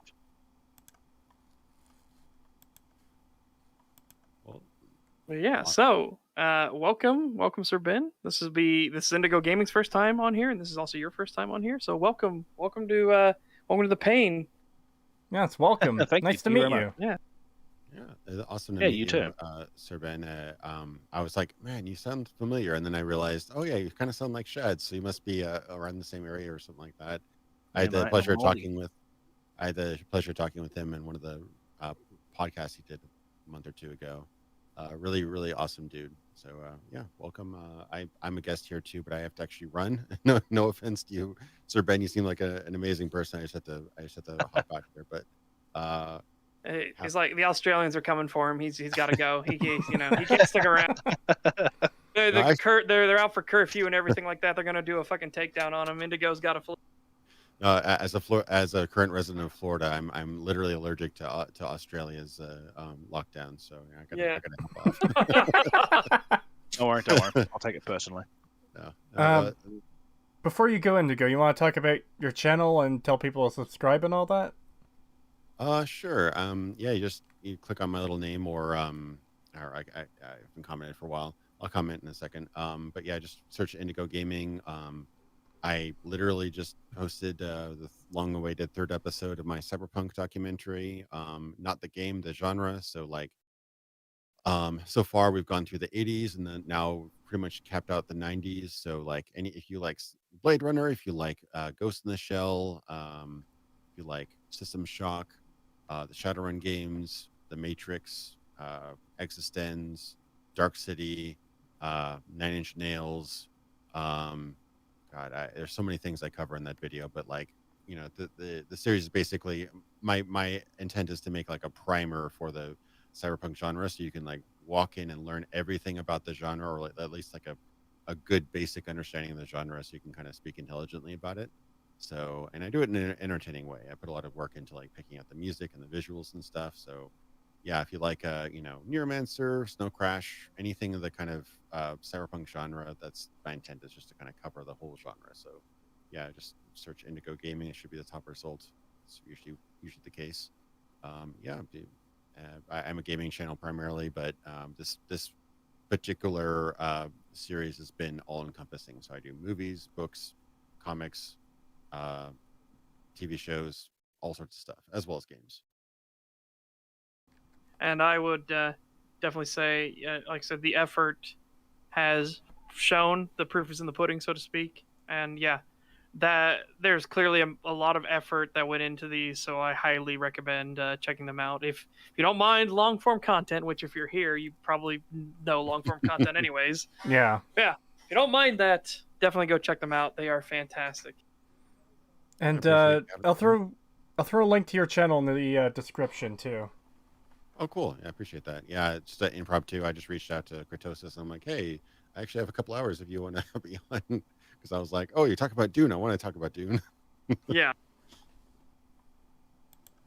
Anyway, nice meeting you all. I'll hop out here. And yeah, I'll probably have a little bit more free time now that I have that video done. But yeah, at some point we'll have to actually do a planned podcast or something. It'd be a lot of fun. I know that Creetosis and I talked a lot about Fallout and those kind of games, so I'm down with something about that, or really anything at this point. Yeah, I'm most familiar with Fallout myself, but I do want to expand to talk about other things. So, yeah. Yeah. Cool, guys. Nice to meet you, Sir Ben and everybody, and I'll see you later. Yep. Pleasure Thank you. to meet you Nice as well. having you on. Take care. See ya. Have a good one. All right. Well, Sir Ben, if you would please join the watch together. Sure. Is it should be right above the meme picture that got posted. I do like that meme post, by the way, Peg. Should I show that on screen? Yeah, sure. Might as well. Yeah, sure. Just since we're having a little bit of a break. There's been a lot of tangents today. Fucking cat image is the first thing I see. Well, fucking cat. Well, Okay. Where am I at? Sorry. so in this group chat.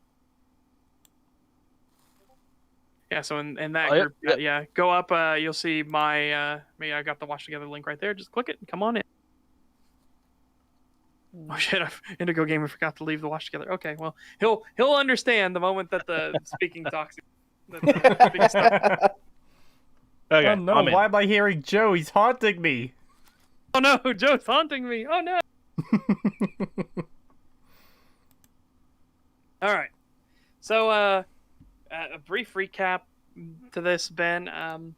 Joe complained that Joe and Alex, so Joe is on the right, Alex is in the middle, and other Joe is on the left. By the way, they like this movie, so I'm gonna preface that they like this movie. So, Joe complained that they should have spent 30 seconds in the start explaining why the spice is important. and they never talk about why the spice is important. And Joe's like, yeah, it just seems like the spice is very important. And we explained, like, at the 7-minute mark, they literally explain why the spice is important and everything, like, in detail. He then complained that characterization in this movie was awful, was really bad, and like Duncan Idaho, and Alex screams, "Who? Duncan wasn't in this movie." And it's like Duncan Idaho has no characterization. He needed a lot more screen time. It's like, okay, no, that's not true.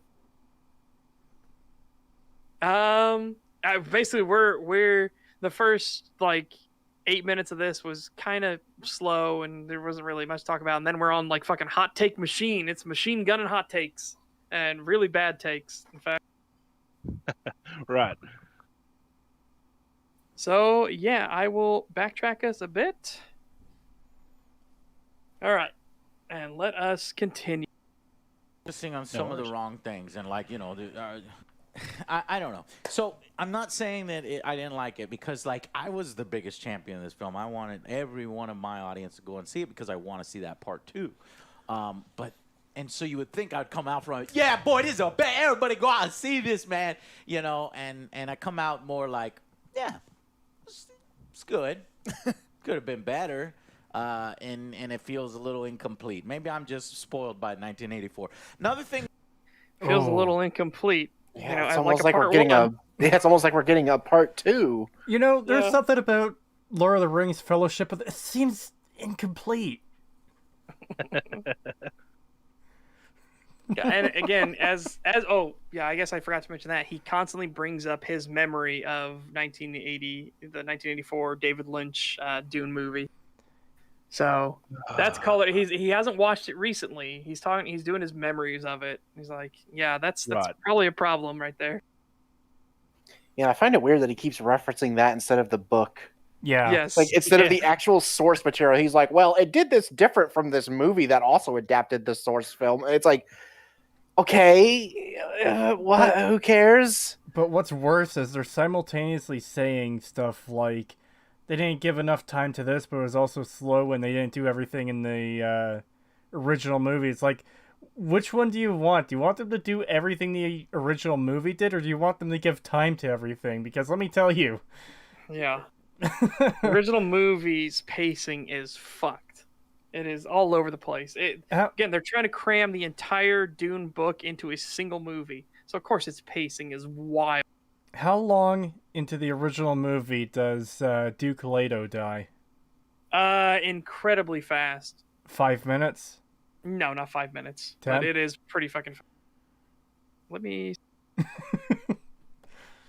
Point is, we get a lot of time with him in this movie. Like, there's a lot of flesh there for that character. Also, I find it funny that he's being like, you know, like, I'm not going to tell you guys to rush out and go watch it and it's amazing and stuff, but then we look at his Skyrim video where he's like, 10 out of 10, badass hill people, go buy it. Literally the best thing ever. Oh, God. Guys, you need to buy this game now. Yeah, basically. That's as Void Memes puts it. Are you looking up how long it took for Leto to die in the original, or? Yeah, but I can't find, like, of course, who's gonna, like, remember that? Who's gonna put in, at this caption point, he dies. I'm like, shit. All right. But it is pretty fast, basically. You meet them, they go to Arrakis, they do the sandcrawler scene, the house gets betrayed, he bites out on the tooth. It's pretty fucking fast. Because they need to set up the whole in the desert with the Fremen and everything like that, and then the stuff with the Emperor and everything. And I don't want to go into too many details because that goes into spoilers of part 2. And if they keep bringing up stuff like that, we'll go into details on that. But that brings up stuff into part 2, and I don't want to. I want to try to avoid that if I can. We'll see what happens with Angry Joe here. Yeah. good. Could have been better. And it feels a little incomplete. Maybe I'm just spoiled by 1984. Another thing is, 1984's film, it's so stupid. It's so melodramatic. They even have this, do you remember, Alex, like all the internal dialogue that they talk to themselves in the film? Yeah. It's the Folgers coffee commercial. Again, they tried something. It didn't work. It sounds like the anime trope of, or even the thing The Simpsons does, where it zooms in on their forehead and you hear their thinking. Yes, That's what they did? Yes, basically. Ah. Not they didn't zoom in on their foreheads, but they just Well- kind of had where the character would like smile and nod their heads and be like, "Yes, I bet you would." It's Oh, like, yeah, okay. God. Yeah, it seems like it would just be really awkward in live action. It is. It is incredibly awkward in live action. It just does not work. They tried something, but they should have realized from those Folgers coffee commercials that Johnny never has another cup of coffee this early. It's like, yeah, you should have looked at that and been like, yeah, that is kind of weird, doesn't it? They even have this. Do you remember, Alex? Like all the dialogue that they talk to themselves in the film. You haven't seen Yeah, it, Joe, oh, but, man. Oh, no. but it's so stupid. But that kind of adds a little bit of an Charm. extra charm, like it's a play, and it's. That's what my girlfriend says. Like we're watching a play, you know, for the 1984. And so, but for some reason, that kind of gives it more gravity, gives it more. I don't know, pageantry. This one was very sort of clean, plain. I'm struggling to sort of describe it. Very not These guys stale, were too but good at sterile. acting. Sterile is what I'm. What? How do you get How is- sterile from this? What? Oh, okay. How? It's very crisp, but I wouldn't call it sterile. like were the parts where they stuttered and stuff like that and actually looked like let's talk about put your right hand in the box scene. How is that sterile? Like, Yeah, that was not. dude, know. he did fucking great acting as if he was in pain and everything like that. See, Like fully clenching up properly and everything. He's just trying, like as if he's trying to get over it. And even when he's being stoic, you can, hello phone, hi, how are you doing? Thanks for that. see, Um, I describe parts of the prequel Star Wars trilogy as sterile, where you've got these grand Jedi halls and everything, and they're just pristine and clean and sterile. Yeah, It's- it doesn't look lived in. There's nothing in and the like Jedi temple that looks like this is a place that people actually exist in, that they Yeah. live in here. There's no like clutter or maybe some of the stuff's fallen down with age and time or anything like that. Whereas when they fly over Arakeen, it looks like it's been in the desert for a long time. Even the palace has like desert sand built up all over, and it's built like a bunker instead of a palace and everything. Yeah, I actually noticed that when we watched it yesterday. It's a really good details. There's piles of sand up on like the balconies and roofs and stuff. Yeah. No human can endure that. It's mythic acting. They told him Skyrim was in the box. Oh, damn. It's unclean. Just absolutely unclean. Oh, boy. Describing it. Yeah, they're just elevates to a certain level. Everybody's like, it's taken so serious, is what I'm saying. Yeah, no. Now, yeah, the source I material can was see taken that. seriously, but those performances in the Like, 1984 you make it expect fun. somebody like break in. One hand down, Yeah. good sir. Like, not really like that, but like the Harkonnens, Joe. They're not bubbly, disgusting, gross, and Oh, like yeah. fucking Thank God. Thank God. Yeah, absolutely. Thank Thank God. God. Thank fucking God. Dude, if you have never seen, there's got to be a facial comparison between. Yeah, there has to be one. Baron Harkonnen in both of them. Because that's literally one of the things that made me drop out of the original film was the Baron. Just seeing him being a fucking stupid lunatic and just being absolutely disgusting. And I was just like, this movie is retarded. And I stopped watching. Yes. Yeah, the Baron in the original. I haven't seen the original. I've seen clips of it. Baron in the original is disgusting. Yeah, and he just totally acts like a freak the entire time. It is one of those like, why? I couldn't take it seriously was the thing. I was I'll be like, right this back. guy is supposed to be a major threat. And I just don't get that at all. He is a complete clown. I don't understand how he's...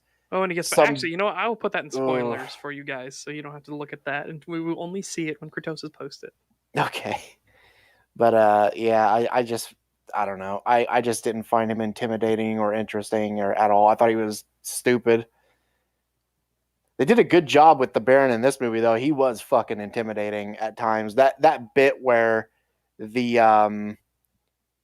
I forgot what they're called. They have the weird name. The woman, she leaves, and he The starts Jesuit, talking. yeah. Yeah, the Jesuit, and he starts talking about how this is his planet, his Dune, and he does like the fucking floating thing, and it's like, Jesus, that is actually intimidating. Yeah. All right, I've got that image ready. I'm just going to put it up so everyone in chat can see it. Then I have to go AFK again for just a minute. Yep, Okay. that is fair. I So- might go for a second as well because I have to go grab something. Okay. So there are the two barons. Like, I obviously the one on the left is fucking grotesque. But I like the Baron in the new Dune movie because, like, yeah, he's this disgusting fat old man, but like, you could see the lack of empathy in his eyes. Yeah. He's not jovial or anything like that, except for when he's eating the food at House Atreides' table, and the food probably tasted all the sweeter because he knew he won. Yeah. But yeah. Why does he look like that on the left? Because David Lynch decided he needed to be a diseased monster, and his doctors are talking about how his sores and pustules are so beautiful. I love your oozing masses, Baron. And I'm not even kidding. That's part of the dialogue. Yeah, I've seen that clip. Those lines are actually in the movie. Yeah. And again, the whole thing behind the Baron is that he's supposed to be fat, so much so that he can't move on his own. So we actually had to have a special device that would help him levitate so that he can move. And I mean, when I say levitate, they take it to more of an extreme in 2021 as well. But he can actually move his mass, his weight. But he's also very strong. Like, that's it's kind of thing is like, there's that whole thing of like, he looks like a fat old man, but then you realize that he's a fucking freak. Yeah, and as Tiamat says, I don't think it's confirmed on that second one though. The Baron is a monster because he treats people like animals and is a fucking pedo and a rapist. I don't know. Jesus Christ. The pedo one isn't confirmed. It's highly, at least I don't think it's confirmed in the original novels, but it's highly whatchamacallit, it's hinted at a lot. But it's not a confirmed thing. But yeah, no, he's a fucking monster. He literally has no empathy. Was it confirmed later on, Timeth? Because I don't remember that in the original books. Maybe it was. Yeah. I have to think about it again. I will have to, when I do my Dune video, I will have to go back through the books and everything too. So I am I can't wait for that. totally ready for that. Yeah. I gotta get my Hellpoint video done first. Yeah. Yeah, I know what it's Yeah. like having a huge backlog of shit you need to do. Well, that's why I'm trying not to keep a huge backlog. I'm just trying to do like my project I'm working on now, next project. Those are the only two I'm trying to think of. Anyways, I'll be right back. Fucking. You know, Well, they were purpose. There's some one of Oh, shit. the issues I don't want to. Yeah, Okay. someone just pointed out. Spoilers, but Oh, They were whoops. sterilized to the. Oh no, is your push to talk? I see what's going on. Yeah, my push Yep. to talk. Yep, that's what's going on. Yeah, someone pointed out Crew from Jack 2, and I thought that was a perfect comparison because they're very similar characters. You know, slow, lumbering, calculating, intelligent, devious, and yeah, that's who I first thought of. Because I mean, I haven't seen the 1984 video. Yeah. Oh God, it's not good. Because again, the whole point behind the Baron is that he's supposed to look like he's this fat, slovenly man who can't do anything. But his mind, his sick, psychopathic, actually sociopathic mind, you can tell in the book, and I'd argue in Dune 2021 that he is the smartest man in the room. He is thinking far ahead. And we'll get more into that in part 2 because there are things that will happen in part 2. There are things that will happen in part 2. That was why we got to talk about like other things that come up if they mention other things. So, it's hard to stay Yeah, this righto. vague, because I don't want to give away too much about part 2. But there are things that, if you've read the book, you know are coming. I'm back. Welcome back, Pagan. Yes, the Baron is playing the game better than the Emperor. Exactly. That's the whole thing. Because he doesn't. The Emperor knows he's gonna have to deal with House Harkonnen at some point. And he just doesn't realize, because House Atreides' voice is on the rise. He had to deal with them first. He doesn't realize how he underestimates how dangerous House Harkonnen is because his focus has been so much on House Atreides.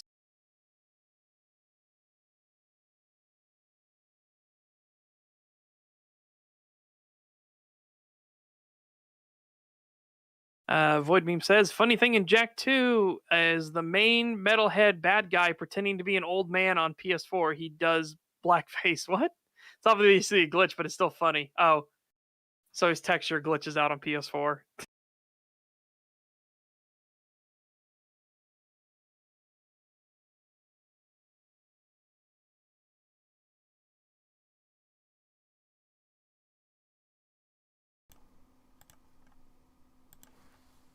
I'm back. Welcome back. What'd I miss?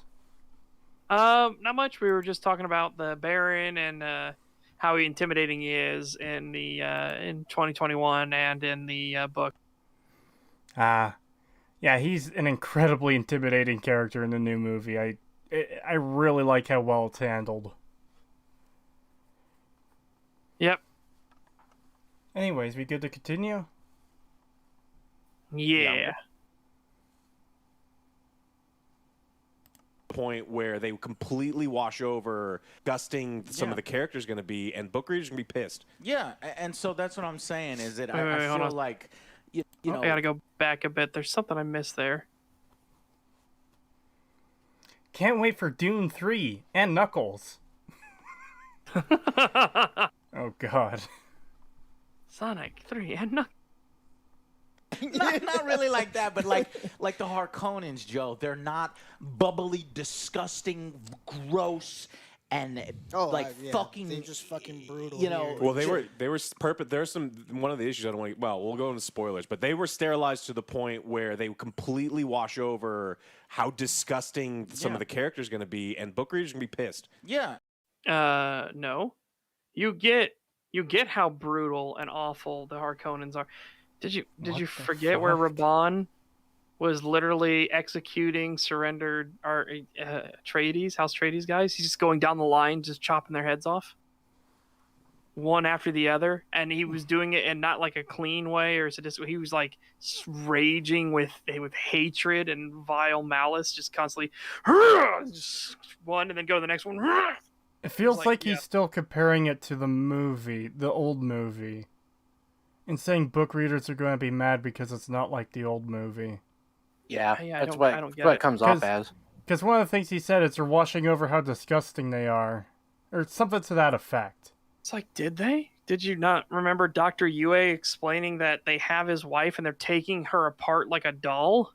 Like, there are things we don't need to see them actually removing her limbs one by one, putting them back together and shit like that. We don't need to see that. I think they mean disgusting, not as like their actions, but like physically. I think they think like they need to be bubbly, blistered, and grotesque looking, is what he's saying. And if they don't do that, the book readers will be mad.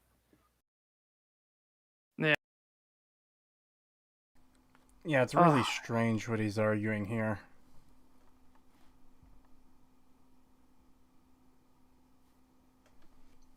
So that's what I'm saying is that I feel like there's some elements here missing for the Denis, his sort of style. Yeah. He has his own take on it, and his take is kind of different from obviously David Lynch's, and so even the book in sort of. You like David Lynch, right? You should watch it. You should watch it, Joe. Anyways, I would love to see. Other Joe, don't do it. Save yourself. Run. Run while you still can. Run, other Joe, run. So, as stupid as it may sound, I kind of like the 1984 version better in certain God. aspects. Okay. Like Okay. We'll hear what more this aspects I like from this film more, like the designs of the ships. I really appreciated the designs here. Really cool. Their armor's awesome. Though the sort of dragonfly ship, Joe, may not have made sense, but that's the way it was in the book, and it's just cool to see that kind of stuff. Oh, wow. That looked cool. Yeah, oh, you like it? Okay, Yeah. sweet.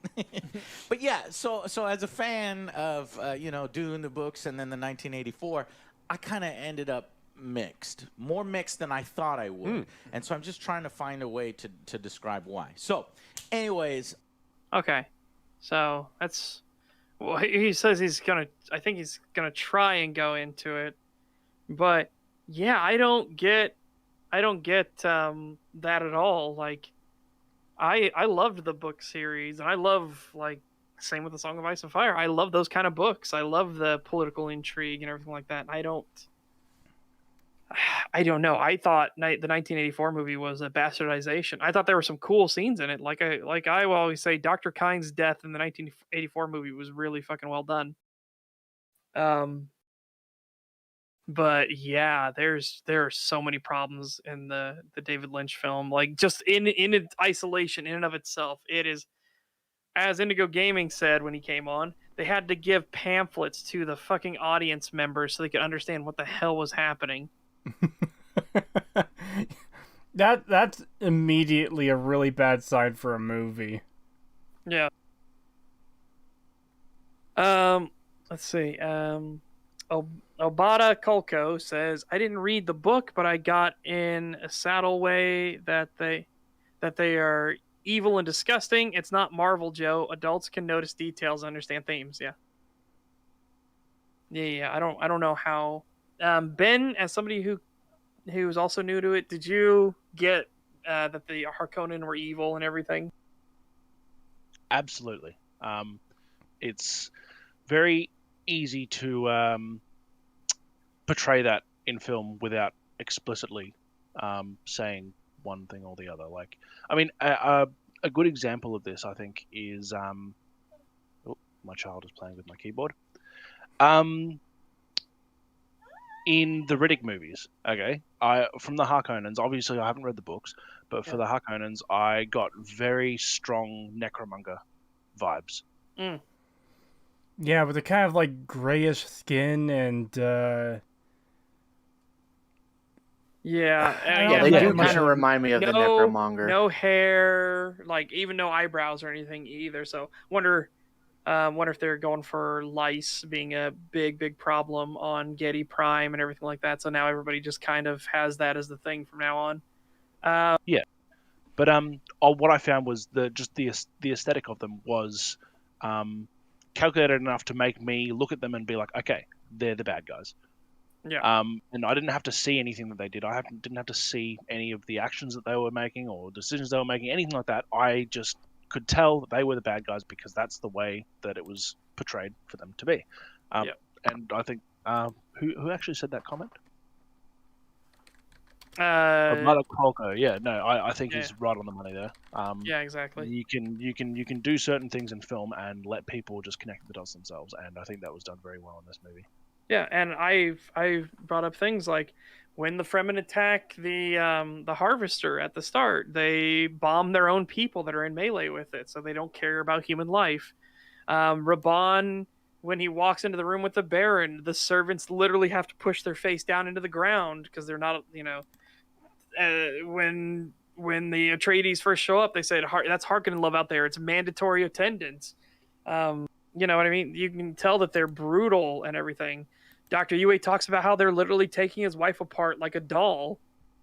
It's like, you understand that they are not good people. And even Gurney Halleck, when he's training Paul, he's like, you've never met Harkonnens. I have. They're not human. They're brutal. He's trying to explain to him, and you're getting a bit more because you've already had a bit of time with House Atreides. You see that they're kind of more upstanding and normal, stuff like that. There's a bit of things that that are a bit weird because they are a noble house, but you understand that these are more of your normal thing. And if a guy here is explaining to Paul, you fight when the need arises, mood's got nothing to do with it, and he's explaining to him that House Harkonnen are fucking brutal, you start to put two and two together, that with all the stuff we've seen even before that and everything we see throughout the movie, that these are not good people. Yeah, and with the Baron himself, like, anytime he's present on screen, the way he talks, the way he looks, like, the expressions on his face, it looks like, almost like bored contempt. I'm just getting an image up on screen now. It's like, you could tell this guy has no fucking love for anyone. Yeah. And they do it so well. Yeah, there is not an empathetic bone in his body. Yeah, and I from memory, I think the very first interaction that we have with him is when, is it his son or his nephew or the guy who's played by David Bautista? His goes up to nephew, him and yes. starts- Yeah, okay, his nephew. He's going up to him and complaining that the Emperor is kicking them out of. He's giving him off Arrakis, yeah. And he turns around. I can't exactly remember what he says, but I got the feeling that he was just like, okay, well, we're just gonna undermine the Emperor and do our own thing. You know, just do whatever you want. Yeah. And look, just has no second thoughts about it. He just, we're just gonna do this. Yeah. When is a gift not a gift? The Emperor, the voice of House Atreides is rising, and the Emperor is a jealous man, a dangerous, jealous man. And that's all the Baron says as he's taking his steam bath thing. Yeah, and just a way of introducing him like that. He's in the steam, you can barely see him. It is a really good way to introduce this character. And you hear that crackling sound as his anti-grav belt on his spine kicks up. You hear that crack, crack, crack, crack, crack. And he's like rubbing at his face and slowly like removing the sweat and everything and the water from his eyes. It's just like, ugh. Yeah, that fucking sound that back spinal thing makes was ooh.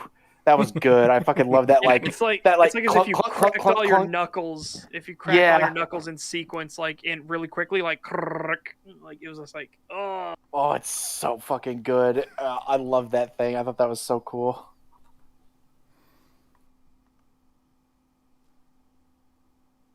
So we get to continue? Yeah. Yeah, I'm good. And so that's what I'm feeling. It's and I was hoping that we would flesh out a little bit more of the universe and the lore. Maybe that's coming in part 2, and how it affects the universe on a greater whole. So, anyways, that's my thoughts. Alex, any more from you? Not until we get to spoilers or the final verdicts. So let's jump into the final verdicts. Okay, final verdicts. I really like this movie. We're at final verdicts and we're 17 minutes in and a 39-minute video. Nice. That's gonna be weird. Yeah, they always do this because they do this. They give their first impressions and they go very vague with it, and then they give their score, and then the rest of the video is they go like in depth about everything about why they don't like it, and they go very spoiler heavy. So they're basically going to spoil the entire movie now. Well, I mean, we've already had to spoil it to counter things like when they made claims of like they don't tell you once in the movie. Yeah, I they know, don't tell you that. It's like, oh boy. Yeah, but they don't account for people, reviewing their own reviews. So yeah. Well, we have already heard from chat that this video is overall really bad, so I'm only expecting it to get worse from here. Oh yeah, the spoiler sections are always where things get way worse. Oh boy. God, I can't wait for them because they already got shit wrong in their non-spoilery section, so I can't wait. Thoughts, Alex? Any more from you? Not until we get to the final verdicts. So let's jump into the final verdicts. Okay, final verdicts. I really like this movie. Like I know what you're saying with the chemistry between the people. Like I kind of wanted to see a little bit of more interaction between them. But like the acting was done pretty well. Like I could believe it. I was like, okay, Duncan is like they have a relationship. They're pretty tight with each other. But yeah, it does kind of gloss over what you guys are saying. But I did get the gist of it. It's like these guys are the like brutes. These guys are like doing this, the spice. It's important, but I don't know how important because they don't tell you. They don't say a single thing. Yeah, all they say is like it's. Again, as we've already said, they actually spell it out in detail why the spice is important. They do tell you. In the opening, Yeah. they explain why it's important to the Fremen, and they explain why it's important to The entire universe as a whole, the known universe. yeah. It's just insanity to say they don't explain it at all. I don't get this. Yeah. Yeah, and yeah, Again, the fucking like I'm I not don't know blaming, how I'm not important. blaming other Joe because I have no idea what happened in that theater. And other Joe is somebody who's never read the books. He's never done anything. He didn't even know what movie they were going to go see. So Yeah. Yeah, it's just the whole like I don't know how important. It's like, dude, they literally said like the known universe is the most important substance in the known universe. How more important can you get than that? yeah,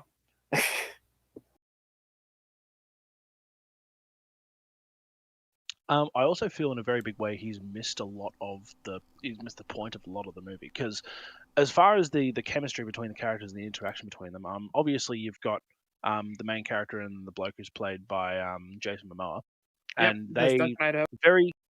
they very clearly have a very strong relationship, and it almost be considered as like a father-son relationship or a brother relationship, because I think the interaction between those two, I think, is the only wholesome interaction we see in the entire movie, because everything else done by any other character is always done in shadows.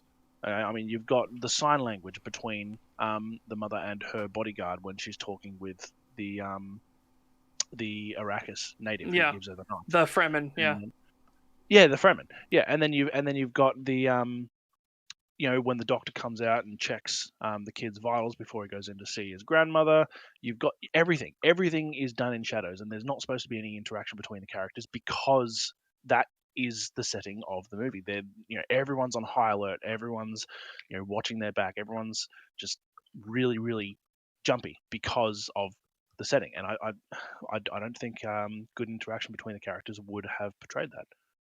yeah. Well, there is some like when Paul first gets to Arrakis and everything, and he runs over to Thufir and he gives him a hug as well. But Oh you yes, can no, tell, that's you can tell Thufir is kind of like, "Hello, young master," stuff like that. He is happy to see Paul, but then he immediately like when Leto comes up and he's like, "How are you, my old friend?" and he goes, "My advanced team has secured the city. We're still working out some rough spots. He's going back to business. It's time to go to business. Time to talk about what needs to be talked about." But when you see that in comparison, when Paul is running straight at Duncan, and Duncan even smiles at him, and his arms are held out wide, and he's running towards him as well. And he's like, "Hey, my boy!" And he just picks him up, and they both hug each other. And so, yeah, I'd say you can definitely tell that Duncan and Paul are very close.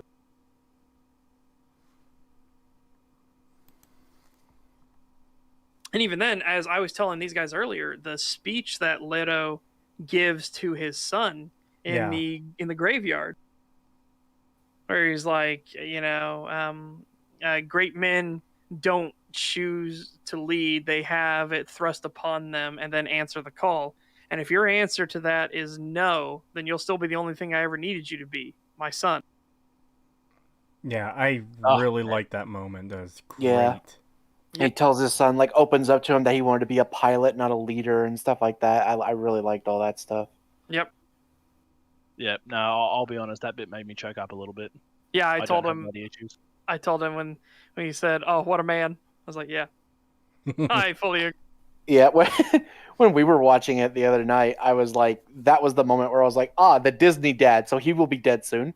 And but then he keeps going, and I was like, oh yes, I'm so glad they actually fleshed this guy out. Oh yes. Yeah. Okay. So let's see more of what he gets. Because again, as he said, they just did another factual error. They said they don't tell you at all in the movie why the spice is important. It's like, no, they absolutely do. In fairness, it is the same factual error that they got earlier, so it makes sense that they're still getting this one wrong. Yeah, exactly. But it just hurts that it's being brought up more and more again. You Oh, guys you have don't say more- And- a thing, single thing. Yeah, Brian. all they say is important. I was like, okay, I get that they use it for like certain things, like It's they saying sing- glitter, and it makes you No, high. you actually don't know what they use it for. If you just watch this film, Yeah, no, they don't explain it at all. I Yeah, they think there is do. one Yes, line, there's- to fold space. is Yeah, what they say that Yeah, they but use not it to like why to see, or anything. like the kind of like future, then like through space and say like I guess for transports and stuff Yeah. like that. Yeah. Like I said, it's like I get the gist, but I don't. I know it's the basic stuff. I don't know like in detail what you guys know, obviously, but So So again, Other Joe is actually correcting them there. Other Joe is paying attention enough that he understood that the movie did tell him that they use it for visions. It's the grand hallucinogen, the life bringer, and that it's used for transportation in space. He didn't get the fact that it's the only way they can go into space right now. But he's putting this together. So he's actually countered both Angry Joe and Alex here without and know? that's kind of why I Yeah. started laughing, because look at this pause screen. Other Joe is explaining. Well, actually, they did partially explain. He's wrong about the partially part. They did partially explain it. These guys are both like, fuck. Fuck. Yeah, we just weren't paying attention. Yeah, because my God, dude, 'Cause- like, because again Joe's like, no, you don't know anything about it if you watch this movie, and Other Joe's like, no, I do, because again Other Joe is paying more attention apparently. yeah, they outright said it. They do not explain it at all in this film. They just said that, and here he is explaining it, almost exactly what it does. I mean, he's getting the partially thing wrong, but Yeah. other than that, he's getting it completely correct. So they're just outright wrong. Yeah, but I wonder if they'll realize that they were fucking outright wrong at some point. Oh, I don't think so. You wouldn't. Look, if we were to sit down and do a formal movie review like this and we got shit wrong, and then we found Yeah. out later before uploading, oh wait, we were wrong earlier, I'd be like, okay, we have to re-record those We have early to bits. fix that. Yeah, we have to fix it. Like, there's some stuff where it's just like, it's like, no, it sucks. And again, if people call you on something wrong, you just say, oh yeah, you know what, that is a factual error. Yeah. Well, like, I think the top comment for this video is someone calling them out for being wrong about it not explaining the spice. Yeah. Probably. So, The chat. Other Joe needs to join Stag. He'd do way better here. No username is right. Y'all better poach that man. hey, I would very I'd be much d- I'd be welcome Other down. Joe on as a guest. Yes. Yeah, I I'd be would as totally well. down to have him on. It's probably never going to happen, but obviously No, the but invite it would is be there. funny. Yeah. I All right. love the acting in this. I love the feed. The score is just great. It's amplified every scene, especially like the battle scenes. And I like this the Cool. character Paul. Well, I'm happy because now you're a Dune fan, so you're. But yeah, like going this from, is what I wanted going for from you. something like this, like a serious one, Yeah. and watching that. The Well, other Joe, one then is you've just gonna got be a like whole reverse. new world opening up to you. You got the Yeah. 1984. You got the books. If you like this, Some of the books. you're gonna be really, you're gonna be happy. Yeah, but Hey, no, don't gatekeep. Again, Brian Herbert is not a bad writer. He's just, again, he's living in the shadow of his father. That's very difficult.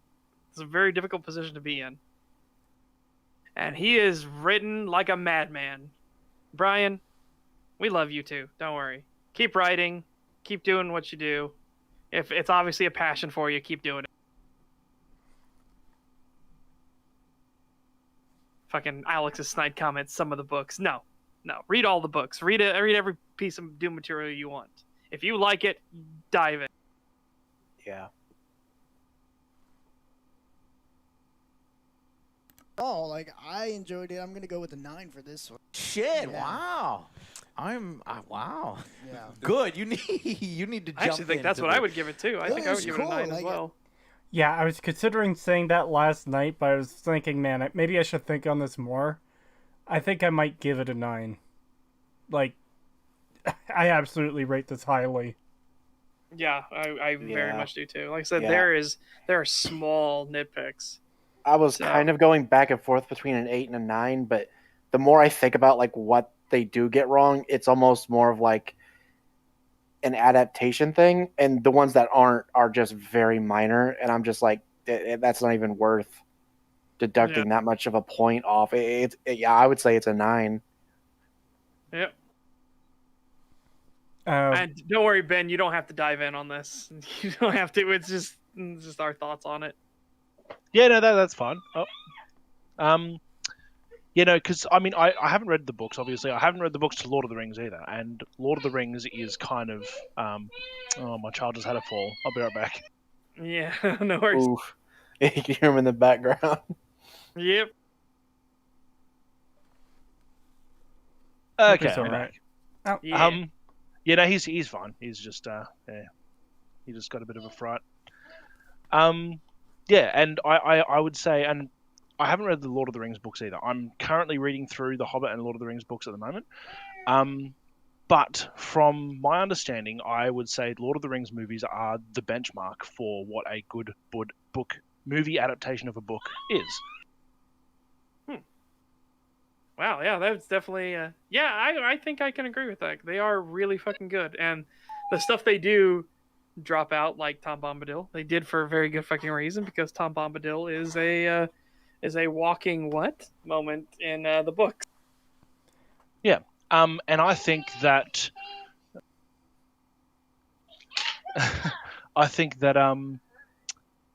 Dune would be, I would say the next best thing. I would personally say, and again, I mean, someone who's read the books would have to correct me if they feel otherwise, but I would go as far as saying that Dune is the best movie adaptation of a book since Lord of the Rings. I don't think anyone else has done it better than Peter Jackson. I'd have to think on that one hard, because it is tough. Because again, there's stuff that Peter Jackson, rightfully so, excised from the Lord of the Rings books, and Tom Bombadil being the big one, because Tom Bombadil could literally ruins the entire story. It doesn't make sense how this god of the forest, who is incorruptible by the one ring of power and could just zip over there and throw it in himself, is just like, yeah, I'm good. Like, what? Hold on, what? Tom, what? Please, Tom, please. yeah, it does sound like it would be an issue. I haven't read the Lord of the Rings books. I need to at some point. They are a good read. There are some rough spots here and there, but that's every book. Every book has some rough spots. Again, this is something that had never been done before, so fucking trailblazers everywhere. We got trailblazers with Frank Herbert. We got trailblazers with J.R.R. Tolkien. Fuck yeah, dude. It is fascinating to go into these, especially because you can tell how well thought out they did with everything. Like I said, the Tom Bombadil thing is just a big one that's just like, yeah, that's a bit okay. Yeah, that makes sense. I understand, Peter Jackson, why you got rid of Tom Bombadil. I fully understand. But that's the thing. Oh yeah, sorry. Go ahead. No, I was just doing the whole thing. Like, I fully get it. He would ruin the entire journey. He wouldn't make any sense. I understand. Yeah, and I mean, and that's what you have to do when you're making a movie adaptation of a book, is you have to pick and choose things that you want in the movie and things that you want out. Because when you convert something to cinema, you're not going to be able to portray everything in the book, because it's going to be dry and it's going to take forever unless you do something like a series. But even then, it's just going to be an absolute slog to try and watch. Well, it's also the adaptation thing. Like, they just talked about this earlier. Them doing the inner monologues in the Lynch film. They kept that from the books. You can do inner monologues in a book. It's just kind of expected. But in a film, it's so weird to just be like, if we zoomed in on Ben's face right now and he's like, cheese. Yes, I could go for some cheese right now. It's just like, in a really soft, whispery voice. It'd be like, okay, yeah, that's a bit fucking weird. It just doesn't work on film and everything. It does not work. Well, live action, it doesn't work. And stuff like The Simpsons or anime, it works better, just because they over exaggerate the facial expressions as they're usually doing the monologues and everything. Yeah. But that's the same with Lord of the Rings, because in the Lord of the Rings books, from what I have read of them, all the internal thoughts are vocalized. Yeah. And that's the thing is it's a hard balance to strike, because there are ones where it's like vocalizing that would be weird, and in Dune's case, if Thufir Hawat had vocalized, yes, I bet you would, under his voice, like he actually was like speaking that, Paul would just look at him like, okay, old man, you're creeping me the fuck out. All right, I'm leaving. Yeah, exactly. And I mean, and they didn't do the external vocalization of the thoughts of the characters in the books of Lord of the Rings in the movies. They didn't do that. They just included everything in dialogue, and it worked. Yeah, Yes. what they did worked, and it portrayed the story to the audience in an effective way. I mean, obviously they didn't do the internal thoughts in this movie of Dune, but they did in the last one, and it didn't work in the last one. Fine, they Yeah. tried it, didn't work. What they did in this movie worked. Yes, absolutely. And what they did in this movie, I feel, from what I've heard from book fans, such as yourself, Serge, Okay. from what I feel in this movie, the way that they did this movie portrayed the story of the books accurately to the viewer, and Yes. that's what you want. And I think that is what that's what makes a good film adaptation of a book, is if you can properly capture the story of the original source. And yeah, again, like I've heard from you and like I've heard from others, that's what they did in this movie. And I think that is why I'm saying that this is the best film adaptation of a book since Lord of the Rings, because I think that they achieved their goal in recreating the source material as best as they possibly could. Yeah.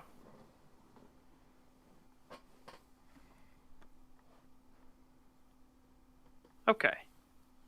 Like, I liked everything about it, even the slow parts. So we like the game. Me and Joe and Oh. Alex and Ray. Hold on. Opening up. I liked that part from Other Joe. Other Joe, you were my hero for saying that. I liked the movie. I liked even the slow parts, because they were Yeah. complaining about how the slow parts were like, well, Up to you. You got the Yeah. 1984. You got the books. If you like this, Some of the books. you're gonna be really, you're gonna be happy. Yeah, but overall, like, I enjoyed it. I'm gonna go with a 9 for this one. Holy shit! Yeah. Wow. Wow. Yeah, Good. You need to jump into the.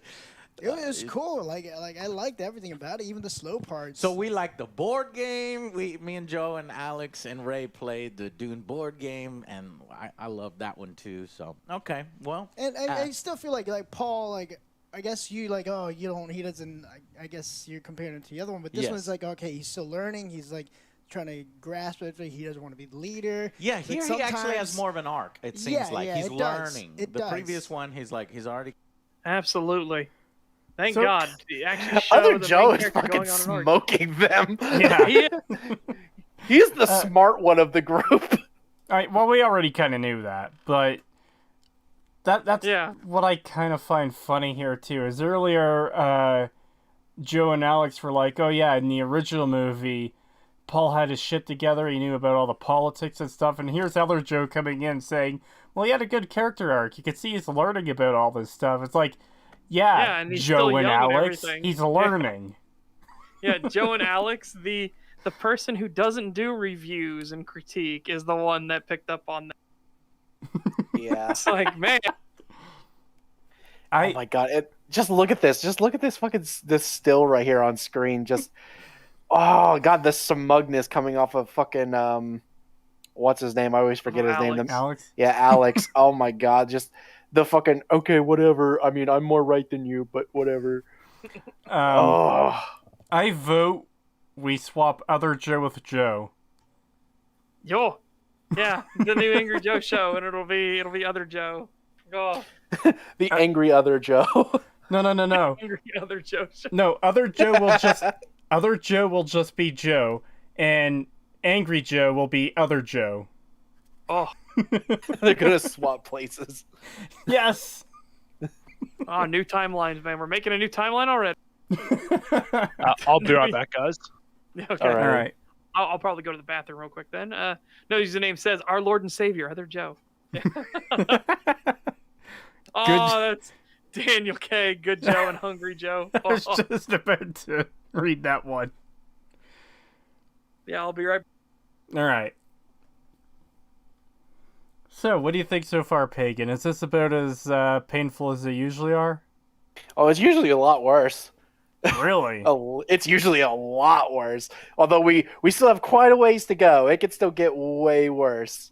Okay, for as compared to this far in the video, about halfway through, what's it like compared to other videos? For halfway through of other videos. Halfway through of other videos, I would say this is probably on the better side. Like, they really haven't said too much that's been, like, extremely wrong. Like, don't get me wrong, they've gotten stuff wrong here. Oh yeah, absolutely. But I feel like we were able to just kind of go over a lot of it and be like, whatever, like, yeah, that he's kind of right there, or, that's not really a big deal. Whereas with other things he's done, it's like there's been movie reviews where he just straight up gets everything wrong, or he praises things that make absolutely no sense, or are just objectively terrible, and everyone else can see it except him. Yeah. I vaguely remember, I think it was an EFAP where they were talking about, wait, what was Angry Joe's score on this? What was Angry Joe's score on that? Oh no, those are terrible scores. Yeah, like I don't know, man. I think it's like what Setch said before, where he shapes his view of anything he partakes in based off first impressions, and he rides the hype train. And if something fits that hype train, then he'll praise it. If it didn't even have one, he'll just kind of either go in with a meh sort of thing, or he'll just dislike it. That's how it seems to feel. Yeah. I know that's how it was with Suicide Squad. He praised the shit out of that because it was getting so much hype. And he rode that hype, and he just was like, even though people were telling him, like, hey, no, this is really bad. Like, why are you doing this? And he just would defend it. Like, no. It lived up to the hype. It was great. It was a good film. There was nothing wrong with it. Yeah. And I think that's kind of what we learned with the Skyrim video is he very much does ride the hype train. Yeah. I guess we should wait until Ben is back before continuing. Yes. But I'll grab this super chat. $5 from a guy under a bridge. Thank you. Reminds me of how the Birdman jokes of how people will watch movies through CinemaSins. Imagine taking Joe's reviews as an accurate recap / review. Oh God. Well, that's the reason we said why it didn't matter that Joe's Skyrim review was 10 years old now. It's like people would look at that and they would get their information based off of that, and new people are still going to go find that video because now it has over 5 million fucking views. Yeah. So, yeah, it means it's fair game. It's still up. Yeah, I'm still of the opinion that you could cover a video no matter how long ago it was made. Like, let's say someone made a, I don't know, Fallout 3 review back in 2008, and they're saying how amazing, what a great game it is. It's like, that could still be responded to. Like, just because it's old doesn't grant it immunity from criticism. Yeah, there's no time limit for critique. Yeah, and the main thing for me is, when picking a video to cover on stream, I'm more interested in what will create the better discussion, you know? Yeah. Yeah. So, maybe there is a really old video covering a movie or a game that will lead us into an interesting discussion we can have about that, like, regardless. Oh God, the chat is fucking suggesting that we cover Angry Joe's Fallout 4 review, which it's literally just Skyrim, the Skyrim review, but with a Fallout 4 paint job over it. It's literally just, he was hyped up for it. He was expecting it to be good, so therefore it has to be amazing. I think he gave it a near perfect score. I thought he gave it a 7 out of 10. I remember when I first watched it, he really hyped it up as like a really good game. I don't know if he came out later and lowered the score, but I do remember it being a fairly high score when he first did it. No username says, CinemaSins has managed to indirectly create two things. CinemaWins, who is a consumer, and some other channel that does the whole CinemaSins shtick as a joke, but ultimately being unfunny as hell. They've Yeah. actually created a lot of knockoff cinema sins. There's Yeah. numerous video game sin channels. Who knows however fucking many other. The thing that bugs me about Cinema Sins and Cinema Wins is that it's like the most. Oh, that was a joke. Oh no, that one was serious. No, that was a joke. Oh, that one was serious. I was like, oh. Well, yeah, that too. But even their actual criticisms are so fucking surface level and baseline. It's like, okay, you're not saying anything of actual substance here. You're pointing out that, yeah, there's a little bit of an inconsistency here, but you're not talking about why it's an issue. It's like the fast food of criticism, almost. You know? Yeah. Yeah, it's really bad. The knockoffs are even worse. I've seen some of the knockoffs. They are just they try so hard. And they'll just say the most random shit to try and be similar to them. It's really bad. Well, Cinema Wins is kind of the ultimate knockoff of Cinema Sins, and my god, are they fucking bad. Yeah. Cinema Wins and Cinema Sins aren't channels I go out of my way to watch. EFAP covered the Cinema Wins Black Widow video, and it was literally just, haha, thing, ding. Haha, thing, ding. Yeah. Like, just constantly. It was... And just so you know, we're probably going to have to cover both of them at some point. So... Probably. Prepare yourself, Pagan. That's actually I one want to of the... see... You know what we're going to have to do recently, or soon-ish? Because I guarantee you it's up by now. Hold on. What?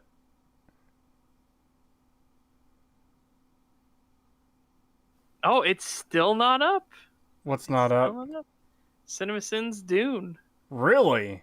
Yeah. Oh, they're lagging. They did the 1984 version. Yeah, you know what? They can have that win. Yeah, they can have that. Just, God, and we still have to cover that fucking god-awful fucking, God, why can't I think of names today? I am just really bad. Yeah, the Game Theory video. Yeah, we still have to cover that really bad Game Theory video. Oh, we can bring Saban on for that one as well. I like how Pagan... I came back just in time, it seems. Yeah. Welcome back. We're gonna, I'm gonna push you to come back on another one of these videos. We're gonna do the Game Theory video, the most notorious one that you are personally familiar with. Yeah, the one. Oh god, I fucking hate that video. Blew a gasket when he was fucking doing. Do you mean the For Honor one? Yes. Yes. Oh, beautiful. The one everyone has done a response to, and I fucking hate that video. I've seen it like 4 times. But I hate it. But Pagan, I like how you said we have to cover that one really awful Game Theory video, but that doesn't narrow it down at all. But you know which one it is. Yeah. That's all I have to say, and you know exactly what it is. Yeah, you know which one it is, but saying that one awful Game Theory video does nothing to narrow it down. Yeah, it's the one Game Theory video where he has a lot of shit takes and doesn't do any research. Okay, that hasn't narrowed things down at all. Thanks. Yeah, true. I mean, yeah. It's still funny that you knew what I was talking about, though. But yeah, it's just it's because we had that queued up for a point. Because I was shocked that Creetosis had never seen it before, and oh boy. Yeah, I was shocked that you hadn't seen it either, because since so many people covered it. Yeah, it is incredibly bad. Anyways, I guess we're good to continue now. Yeah, I am ready. Everyone else ready? Yep. All right. And then he's just awakening. Yeah, the other one, little transition. He has to step up, so I like his arc. Okay. So. Yeah, I mean, I'm going to start off by saying that signing up to do Dune Part 1 without a securing Dune Part 2 is the most disrespectful thing that you can do. As soon as I heard that, I was And What? Okay. Oh my goodness. Or it's a fucking Chad move that, like, okay, you don't know for sure if you're going to get a Part 2, So you know what? We're still gonna put all of our fucking effort into it, and when people want it, you will give me a part 2. Well, here's the thing: the most disrespectful thing you can do Yeah, after fuck the 1980s Dune exists. no. Yeah. I don't- What an absolute shit take. Yeah, what the fuck? See, It was, oh my god, it was a 2-hour film, and look at how little they still weren't able to get in. 2.5-hour film. Yeah, 2.5-hour film, and look how little they were still only able to get in. They need a part 2 for this film, unless they just want to make a straight up like 6-hour movie. I would I'd have be no fucking problem down, with that. but I would have no you know, we problem. are I would have connoisseurs no of the problem, long, so but you know there would be people who would not how go are you see going it. to keep people in the theaters for 6 Yeah. hours? That's going to be the thing. Yeah, people Well, would just hey. leave, That's what armed security is for. stay and watch or die. You are not allowed to leave. But- The Baron's orders. But the most disrespectful thing you could do is do a really good fucking adaptation and not secure a part 2. Like, I would take a Dune 2021 with no sequel any day of the week over... I'd be sad because it was so good, but I would definitely take that. Any day of the week over Dune 1984. Yeah, exactly. I would take what we got over that any fucking day. Yeah, there's no contest. I might have to call it there, guys. My son's having a bit of a difficult day, so I'm going to go and spend some time with him. Yeah, Alright. no worries, man. It was just good for you to hang out for a bit. It was good to talk with you. Yeah, it's nice to meet you, man. And hey, would you like to tell the chat about yourself before you wander off? I know you yeah, already sure. did it not long ago, but feel free. Go ahead. No worries. Well, yeah, before I do, it was awesome to meet you guys as well. If you guys feel so inclined to invite me on for later episodes, I'd be more than happy to participate. This has been great fun. But yeah, so as for myself, I'm Sir Ben. If you have recently come to the chat, you might recognize me from Game Nights or Shadowversity. I started working for Shad about a year ago and recently resigned because, to be a stay-at-home dad, basically. My wife is very career-driven, and so she's doing university and she's working full-time as well. Hey, buddy, come on, say goodbye to everyone before I leave. And so, we both felt it was important for one parent to be home with Bubs. And we decided it would be me. And it's going fantastic for now. And we've got another one on the way, which is awesome. Here you go, buddy. Oh, dear. That was just another reason for me to stay home. But, yeah, I'm a big-time gamer.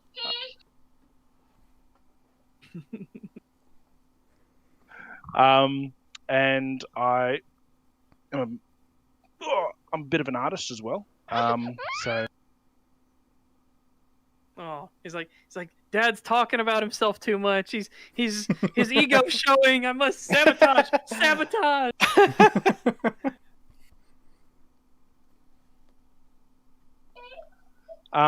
And I'll be. Hey, here you go. No, he doesn't want that either. I'll be starting up on my own YouTube channel under the guise of Sir Ben. And I'll be, covering my Warhammer 40k art, gaming, things like that. But as well as all that, I'm a huge advocate for mental health. I have a bit of a cocktail of mental health issues myself, and it's a bit of a passion of mine to kind of raise awareness about that and kind of just give support to other people who are dealing with the same stuff that I am. So yeah, that's a bit about me. That's me. That's me. Yeah. Good And stuff. naturally, I speak for myself. I would love to have you back on. I am biased, I admit, but I would love to have you back on for future episodes. Absolutely. I appreciate it. And I absolutely wish you the best of luck in all future endeavors. And of course, wish you the best of luck when you've got one on each arm and you're going, "Oh God, why did I do this to myself?" Yeah. I'll give you updates on how that goes. Yep. Anyways, Anyways, yeah, you have you're- a fantastic day, sir. yeah, and you're welcome on anytime, dude. Ah, I appreciate it. Thank you so much.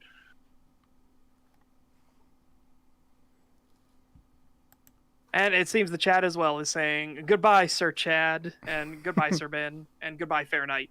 So there you go. There is your send off. Farewell, all. Goodbye for now, not forever. It's been Yeah. real. It's been fun. It's been real Yeah. fun. And Yeah, exactly. You always got to leave with them wanting more. That's how you do it. It's psychology. That's the way it works. Yeah.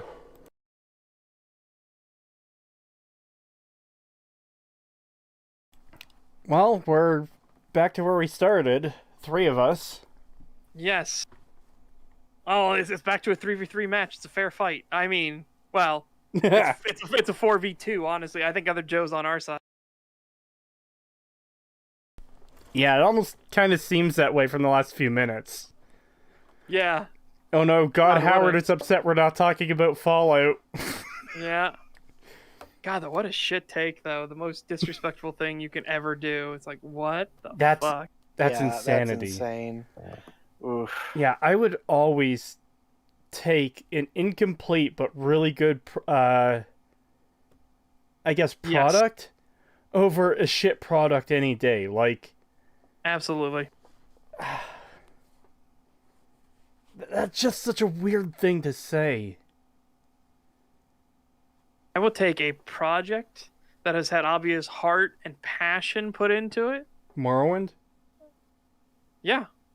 I would take a Morrowind over a Skyrim any day of the fucking week.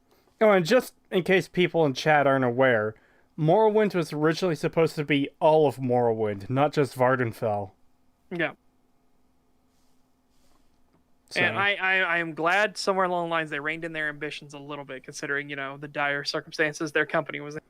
oh yeah, as much as I would have liked to have seen all of Morrowind, there's no way they were going to be able to do it. It was like 3 or 4 times the size of what we got already. So, Yep. All right. Here we go. Signing up to do Dune Part 1 without Dune Part 2 is the most disrespectful thing that you can do. As soon as I heard that, I was And like, no. anyone, I mean, I'm torn, right? Because I really, really did like this, and I think this is a perfect vehicle for me to introduce a universe that I really like. Look, Dune's not my favorite series or anything, but I really like it. And I went through all those books, and I want other people to like it. And I think this is one of the perfect vehicles to get the average person interested in the Dune universe. Yeah. And Yes. I felt the same way Yes. about Starship Troopers, the book, which is so wildly different than the Yeah, Casper yeah. Van Dien Yeah, thing. yeah. And it's like, look, they're wildly different, but one is easier for me to be like, hey, buddies, you wouldn't like this book ever, but we should watch this movie, and it's a favorite. This movie did so well that I know that I'm going to be able to sit down with people and show them this, and if they are And that's interested a in good more, starting we can point. bring them Yeah. bring them in. And yes, they cut shit out that they shouldn't have. They changed some things, like wild story things that, in my opinion, are vitally important to the story going forward. They changed. I don't fucking know why. Yeah. And I'm gonna take. I'm gonna have to need a citation needed on that one. I don't know what, because he's talking about the books things. Like there's easy stuff they can put in with part 2. Again, he's talking about the Spacing Guild and everything like that. And it's like, yeah, that's very important, and Fade Ratha is very important. You can do that in part 2. Like that's the beauty about having a part 2. Yeah, I don't get this. This is weird. Yeah. Well, he keeps motioning in other Joe's direction over and over again. No username says, notice that he gestured in other Joe's direction just a moment there. Yeah. He keeps doing it. Also, I will be right back a moment. Stomach problems. I will be right back. all right. Oof. I actually didn't notice him motioning at.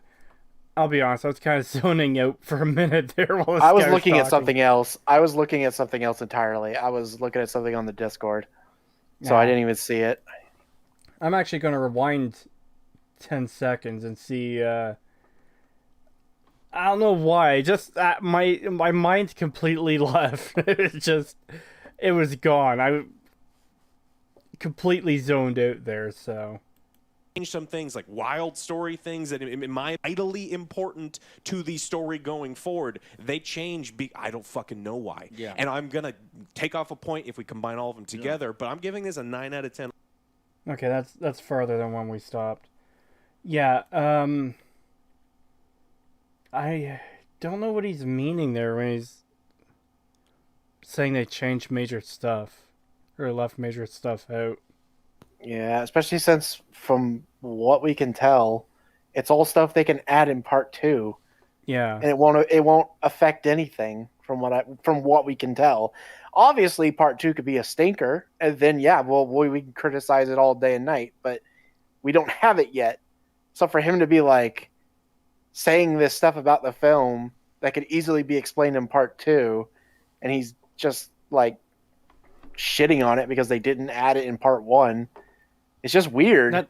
That's what I find weird about most other criticisms here, though, is, man, the movie was too long and slow and boring. They didn't get out to everything that was in the other movies, but at the same time, all these things were rushed. Duncan Idaho, he wasn't in the movie.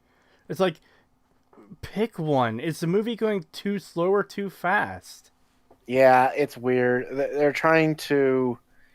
Because if they did the full Dune book in this one movie, you wouldn't have had as much Duncan Idaho time. He would have had even less time than what we saw.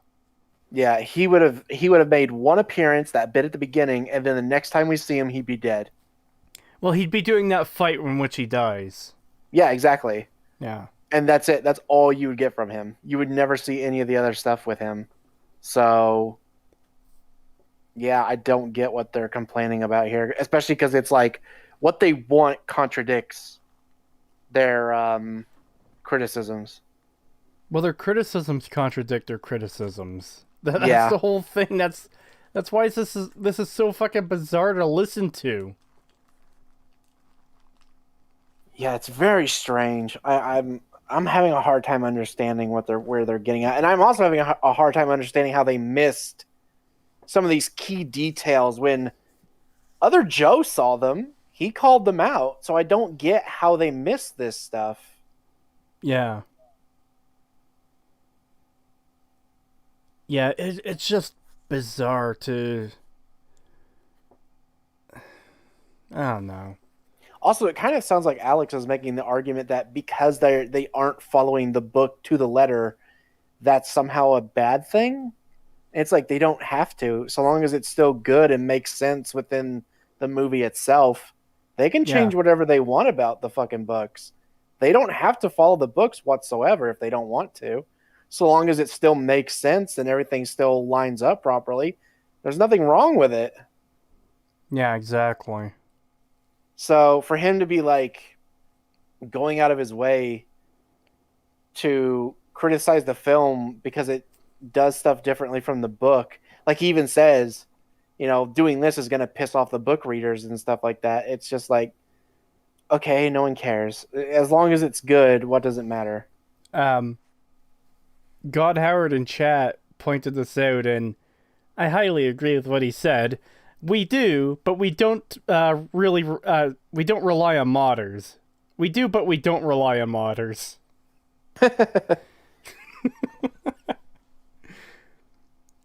Honestly, I think it would be much cooler if you talked about how great Skyrim was. If you do, you could go to Greenbrier too. Thank you, Todd. I appreciate it. I'm gonna have to turn you down, though. Other Joe supremacy.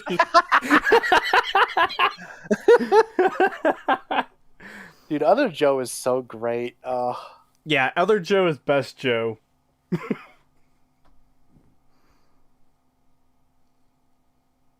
I don't know. He just comes off as more genuine. Like, he just legitimately wants to enjoy things, and he pays attention to stuff. And then it just feels like Angry Joe just, it's like, this is my job. I have to do this. I have to do the angry thing. So I have to, even if I have to make stuff up to be angry, I'll do it. Yeah, and then Alex is just a contrarian. He has to be a contrarian about everything. That's how he is in all of these movie reviews.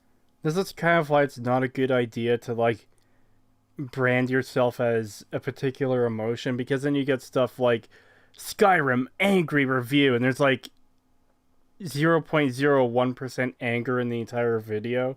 Yeah, it's just blind praise throughout the entire video. Yeah. And I can never stand the fucking fanboy, like the mindless fanboyism over stuff. It's like, oh man, this new thing, it's so exciting and cool and great. It's just next to no critical thought unless it like really disrupts your experience somehow. Like how he complained about people blocking him. People still watch Angry Joe. Yeah, I don't get it.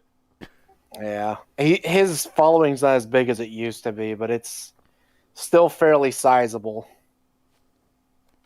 A good chunk of people started leaving after some like drama that had happened before. Plus, he was giving a lot of like political shit takes that people didn't like, so a lot of people started leaving. But he still has a really large following, so Yeah. Okay. I would love, Shasha says, people want to see other Joe become the new main Joe. I'd be happy to see other Joe like branch out. I really, really would. yeah. Yeah. So let us continue. This book ever, but we should watch this movie, and this movie did so well that I know that I'm going to be able to sit down with people and show them this, and if they are interested in more, we can bring them in. And yes, they cut shit out that they shouldn't have. They changed some things, like wild story things that, in my opinion, are vitally important to the story going forward. They change. I don't fucking know why. Yeah. And I'm going to take off a point if we combine all of them together, but I'm giving this a 9 out of 10. I really liked it, and I think... See, that whole tangent about they changed stuff, they took stuff out, he's being so vague, I can't possibly know what he's referring to. And they didn't, though. You're talking about the Mentat thing, it's fine. He can grow into that. If you're talking about the Spacing Guild, that's what part 2 is for. Yeah, it's weird. It doesn't make any sense. And the Spacing Guild would be vital in part 2. Because it's how certain things happen and how the Emperor even fucking... Yeah, okay. Yeah, I don't want to go too much into that, so yeah. I think I can explain it easily enough. He's saying that the Spacers Guild is vital. Okay, what is it vital to in this movie?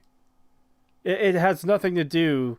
Like, I can't say it has nothing to do, but we don't need to know who they are or what they do for the conflict between the Harkonnens and House Atreides in this film.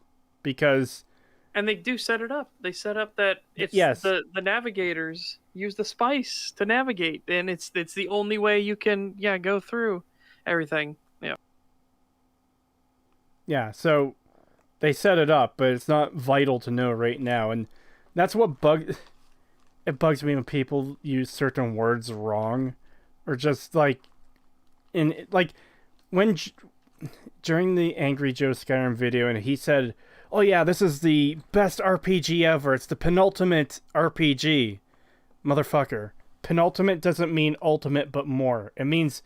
It actually literally means ultimate but less. It's the second to last. Yeah. So stuff like that. And calling it vital here, what is it vital to? Oh, what... That's right, nothing. Because that stuff isn't coming in yet. It'll be vital later. It isn't vital right now. And that's why the complaint is so dumb. Oh, God. Did you see the comment? No, for MLP, we have the fan art section. If it's actually fan art, do that. I just see some stuff that's not fan art. I'm gonna have to fucking... I saw the God Howard thing where he was like, praise Skyrim, and you go to Bethesda heaven.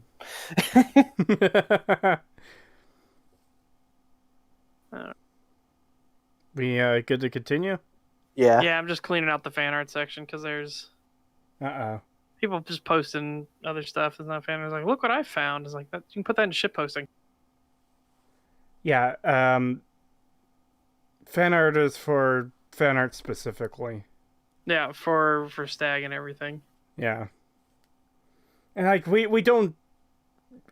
That's not meant to be rude or anything like that. It's just the fan artists. I think deserve respect for the work they do. So that's why that channel is made for them. You know. And Not so to when it comes mention- time for us to show off the fan art we get, that we could collect it easily enough without having to scroll through a bunch of unrelated like memes and other images people find and stuff. Yeah. And again, we're trying to get it to where people keep the appropriate things to the appropriate channel, because, God, sucks when things start like spreading out into everything else. Yeah. Why. Yeah. And I'm going to take off a point if we cover, but I'm giving this a 9 out of 10. I really liked it. And I think that even if you are not a Dune fan, even if you just had nothing, I think that you will like this it movie. wasn't like an information dump. Let's go. Yeah. This is all that's going on, like right from the get go. It's like it kind of fleshed out for me. I was like, okay, Yeah. for me, it average Dune. Wow. Yeah. Just learned about it. But whoever's did the sound for this thing, when people are whispering, don't do the Yes. wah. Stop that shit. Yes. That there was so many times where they're The talking sound, the softly, score. where you just don't hear what they're Oh saying. yeah, it's very difficult to listen. Okay, so were you two able to hear everything when they whispered? Yeah. I don't recall any moments where the soundtrack was drowning out the dialogue. Yeah, no, I heard everything fine, and I didn't even have my volume turned up that much. So Yeah. And I said I was doing. I had them on for my fourth watch through. I turned on the subtitles so I could get exacting dialogue and everything like that. Yeah, we'll see. Yeah. All I heard is "wah." Yeah. All right. Well, I don't want to go back because I'm afraid I don't want to get the "wah" again. So. Yeah, that was a bit loud. To the whispers here. They need to cut There's that a shit lot out. of whispering. 84 like version. Yeah. There's a ton of, but you could hear what they were saying. Yeah. There's a lot of sand. There's a lot of The powers are you know, pretty cool, too. it's hard to kind of see the something voices. sometimes, but you're on a sand planet and it makes sense, and there's lots of storms and stuff. But okay, compared to the source material and also the 1984, which takes it to wacky levels, maybe we don't need to go wanna that see far. that. But it just where's the gross? Where's the blood? Where's the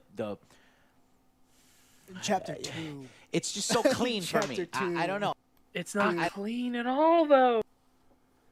Where's Again, the gross? it- Where's the blood? Again, we don't need pustules and bile and shit like that. There are Yeah. people getting cut up. There's blood going places. There are people getting bombed and shit. It's like, it fucking happens, Jeff.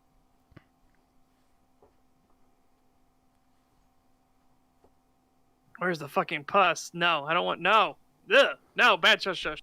Yeah, I really don't get that complaint because that's the second time they made it now. It's like you realize that was something the 80s movie brought in. Yeah. Like, he didn't have pustules and oozing masses and shit like that. Just ugh. Seems Angry Joe thinks that mature equals bloody. Maybe. There, That went way too far back. There we go. there are people who do think like that. All right. Well. There we go. Oh, Lorelai's right. I really liked when Leah died, how the water spurted out of her suit and not blood. Fucking exactly. Yeah. yeah, Seth mentioned that last night when we watched the film that he was like, that was a really good. That was really good detail. Yeah. And even better, well, just say she didn't do the Hollywood scream when she got stabbed.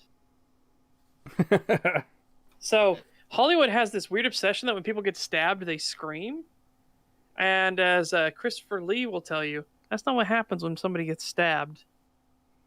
They gasp. Every time he's ever seen somebody get stabbed or run through by a bayonet or something like that, they didn't scream. They gasped because the air was escaping their body from the impact. And likely from a new hole that they have where their lung should be. Yeah, Yeah. a place where there isn't supposed to be a hole. Yeah. All right. just so clean for me. Chapter I don't 2. know, and I think that the director, that's kind of his thing. Denis. And Denis. But it is a excellent entry point and an adaptation of the source material. And yes, I wanted to see more of the Bene Jesuits. I wanted to see more Jesuits? of Benny the Jets. Yeah. I want, Jesuits. Joe, what the fuck are you talking about? Yeah, hold on. I gotta go back and hear that. more of the Bene Jesuits. I wanted to see Jesuits. Bene Joe. Jesuits. They're the Benny Gesserit. The bidet Jesuits. $5 super chat from Peace was never an option. Thank you very much. Whoa, whoa, whoa, whoa. Setch, did you see the Count Dankula Sir Christopher Lee videos? I absolutely fucking did. I haven't I like- seen them yet, but I have heard that about the getting stabbed thing before. I think Yes. I think it was Because Peter Jackson on Lord of the Rings. He was explaining it too. Yeah, he explained it to Peter Jackson that he doesn't need to imagine what being stabbed is like because he's seen people get fucking stabbed. I did miss a super chat. Sorry, Septier. I'll go back to that. I was Wait, going was to there read that one? when Setch got back, but then I forgot. Ah, okay. My bad, genuinely. I'm sorry. $2 super chat from Septier Caleb. Thank you. Did you know there's a part 2 to the Bible, Joe? Oh, God. Yeah. Yeah, Oh, boy. it really, but it's the dumbest criticism that, oh yeah, but they didn't include this thing in part 1 of a movie. Like, if it's something that has to come up early on, like, okay, yeah, that makes sense to complain about. Not that this is something that's obviously going to come up in part 2. Yeah. Okay. Let us continue. more of the Bene Jesuits. I wanted Benny the Jets. Yeah. I wanted to see more of the witches, and I wanted to see more of the Spazing Guild, and just kind of let people know there's other houses in this universe and what's coming. Again, we don't need to see all the other houses in this universe. We don't need to see House Ordo or anything yet. They're not important in the story yet. So, All right? just to me, maybe I'm wrong, but the fact that there's a House Atreides and a House Harkonnen implies to me that there's more than just 2 houses. Yes. Especially if one can just be wiped out like that. Especially because one is a duke. So he's a duke. So he's second only to the emperor, and then the other is a baron who is like the lowest fucking rank of chivalry. Of royal nobility. Let's try that again. There we go. Lowest rank of the high nobility, I should say, because there are lower. There's the high houses and the low houses and blah blah. Yeah, there are a lot of fucking houses. House Ordo is not important. House Carino is mildly important. We'll get to that when we get to the fucking Emperor. House Halleck, isn't here. Fucking Ganaz. There's all kinds of houses, okay? They'll come up when they're fucking relevant. It's so fucking weird.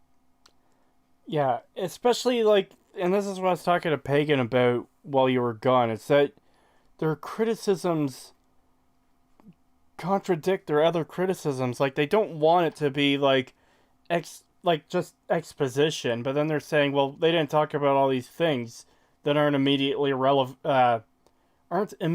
relevant to this movie. It's like, fucking pick one. Yeah. Either you explain the entire universe and, I don't know, not have time to tell the story, or you tell a story in a natural way and introduce the elements when they become relevant. I don't know, one of those just seems better to me. Yeah, they talk about the Landsrat. They've talked about the Landsrat multiple times. You don't need to know who all the houses are in the Landsrat. We don't need to sit down and have a dictation of every single house that's in the Landsrat and who are the major houses and who are the minor houses and what planets they rule and everything like that. You don't need that. Right now, the 3 important houses are House Carino, House Atreides, and House Harkonnen. Those are the 3 important ones. That's what we need for this story.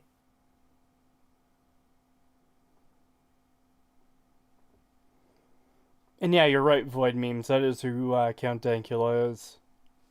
Yeah. Man, that shit's still crazy to me that they went after him over a fucking joke. Yeah, that's why you always have to resist these people. You're seeing bits and pieces That's how I feel. in visions, and it's not explained or anything, but we'll get there. The Emperor, doesn't really play a part in it.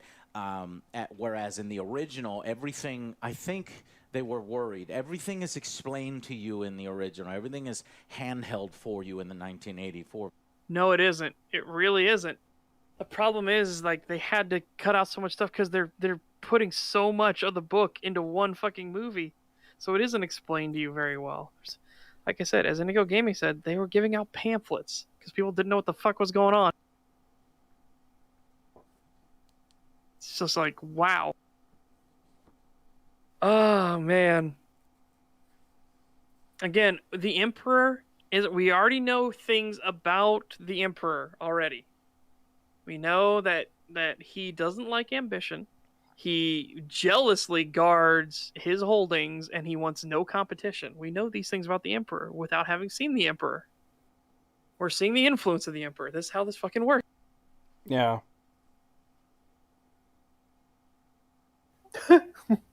Shush. Quest obtained. Rescue other Joe from the smooth brain dungeon. Every fucking movie review of Angry Joe is like watching an art critic saying a blank canvas is a masterpiece. Yeah. Yeah, I don't know about his reviews. Like, they're really bad. Is explained to you in the original. Everything is for you in the 1984 version. This one, there's no fucking hand holding. You just have to figure it out on your own, and hopefully eventually in part 2 some of these things come into play. So Thank God they actually trust the audience to pay attention. And other Joe clearly fucking did. Well, Oh, he you paid knew a this. bit more attention. We can't give him full points there. Yeah, we're not saying like he wasn't as focused as we would be. Granted, I will fully admit I'm a weirdo, but yeah, he wasn't that focused. But he was paying attention. He was paying attention more so than Joe and Alex were, because he got the fact that they did explain what the spice does. Yeah. And as Dominic the Donkey says in chat, why didn't we see Palpatine in the first Star Wars movie if he's so important? Exactly. Yeah. Because you can have important aspects not show up in the very first episode. Yep. on your own, and hopefully eventually in part 2 some of these into play. So, and god damn it, the thing I was worried about most was an unsatisfying ending. And to me, it was an unsatisfying ending. Mm-hmm. I was hoping that maybe we'd get a worm ride. Maybe it would end at another part. Maybe it ended Blue Eyes. He'd open up Blue Eyes. Something. But this is it's time to go into the desert, right? And okay, there actually was a worm ride. There was a worm ride though. He meant for Paul though. Yeah, I know, but still. You do get to see the worm ride, yes. Yeah, you do see a worm ride. It's not Paul, but you do get to see one. But he's talking about what an unsatisfying... Okay, so before I seen the movie, one of the common things I heard about is it had an abrupt end. And I don't really see that now that I've seen the movie. Like, excuse me. Again, I haven't read the book, but where they ended it seemed like a really fucking good place to end it, because Paul just had that fight, excuse me, with I don't know, what's the name of the guy he killed? Do we ever get his name? Jamis. He had that fight with Jamis, and he took a light, and like, I like the vision of he has of Jamis killing him instead, and yes, you can almost take that vision. I don't know if this is what it's meant to be or not, but this is how I read it, is that him going into this fight and killing Gemmas is still killing Paul, in the sense that what was it they said? To kill, you have to. When you take another's life, you end your own. Yeah, because it changes you as a person, and Yeah, like your innocence is gone. You've killed your innocence by Yeah. doing that. and that's kind of what that vision represents. Like what I see in that vision is okay. Fuck, I already forgot his name, but he kills Paul in the vision, but Paul Jamis. kills Jamis. Paul kills him in real life, and that's the vision coming true in the sense that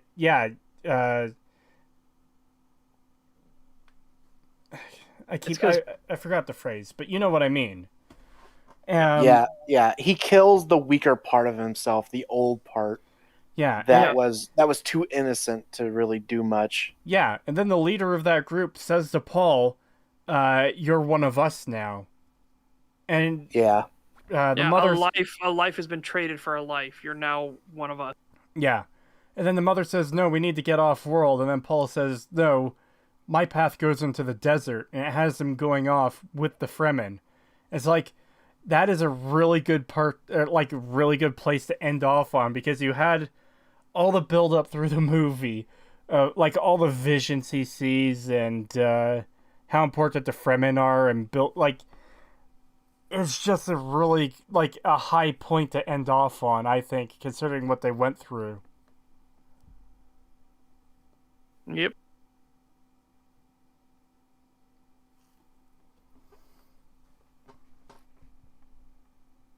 Yeah, fuck. It's a good stopping point. Now, I am so Disney. disappointed. Like this thing This- needed to be this- that needs to be 10 hours long to finish the story. TV series. So They I'm, are. I'm still in my final verdict. You guys both gave it a 9. I do want to point something out there, though. Other Joe was starting to say, you know, it's Yeah, a good it is a good stopping ending. point, and then Yeah. Alex just tramples over that. It's so disappointing. Yeah. So other Joe is like, yeah, it's a good stopping point, and then these Alex at least can't. Angry Joe didn't do it, but Alex can't let that. And he's like, no, it's disappointing. You need to understand, your opinion is wrong. It's disappointing. It's like, Yeah. but he's somebody that didn't come in with all this baggage and everything like that. He doesn't know where it's going. I know where it's going, and I even said to Creetosis, I said, I don't know of a better spot they could have ended it, honestly, without it feeling really awkward. And that's another thing that they do a lot in these movie reviews is other Joe will make a point and then they'll cut him off. They do it a lot. This is not the only time where they've cut him off. They do it a lot. Yeah. And it's annoying because I want to hear what he has to say, because usually he's the one that goes in with the least amount of like knowledge about the film that they're going to go see. Mhm. And then, but they also give him like the least amount of talking time. Like even when he's in the middle of something, they will just cut him off and just not let him speak anymore. Can we name And the it's other? really annoying. Can we name other Joe Relaxed Richard? No, it's got to be. Other Joe died for our sins. Relatable Ricardo or something like that. That's good. That's good. Yeah, that's good. But yeah, other Joe is a real champion here, because like he's been correcting the two people who are fans of the series and stuff they're getting wrong about this movie. Yeah. Yeah, he seems to know more than they do sometimes. And he's having like pretty good takes. Like, yeah, that was a good place to end, because Yeah, we now know their journey will begin again in the desert. They're going to the desert. It's just, yeah. other Joe 2024. Like this thing This- needed to be this- that needs to be 10 hours long to story. TV series. So They are. I'm still in my final verdict. You guys both gave it a 9. It's up to you, man. Like I know. I said, I don't have anything to compare. Yeah, to. I mean the difference is like I wasn't bored. I mean this is just something like seeing everything on the Yeah. screen. It's just like Wait, you weren't bored, but you complained often about the long, slow bits earlier. Yeah.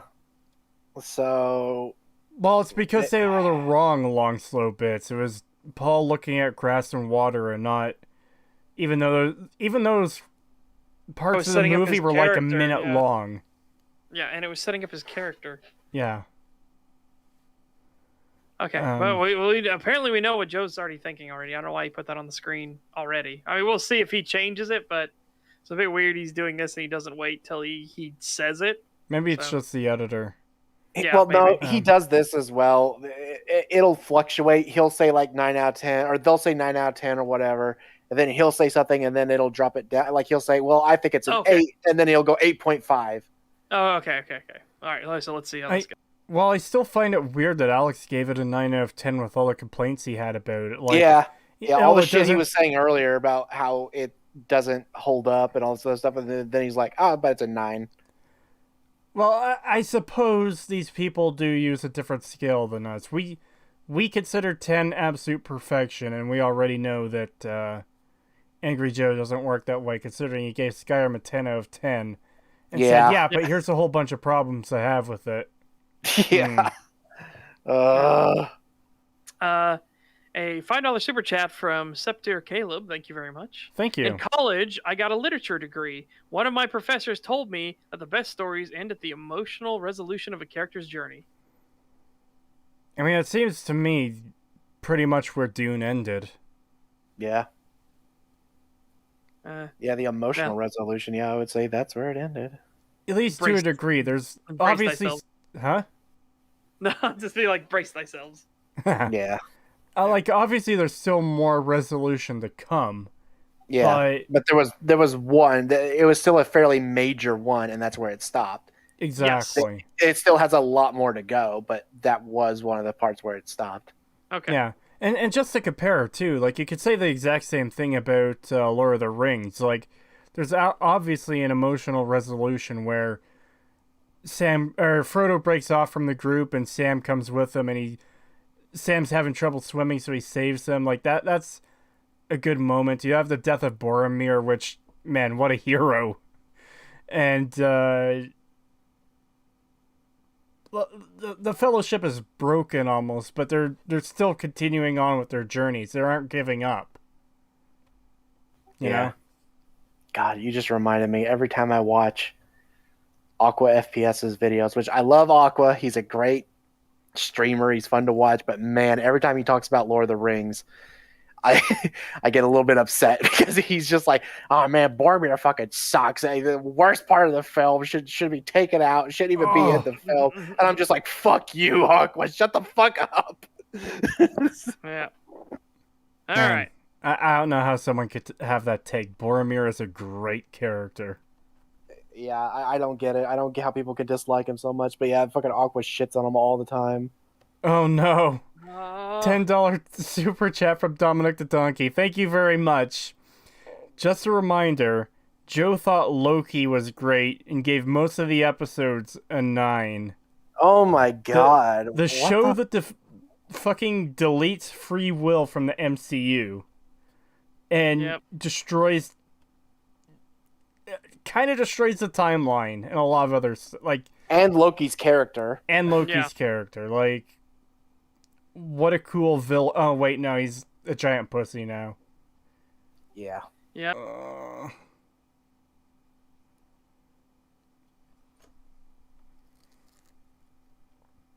Which, I mean, that's par for the course with him. I mean, Suicide Squad, all that stuff. I mean, he fucking loves all that shit.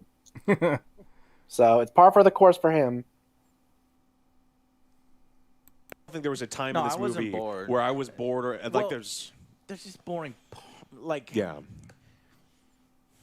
I think I'm just used to the boisterousness of the 1984. Yeah. It's especially if you just watch. I don't want to say boring. It's just sterile and quiet and stuff. More ponderous, more pretentious, almost in certain. Oh, fuck off! But anyways, shut the fuck up. I'm going to pretentious. What the fuck? What about this movie is pretentious? I did see some moments where I could see how people could think it was pretentious, but I didn't personally think it was pretentious. I thought it all made sense. Like, if you're going to say something like that, you need to provide the reference for it. What about it is pretentious? Yeah, you need to go in depth on that a little bit. You can't just say that and move on. So, to give a definition, attempting to impress by affecting greater importance, talent, culture, etc. than is actually possessed. Yeah, no, that does not fit this movie at all. So, Like, here's the thing. I'm sitting here. I've never seen Dune before. I'm watching this review because I like Angry Joe and I want to see his opinion on this movie, see if I should go see it. And he says it's pretentious. It's like, oh, well, I don't like pretentious things, so I'm not going to see it. But he's, like, Yeah. I think I know what he's saying. So there's been this whole thing about like, kind of what they were doing earlier, where they don't like the long, drawn out scenes. There's a lot of modern audiences can't stand. They have ADHD so fucking bad that if there's not something blowing up on screen every 5 seconds, they lose interest. And people have now associated slow moments of pondering or a character doing something that almost seems innocuous as, oh, well, that's just the movie trying to be artsy fartsy and pretentious. yeah, So that I think might that's be where what it is. Yeah, he's like they're being overly artistic when they don't need to be.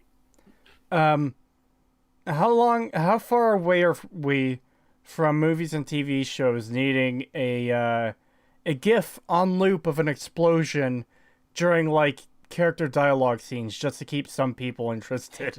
Yeah, it's just like Dude, one of those really You just have it in shitty. the corner. It's like, Yeah, it's a really You know what I shitty would do give. to make fun of?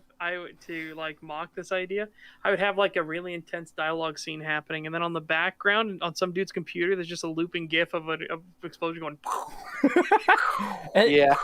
Okay, if it's on a screen in the background, it has to be a nuclear explosion going off. Yeah. Yeah. Nothing less will Yeah. suffice. Yeah, it has to be like a fucking nuke going on. Like basically every Michael Bay shot from his movies, like of explosions in the background on a screen.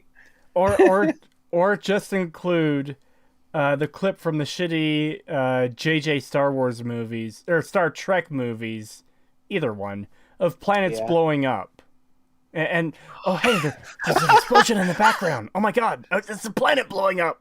I just thought of something. What if like during like a really like important dialogue scene and then you look at the background and like on a TV or computer screens or something in the background, fucking Transformers is playing in the background. Oh god. $5 super chat from Dominic the Donkey. Thank you very much. Thank you. Did Joe find the movie boring because it doesn't have MCU humor every 10 minutes? I wasn't ever bored during Dune. Maybe. God, I hate how. I don't want to speak to the mind of Joe on this, but yeah, I wasn't bored. I was utterly fascinated. Yeah, I was totally engrossed in this film. I could not pull my eyes away. See, I don't mind MCU humor in the MCU, but that shit has become fucking infectious. Like, Yes, Yeah. unfortunately. remember the Bebop Flicks trailer I shared with you guys? That almost seems like they're trying to do MCU humor, but just doing it really badly. Yeah, it does. Thanks for reminding me of that. You're welcome. God, Ugh. we don't have long before then either, do we? It's I know. less- I it- still need to finish that fucking. I need to finish rewatching the series as well. I need to finish watching it myself. I've watched the series again already, so I'm on 'cause- that. We're less than a week away. It's like Friday it comes out, I believe. I don't know if they're releasing it all at once. I don't either. God. If I'm they, gonna go, try if, and they watch it all go, tomorrow. if they go episode by episode, though, I will be totally fine with that. I will honestly be totally fine with that. If there is a god, he will strike this thing down before. Yeah, somehow something's no, gonna no. happen. if there's a god, it will be good. Yeah, I guess we could be shocked, and it could actually be decent. But Yeah. my God, Like- did you see that Did you see that side by side shot of the Yes. vicious? It's so bad. There's Yeah. it's the lighting. You can't even see the sword. Yeah. Yeah. What's even the point? You know what's worse? I saw a clip the other day of their ship landing in water. A clip from the anime and a clip from the show. The anime, there's a whole bunch of color. The water is very nice blue and Yeah, that very deep blue, very nice. And then you Yeah. get the fucking live action version, and it's just like all gray. Fucking- Sky is gray. The city is gray. The water is gray. The It's like, water was Jesus, brown. The water brown. looked like it was full of shit. 0 out of 10, too much brown. Oh God. Yeah. Meanwhile, we get the Resident Evil movie with He-Man music. Yeah, I cannot. I'm telling you, hey, yeah. Wow, this is a great zombie movie. Hey. I'm like, oh no. Oh god! And then you got this movie that comes out like shortly before all this crap is coming out that we have to compare it to now. Yeah. Oh man, it's really gonna make them look bad now. Yes. Okay. Which I think that's why the article came out shitting on it. You know, like being like, "Oh, this film is trying to make pop culture too intellectual. It needs to Dude, stop that being smart." article. Holy shit. They want films to be dumber because pop culture shouldn't be intelligent. It's like, oh my god. That is so fucking stupid. Holy shit. Yeah. I say, hey, what's going on? It's like, no, bad. Bad Resident Evil movie. Bad. All right. Oh man, but we can only pray that maybe we'll get a second Alec Baldwin on the set. Oh, it's horrible. I do not wish for any innocent person to be harmed or killed. I want to make that Yeah, clear. no, just the director, just the person who came up with the idea. Bad The- pagan, no. The person who came up with the No, idea wishing of doing a death, live no. action Cowboy Bebop. It No. needs to be fucking. We Alright. we don't have to go that mean or cruel or anything. We could just wish for hope- them. I to hope be- you stub your toe. I was gonna go a little bit farther than that. We could wish for them to be exiled to North Korea. Yeah. God. No, I just want them to be cursed and they will stub their toe every 3 days. Or Bam. step on a Lego. Yeah. Lego appears in their shoe every day at random. He can't even predict when it will happen. And a Lego will appear in his shoe at some point during the day every day. Now there's an SAP. Yeah. Yeah. Karmic Lego. Yeah. All right. I think I'm just used to the boisterousness. Yeah. More. It's Especially not- if you just watch I don't want it. to say boring. It's just sterile and quiet and stuff. More ponderous, more pretentious almost in certain parts. But anyways, I'm going to rate this. I'm between a 7 and an 8. And I think I'm gonna my knee jerk. I mean, we literally just saw this a minute ago. I'm gonna go 7. Okay. For that ending and just. But I think it is the strongest 7 that I've seen, and I'm excited for it. I think it's a good entry point. And it just needs to be one film. So when part 2 comes out, boom, you put these things two together, maybe it's 10 out of 10, right? Because people like longer.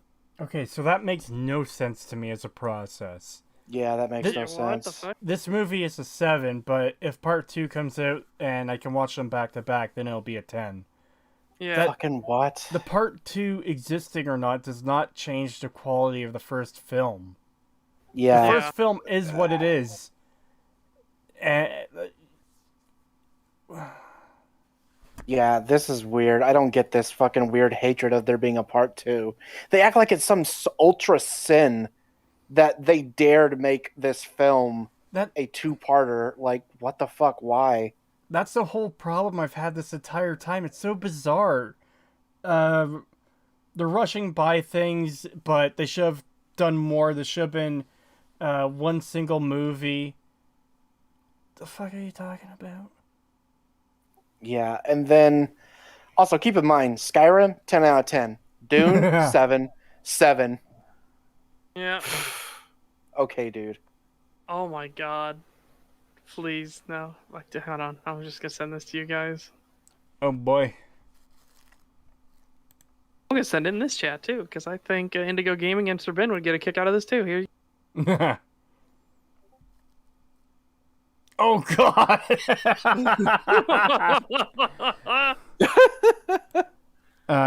Of course they would. I can't tell if that's actually a meme or if that's real. This wasn't shit posting. I will say that. Okay, it was in shit okay. posting, so it's a meme. Okay. I fucking hope so, though. I hope to God. Yeah, I mean, I could totally see them doing that.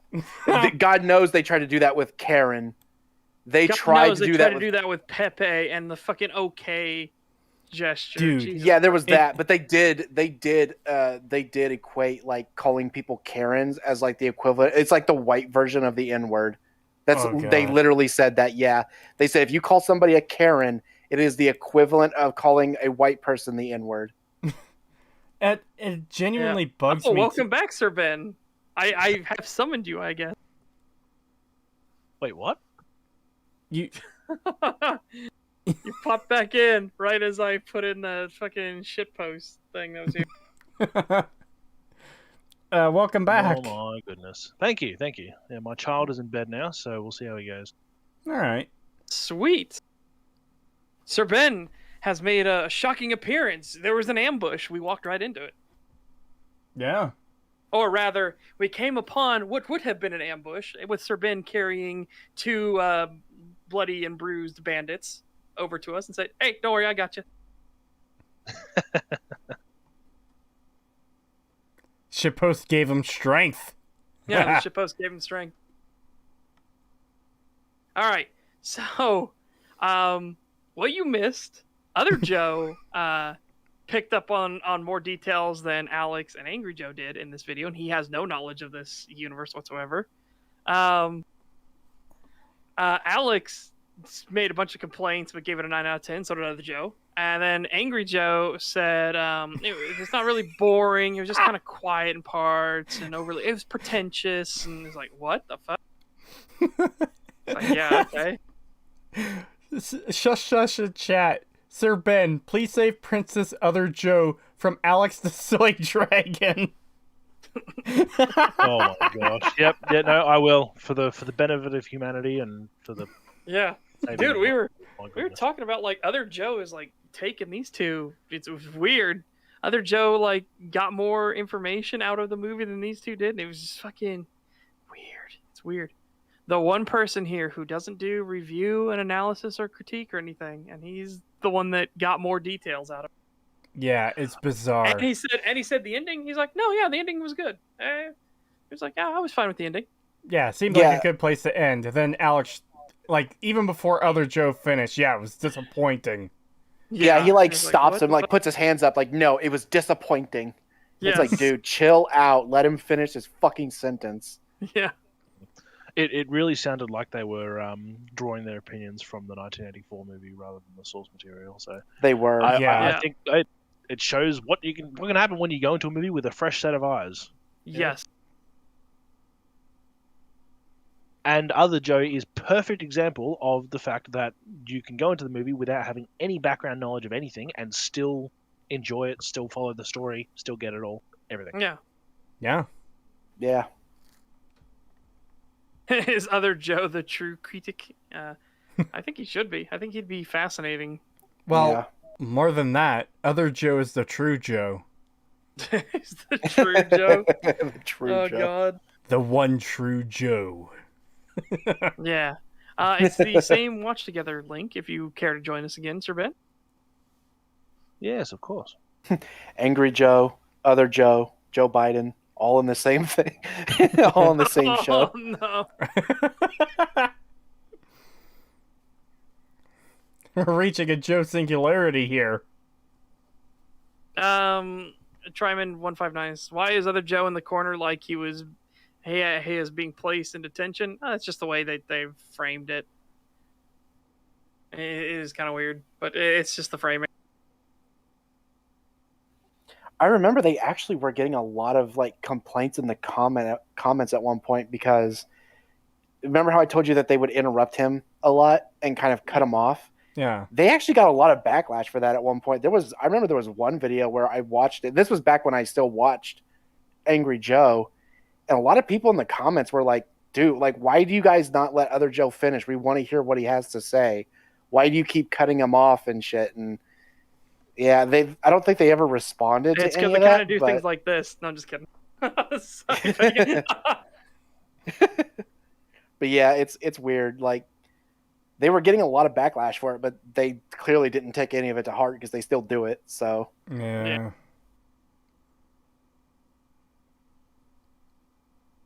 All right. Are we all ready to continue? We Yep. we're Yep. halfway through. What? No. We're over halfway. Good God, my brain. Jesus. Yeah, All we're right. a little bit over halfway. Yeah, but we still got more than 10 minutes to go. Jesus Christ. Yeah, we I still got know quite a we've already ways. finished their final verdict thing, so I guess they're now going in spoiler territory. And oh boy, things have been rough already. So let's find out what happened. Longer movies. I mean, Zack Snyder's movies, what fucking. Yeah, Well, but people weren't depends. liking them. Depends, because like this one, I didn't mind it. If Mhm. even if this one was like 3 hours, because like I was Yeah. like entertained the entire way through, Yeah. and like I felt like these scenes were like kind of important.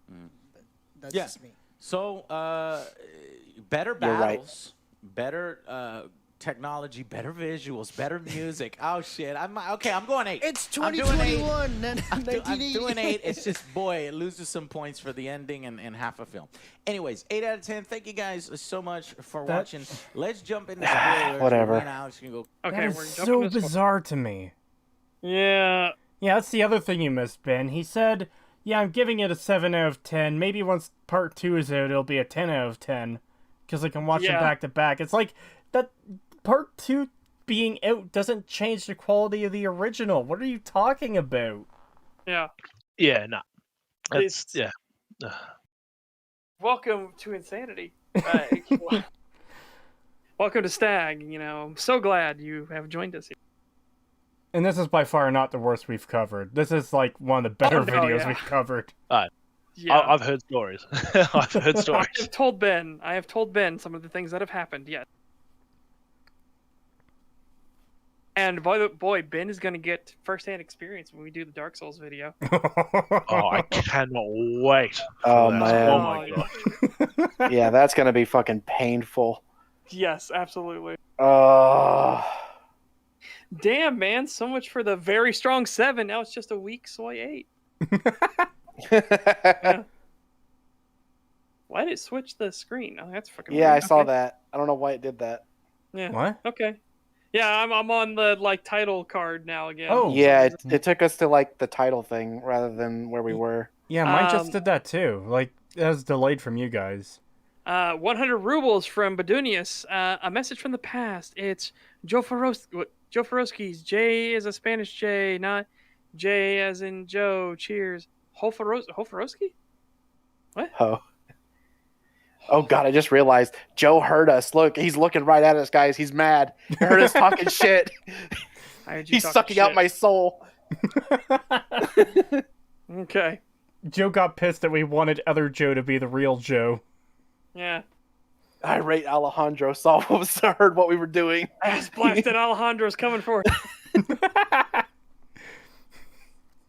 We talk too much shit. He's coming to break our legs. Yeah. All right, let's Alright. continue. No! Okay, 24.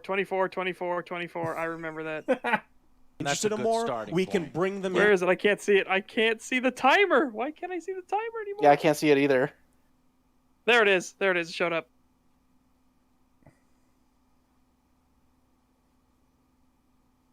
Yeah, that's It's close to where we 24, were, I like think. 46. Here we go. Yes, okay. Bam! Nailed it. Don't fuck this up, Joe. Hey guys, welcome to the spoiler section. Fuck. But it did end with the Warm Rider. yeah the Sort one. of. It did. Yeah, but you're right. You know, I it's was like, like, but wait, seeing yeah, somebody that's else how do it, you're like, fuck. You know. Well, he's like, oh, that's cool. Okay, so whether you see a random So- character in the background do it or not, or whether you see Paul do it, it's still someone else. Yeah, Like, it's still someone else doing it. Joe, you aren't climbing in the screen and fucking riding the worm yourself, my dude. Yeah. you're always gonna have a third-person perspective of the person riding the worm. Dude, but I love the fact that the other Joe, again, calling him out on facts, like, but they did have a worm right at the end. Yeah, which I mentioned earlier, so I'm glad Yeah. Joe brought it up. Oh, God. Yeah, it's other Joe's proving to be the real star here. Yeah, he is. He's called them out so many times now at this point of like, but I did understand that. You said it wasn't explained at all, but I understand why this is Yeah. important. And they did talk about that, and it's like, okay, yeah, see, this is why we're like, we need to save other Joe. Yeah, kudos to him for being diplomatic as well. It's great. Yeah. Yeah. Yeah, but you're right. I was It's like, like wait, the else so- do it. You're like, fuck. Well, he's like, oh, that's cool. I want to wanna- do that. Oh, yeah. Yeah. yeah, He's no. still training. He's still true. got that arc. The Fremen know how to do it, so he needs to learn how to do it himself. Yeah. And he just doesn't do it. I just was hoping that we'd have a more satisfying conclusion. But this is... Now I understand why they say, okay, next we're going to focus on Chani's character. Because I was like, why would they ever, focus on Chani in this? It doesn't make any sense to me. But now it's like... It could repair one of the things in the 1984's version that was very lacking is like all of a sudden they're in love. I've loved you and I love you and I've always loved you. It's like, what? Yeah. Okay. And Joe, this is why we have a part 2. Yes. Yeah, it's to Again. flesh them out more. David Lynch kind of had to do that because he had one movie to do all of Dune. He had It wasn't- one movie. How long was the original Dune? I know we looked this up like a week or two ago, but it wasn't super long. Let me look that up quickly. I'm curious again. The 2 original- hours and 17 minutes. Yep. Phew. Yeah, that's that is not enough time. Again, we were 2.5 hours in this, and you see how much they couldn't get in. Yeah. Wow. Imagine condensing all of that into just wow. No wonder that You fucking have movie. to condense that. Not only that into 2 hours 17 minutes. You need to condense it into like an hour and 15 minutes to fit in the original Dune movie. Everything we Yeah. just went through, Yeah. Wow. or hour and 40 minutes. Let's do that. So yeah, that's oh boy. Yeah, not a whole lot of time to work with there. All right. Like, what? You just met her. You literally... In That's the girl of 1984, his he crashes. dreams. She's like, I wouldn't have let you hurt my friends. And then, it's like, so maybe they can repair that in this one where she teaches him the ways of the desert power and all this other stuff. And then he triumphantly comes back and avenges his father's death by attacking the Harkonnens. How are you a Wait. fan of this series? You don't Harkonnen. Yeah. Yeah, you had to like read that out too. He was like, let's see here. What are Yeah, okay, Harkonnen. They mention the name numerous fucking times in the movie. Yes. How do you How- mess this up? I know, and they mentioned it a ton of times in the 1984 film as well. Like you said, Joe, you directly said you were a fan of this series. How did you not know House Harkonnen? They're the main antagonists, Joe. That's weird. He also called it the Bene Gesserit Yeah. before, and I was like, what? Did you mean the Bene Gesserit? Oh god. Triumphantly comes back and avenges his father's death. Harkonnens. The Harkonnens. See, I don't know that. I mean, I'm used to the 1984's pronunciation, Harkonnen. Harkonnen, yeah. She's saying Harkonnen. You could It's okay. still It's Harkonnen. the same thing, yeah. Tomato, my dude. You could have just said Harkonnen, and then you would have Yeah. been fine. Yeah. Okay, that's weird. That is fucking weird, but all right. But they still say Harkonnen in this movie. Yeah. So I still... I don't even know where this is coming from. No. Look, guys, they changed it. See, that's what it came. That's what it comes off as. Yeah. Harkonnens, and then at one point our Paul character in this film say the Fremen, and I'm like, no, it's Fremen, but I don't remember him saying Furman ever. Yeah, I don't remember them ever saying Furman. I've seen it 6.5 times though. I could be auto-correcting because human brains do that.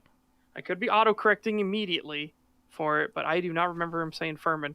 I feel like that's a mistake they would have caught and fixed.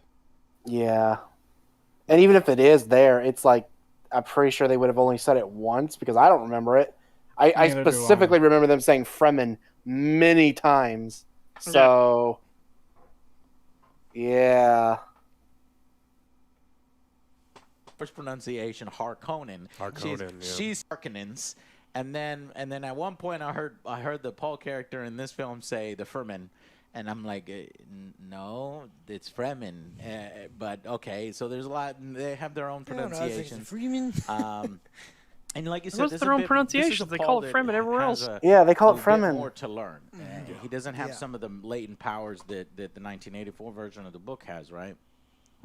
Yeah. Well, the 60s. Yeah. Yeah. So I mean, he's also supposed to be secretly trained as a mentat in the book series, and so that's kind of explaining some of his visions. He's kind of doesn't know what's going on, and they're like, oh, maybe it's this. He's been being trained to be kind of a computer type thing, and this they're just like, nope, it's not there. Mentats don't exist. We're not going to mention them. We're not going to do You anything. can't say Mentats they don't exist. What? We've seen them in the movie. We see 2 of them at least. Yeah, it's again, just because they didn't call them out as mentats or anything like that, you understand that there's something special about this person. You don't need to know the name of it.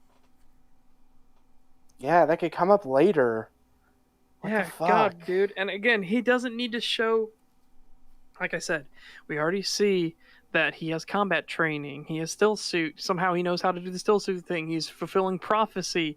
He now has to lead House Atreides. It is fine not to also make him a mentat right away. Okay? Yeah. It is fine. Also, them saying like, "Oh well, like that's how they explained him having the dreams." But here, nope, it's like, well, he doesn't need that. It makes perfect sense within the film. Like when I watched it, because I have no prior knowledge of the books, and I did not finish the 1980s movie, and I was a kid when I watched it, so I don't even remember most of it. So, but I completely understood this just fine of like his visions and stuff. Like, yeah, there's clearly something about him. They're even training him in this thing called the Voice, which is kind of magical in and of itself. Like, there's clearly something different about him. Yep. And I just assumed it was, it's the training or whatever. He was born of these people, of this, from his mother's bloodline, who has this weird ability, and she's training him in it. So obviously he's going to be sensitive to this stuff. That's just how I saw it. The other thing, too, is we mentioned this earlier. It's still possible that Paul is a mentat. It just hasn't been shown yet because it didn't come up. Yeah. It wasn't necessary at the time. It become necessary more in part 2. Again, like I said, they can totally show in part 2 that he is a mentat. Or That's they might entirely- work around it if he's not. Yeah. All right. So in the universe, there was an AI war, it devastated everything, and so then they outlawed that. And there are certain humans in the universe that then take juices and take things and just train their minds and bodies in order to become computers, to replace computers, and that's why that guy's eyes go white. Yeah, he's like, hey, calculate that for me. He's like, beep, beep, In the beep, 1984 version, they're kind of gross. They get like fucking, they're like burping up shit all the time because of what they're doing to their bodies in order. It's because David Lynch liked gross things. The whole thing was just supposed to be that their lips were stained. And then no, David Lynch is like, nah, I gotta be. Bleh, bleh. It's just fucking weird, yeah. Yeah, that's weird. Oh, all right. Yeah, he's just comparing it to the 1984 movie again. So they get like fucking, they're like burp the time because of what they're doing to their bodies in order to maintain this. But in this one, it's like one little black mark on the chin. Yeah. Right. Well, again, it's just an identifier. Again, it's the whole thing with like the diamond on Dr. Yui. They are signifiers that they have finished their training and they get these things. Yeah, I don't get it. It's so weird. It needs to be gross. It needs to have this weird gross out stuff that from the 1980 film. Why? Why does it need to be so close to this fucking shitty movie that you yourself said was bad? Yeah. You said it was bad. Like, yeah, we get it. You like it, but you still admitted it was bad. Why would they want to copy something that was bad? Yeah. Abdulio says, at Creetosis, David Lynch was making an allegory toward the AIDS scare of the time. Well, Wrong fucking place to do it. Yeah, what the fuck? Yeah. Like, okay, could you imagine if, I don't know, 20 years from now, there's a new Lord of the Rings adaptation, but there's also some horrible disease that's there, and they change it to be disgusting and gross and like pus and arms falling off and fucking whatever. Then they Guys. add that into Lord of the Rings randomly because, hey, it's an allegory for this horrible new disease.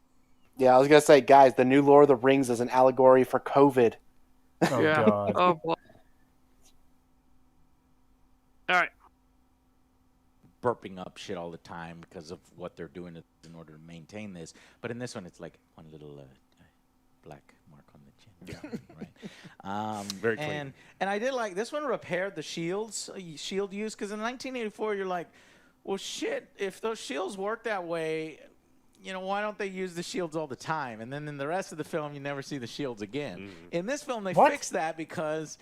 No, you do. Okay. So Oh, so that's the original he was talking about. Yeah, but Joe's also wrong about 1984, the 1984 film, because they do use the shield again. Duncan Idaho specifically uses it and tackles a bunch of Harkonnens, and then he fucking gets stood up, and then the Harkonnens fire a single bolt, it hits the shield, and then penetrates through the shield, knocks his brains loose.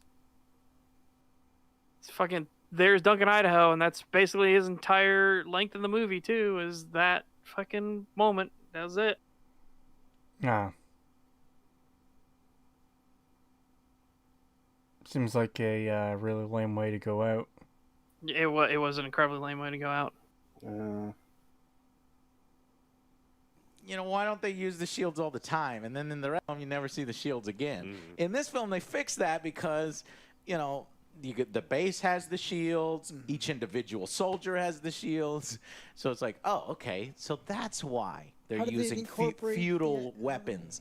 In the original, it's just they have one fight where it's like you got to go slow with the knife in order to penetrate the It's shield. like Tai And then they Chi. never fucking talk about those Okay. shields again. And it's like, well... No, you they do. realize if you had I already used said that, shields, yeah. maybe you could have fought the Harkonnen coming in. So they fixed that, and the ship designs they fixed. Oh, they look so cool. So much better than the 1984, and then also in the 1984, like barely all the action choreography was awful in the night. I mean, they barely fire a shot. The shots are a mess, and it just looks bad. Here, it looks amazing. This is an achievement in the visuals department and the sound department. I really, really like the sound. We got a new home theater, so the place was shaking when those worms came. Just pausing it to break it up a bit. I don't have too much to say about this part. I still think it's weird that they're constantly bringing up the 1984 film, but... Yeah. Yeah. It's just... It's like, Joe, it's not the 1984 movie. It doesn't matter what the 1984 movie did. Just talk about what this movie did. Yeah. And if you want to compare it to anything, compare it to the source material. Yep. Not the other adaptation. $20 super chat from Dominic the Donkey. Thank you very much. Thank you. I'm going to go. Hope you lads have a great night. Well, thank you very much, Dominic the Donkey. Have a good one, man. Yeah, it would be like constantly... It'd be like if you were to do a video about Lord of the Rings, and you constantly refer to, like, the animated adaptations instead of the book still. Yeah. That's be kind of very what this strange. comes across as to me. Yeah. Yeah. God, could you imagine Joe complaining like the Lich King doesn't sound like the animated version. He doesn't sound like Skeletor anymore. Yeah, that... I still remember the first time I heard it. That was so fucking funny. Yeah, that shit was hilarious. I fucking died from that shit. It was so funny. And that actually made the worms like and cool. So What was up with that? it looks I missed that amazing. one. This is an achievement. Yeah, it skipped for me too. In the visuals department and the sound department. I really, really like the sound. We got a new home theater, so the place was shaking when those worms came. And that actually made the worms like scary, you know, and cool. So What was up with Was that it- scene? Yeah. Wherever the worm like just starts staring at Paul. yeah, that might be hinting that the worms kind of know that maybe Paul is a little more special than just some random guy, or they were running, and then they got onto rocks. Yeah. Yeah. Well, again, you can interpret it either way. If you know stuff from the books, there's certain signs. If you didn't know from the books, yeah, they just up on the rocks, and the worm was just like, can I? I'm wagering. Can I smash down right now and get this whatever it was that got away from it? Yeah. So, yeah, there might be something I'm missing there from the books that implies there's more to the worms, but to me, for someone seeing it the first time, it absolutely seems like the worm realized its prey was out of reach, essentially. And it's like, okay, this thing can't stay here forever. Is it going to move back onto the sand? And then he's heard the thumping and left. Yeah, after he was doing that that clacking sound, though, the worm was. Yeah. Yeah, and then it gets led off by the Fremen nearby, which is why it leaves. Yep. Which, by the way, the worm clacking almost sounded like laughter. Yep. I don't know how I think intentional it that was. I think it was Ben and Chris that were both like, and now it's laughing at them. Wow. Yeah, that's how I interpreted it. Because I don't think I noticed that the first time, but definitely last night, it's like, man, that is a creepy monster laugh. Yeah. It's like, okay. Now it's taunting us. What the fuck? Be hinting that the worms kind of know that maybe it's a little more special than just some random guy, or he's not at that level yet, and it's just like, you son of a bitch, I was gonna eat you. Yeah. You know, You they got me leave this it. time. They leave it up to interpretation. You read the Yeah. books, you think, well, the worm probably knows a little bit about Paul, and eventually Paul's son, and who Paul's son I then thought becomes. he was gonna be like pull a fucking Harry Potter with the snake. Oh yeah, absolutely. They almost opened the door for me. Where do you Almost think opened the she door got for it me. Yeah. But yeah. So One thing that really was did. the bullfighters in the book? It's been so long. I don't remember 'Cause the bullfighter kinda stuff. Like, Yes, I think the grandfather gets killed it by was. a bull from the Sardaukar planet, the Imperial planet, the Sakus Sundi. It's a bull that has multiple horns and two brains, and they're known for being malicious little fucking shitheels. Huh. So, the bull kills Leto Atreides' father. It kills it in the arena, and Leto Atreides, in a moment of grief and anger, immediately tells his soldiers to gun that bull down, and then they cut its head off. They have it stuffed, and he keeps it in his possession from now on. And it's hinted at that part of it is he will look at that bull's head to remind himself not to be so bullheaded. So he won't be as like eager to throw himself into the fire as his father was. And, okay, because when watching the movie, I kept seeing the bullhead, like, it was often in the background, but it seemed very significant despite that. But there's also times where they just have shots of the bull's head. It's like, okay, this obviously means something. Yes. And yeah, so that's why it was a beautiful moment when he opened his eyes when he was going to be killed by the Baron, and he sees the first thing he sees is the bull's head over, and he's realized he's kind of like there was nothing he could do in this situation. Like his hands were tied. He got pulled into this, and he tried to fight his way out, and he knows it's over now. He's literally staring down the thing that killed his grandfather, killed his father, and he knows that these are his last moments as well.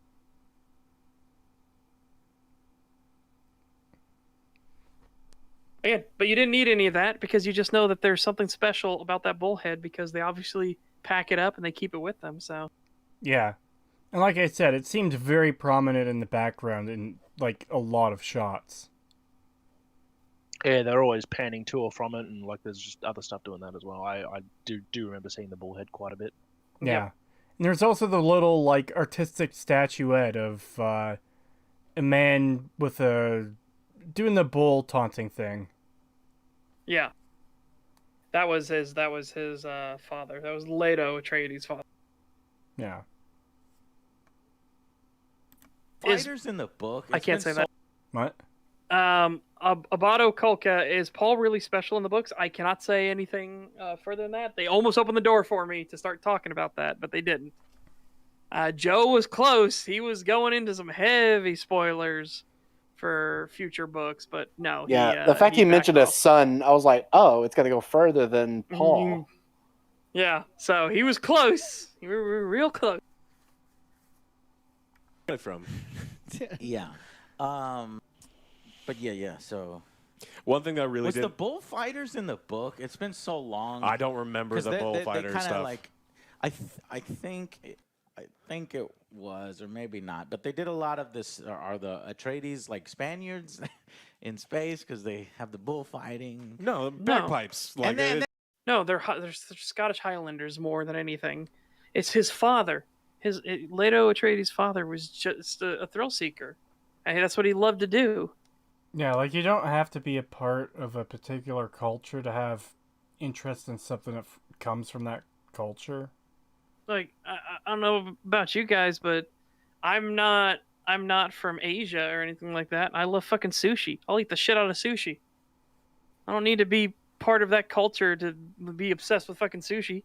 Well, Yeah. clearly you have to be Asian descent if you like something from Asia. Yeah. We're not allowed to like things like Cowboy Bebop. Yeah. Well, the new one. Yeah, oh, the new man, one you I'm shouldn't, but the original, dreadful. yeah. I'm dreading it. I'll say this. There's still the possibility the new one could be fucking amazing. Yeah, I think the possibility it could be good exists, but I don't see it happening. that possibility is really low. Apparently, since Very low. pre-release reviews are coming out now, apparently, and they're not good.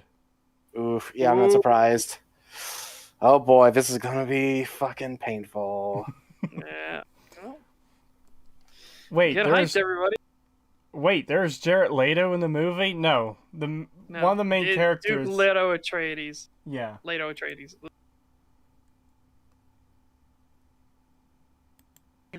Your Asian name space. Tin Sushi. Well, I mean, you've got your normals, tilapia.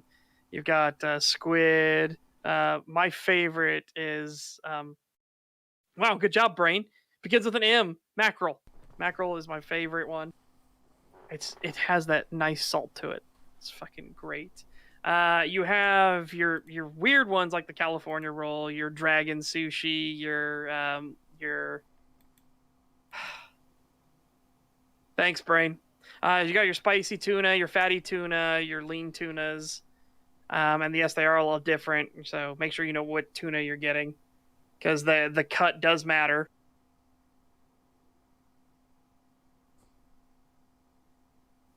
You're making me Man. hungry now. I I'm am. gonna go I know. get I'm food. really Be right back. hungry right now. My stomach is growling. Yeah, It's like I'm you should go get some starving. sushi, and I'm like, I can't. There's no sushi nearby. Rip. I've got chili waiting in the other room, and I'm just like, God, I want to go eat it so bad. Stags. Such talks about good sushi. Yeah. Dude, seriously, mackerel. Get mackerel. Definitely get mackerel. There is just a nice salty taste to mackerel. So it has that good fish flavor, and then it has that just pinch of salt at the end. I don't know why it's always mackerel that does it, but it is. It's so. But yeah, you have your phoenix rolls and everything like that. Your shrimp sushi. Your egg sushi is really good. If you want a palate cleanser, egg sushi is really fucking good. Yeah, I know. I'm making myself hungry. God, I'm Trust me, starving. guys. Please, let's move on. So Other Joe, save us. They have the bullfighting. No, bagpipes. Yeah, so that's the thing about Dune, the books. They kind of mix a lot of things together. They throw in bagpipes. So you got Scottish, Spaniard, spacefaring, Mix of everything. and then They're way more I didn't Scottish hear the than they word are Spaniards. Muad'Dib, in this one. They I think they were calling him something else. It's like Lisan Al Gaib was what they're calling him here. And again, it's the speaker from the Outer Worlds. And Muad'Dib is what he chooses. Oh, fuck. Okay. I kind of spoiled it a bit like that. I guess we spoiled it with Indigo Gaming when we were talking about why the 1984 Dune movie was so fucking weird, and the weirding modules, and how, if we want to talk pretentious, fucking the weirding modules where they say his name, Wadib, and that's the fucking superpower word. It's, oh my god. Man, that movie's, ugh. Everyone is hungry? Have some party salad. That should clear any hunger. Yeah, I think I'll be dead afterwards, so you might be right. I won't be hungry if I'm dead.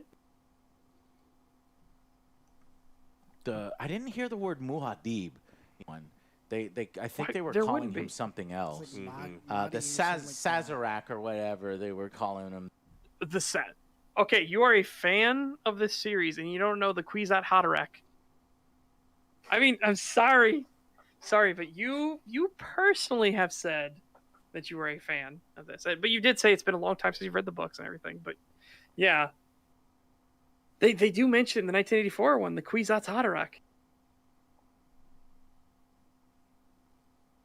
Speaker of the Outer Worlds, Setch, for the last time, wrong IP. No, it's Speaker from the Outer World. Yeah, it's not Outer Worlds. It's not specifically Outer Worlds. No, bad kangaroo.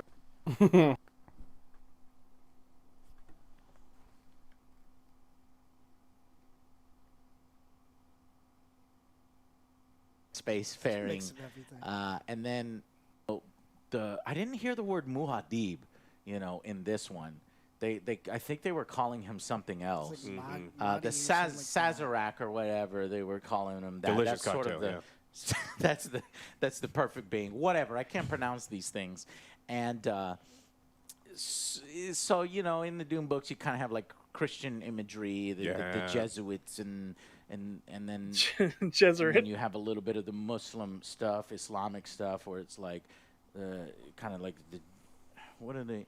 I know in the original film they mentioned like a jihad, but I don't think. Yes, they do. They didn't mention it all they this didn't time. mention Yeah, any it was jihad. definitely. Yeah, they did. They tried. They did mention the jihad. Yeah, they did mention the jihad because I He found didn't it say very jihad. strange. He didn't say He did say jihad because I found it very strange. I was like, why did they say jihad? Oh, yeah. Okay.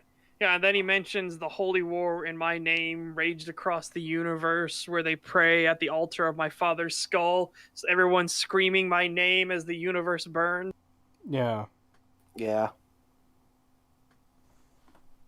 Yeah, I didn't know. I thought that I was like, because I was getting some like Islamic Yeah, they did that, and it was the themes in the film, and then they said like jihad, and I was like, oh, they're actually just outright saying like No, it's a they're holy jihad. war. Yeah, There is so going to be a like holy war. yeah, so because I was like kind of taken aback that they said jihad. And there I was was like, there was oh. a holy war before this as well, which is the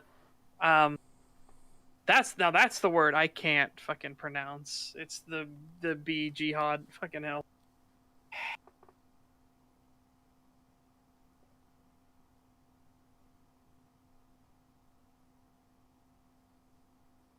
The Butlerian jihad. God, man, saying it. Is there somebody that has a pronunciation of it? My God. But yeah, there was the jihad beforehand. That was to destroy all computers and everything. Huh.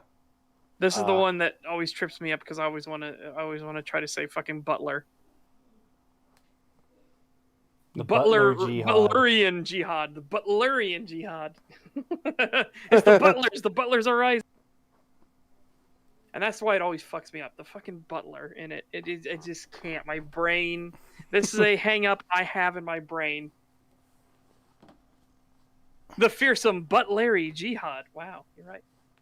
So that's another thing they got outright wrong, saying that it's not in the film at all. It is. I specifically remember it because I was surprised about it. I was like, whoa, why is that here? Yeah, that was the war against thinking machines and a very, very evil AI who literally tried to pull a Skynet because they thought they could win because people were so dependent on thinking machines and everything. Wow, what does that sound like? But yeah, so it that fucking happened. Were mixed in the original. There was a lot of content for a long time with the book series about, oh, this is a white messiah book and it's kind of shitty. Oh yeah, so and do you want to get which into it is. I think it's In the books, the fucking Fremen are more Aryan. blue eyes, blonde hair. Uh-oh, it sounds like they're getting into it, though. This is gonna be fucking fun. Yeah. Oh no. So hey, if we want to talk about White Messiah, let me tell you something. Paul ain't the chosen one. I have just returned with food. Oh, well, welcome. Oh shit, I didn't know you were gone. Yeah, we didn't know you were gone. Fuck. Well, you might have missed a big spoiler anyways, so it's fine. Yeah, there you go. You have been spared from a big spoiler, unless they go into it. But yeah. Here we- Beautiful. A lot of controversy there has been for a long time with the book series about, oh, this is a White Messiah book and it's Which kind it of isn't. shitty. Oh yeah. So and, do you like, want to get into? I mean, I think that? it's it's I something think it's stupid. Yeah, man. I mean, It's- I'm not fucking hate offended that by stuff. it, but like that's something that's not in there. He also really sanitized the Baron, right? The Baron What? is into What? young boys, even fantasy, and so it's like no. And he's- Again, it is heavily implied that the Baron is a pedophile. Yes. In the books, it is heavily implied, but I don't think there's anything that outright states it. I don't remember anything outright stating. I remember it being implied very heavily. It also seems like the thing that...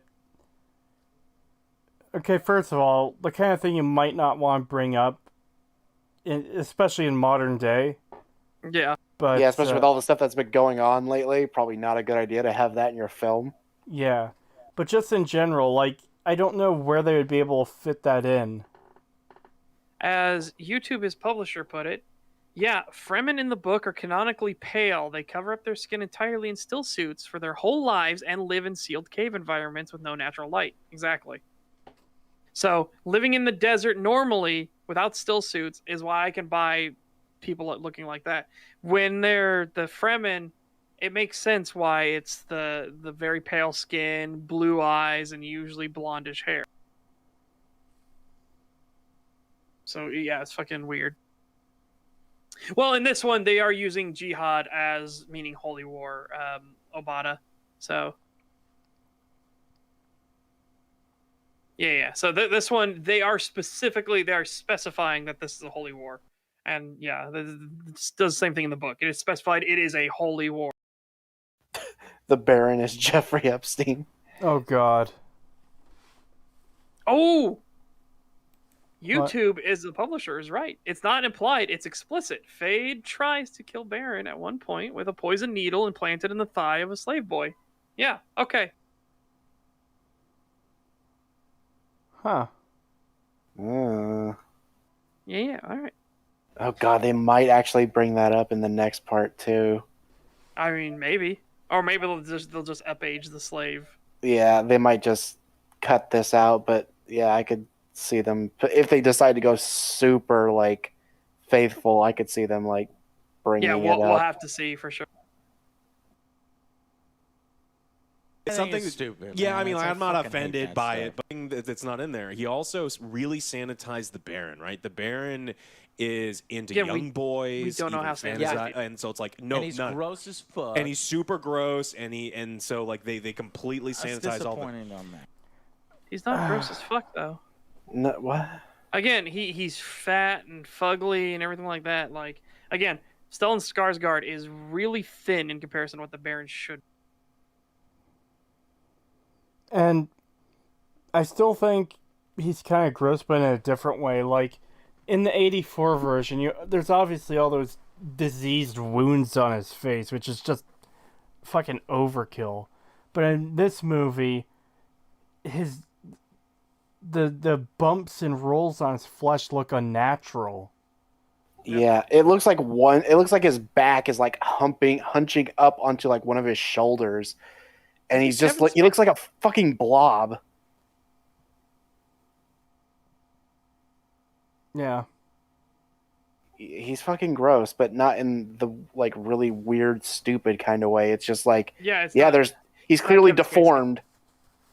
Yeah, I was right. It's Stellan Skarsgård. Okay, I was gonna say, holy fuck, I can't believe I'd go crazy if I got that wrong. It's like, there's no way. I know it's Stellan Skarsgård, but now it had me second guessing, so I had to go.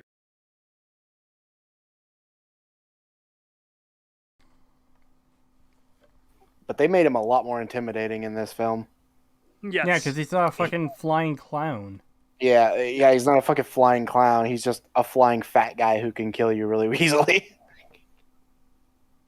Yep. Yeah, and so it's just 7. everyone is clean in this. Like in my mind, everyone is clean. Even the desert. Too fucking sterile. Yeah, it's like they're wearing. How? They There's still some dust on the shoulders. Yeah, sometimes every now and then, but it's Yeah, like I everyone's know. hair is perfectly in place, and it's just I think the look that he went for Are you serious? didn't Too work much for like fucking. It's like he did Blade Runner fantasy, when it needed to be more dirty, more lived in, more Gritty. gritty. How would this actually? Okay, that's fucking weird. Lord Kelvin, it wasn't. He needed suspenders. He needed the flotation system, which is what we see in this. Only they put it for his spine, so he could actually even function that way. Yeah.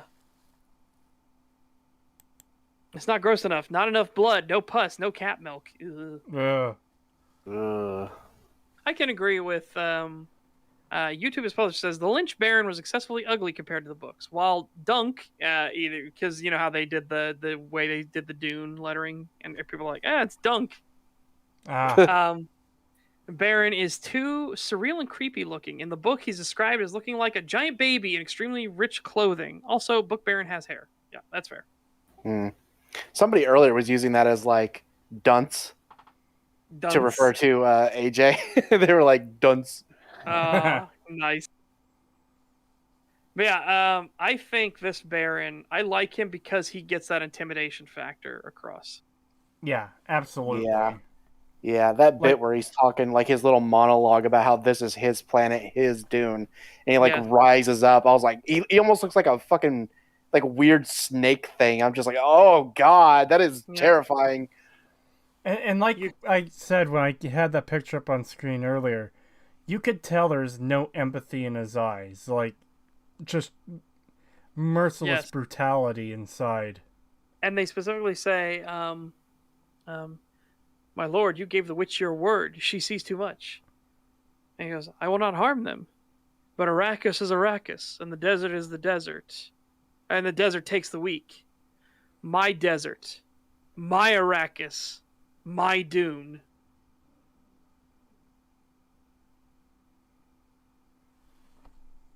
Yep.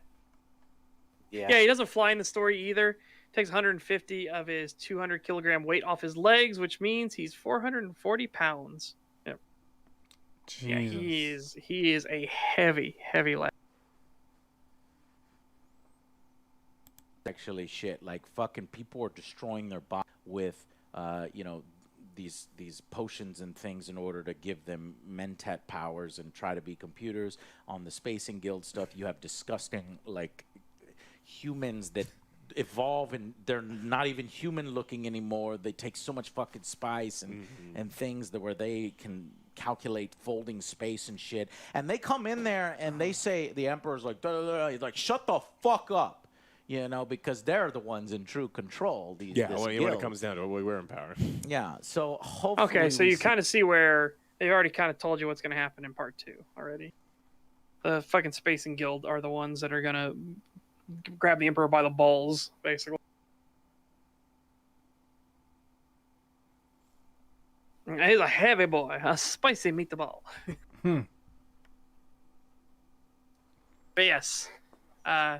Yeah, so I'm totally fine again with an adaptation change of making the Baron float and everything like that. Yeah. Because it works well for, you can tell it takes multiple systems, and it works well with Duncan Idaho's fighting style. Give him more of a unique style because he uses one of those suspension systems himself to fight Sardaukar, and the Sardaukar use it to jump out of dropships.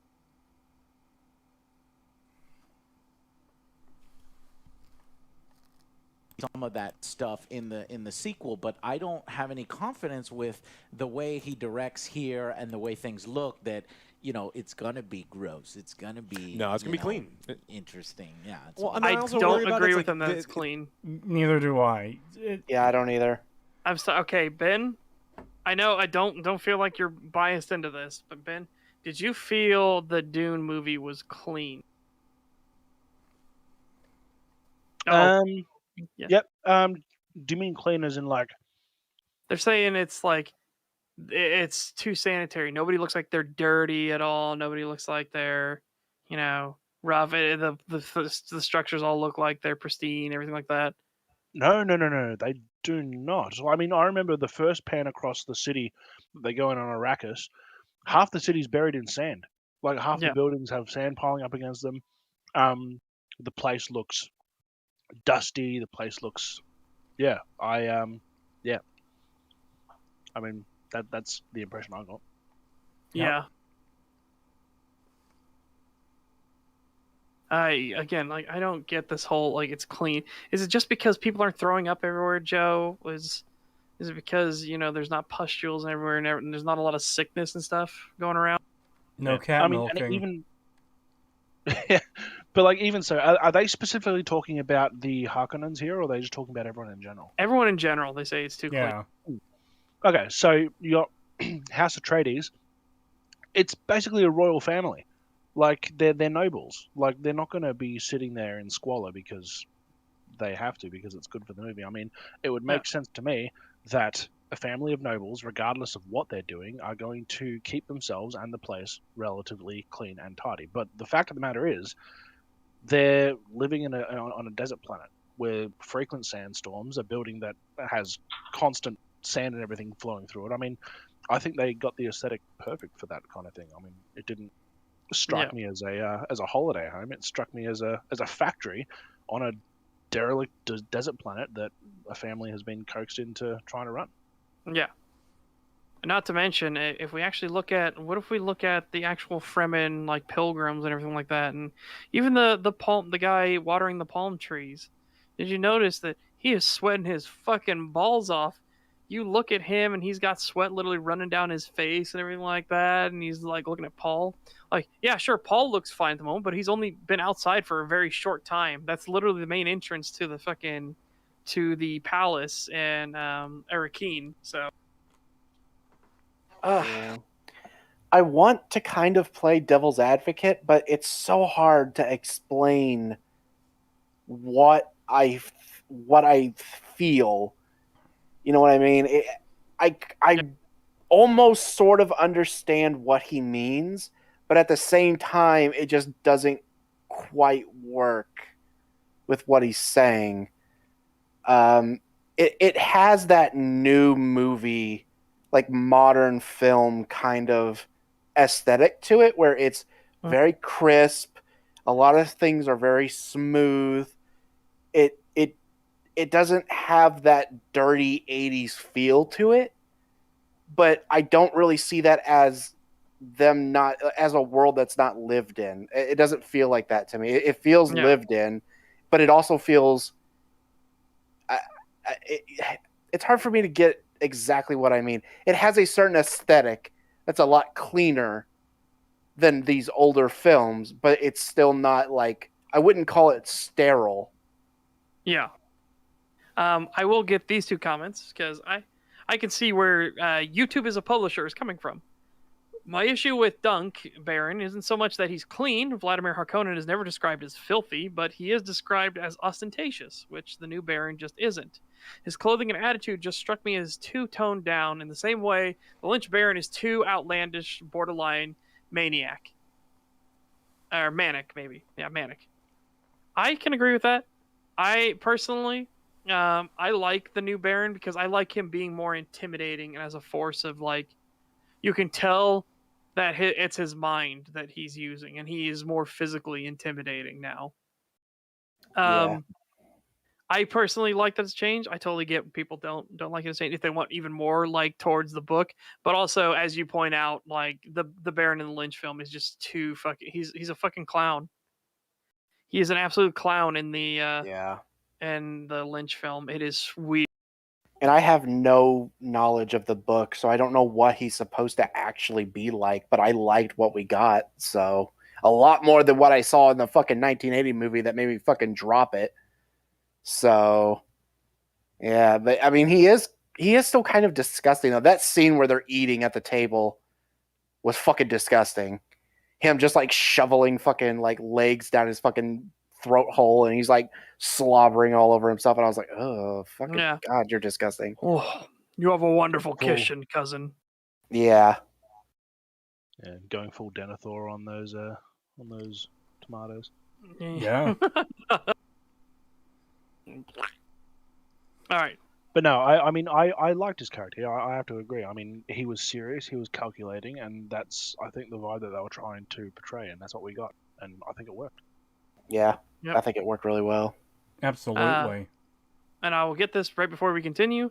YouTube, as a publisher, says they did get the part about his kind of threatening attitude right. Novel Baron is described as having spider black eyes, which I always interpreted as him having a cold, unempathetic look. Yes. Yeah, and that exact look you described there is what we get throughout the film consistently from him. Oh yeah. You could see he has no empathy whatsoever, and behind his eyes, he's completely uncaring.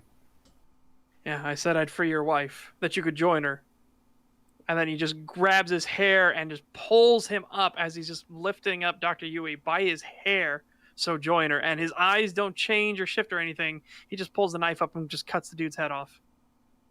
It's just like, yeah, okay. That is somebody who has no empathy whatsoever. Yeah. Yeah.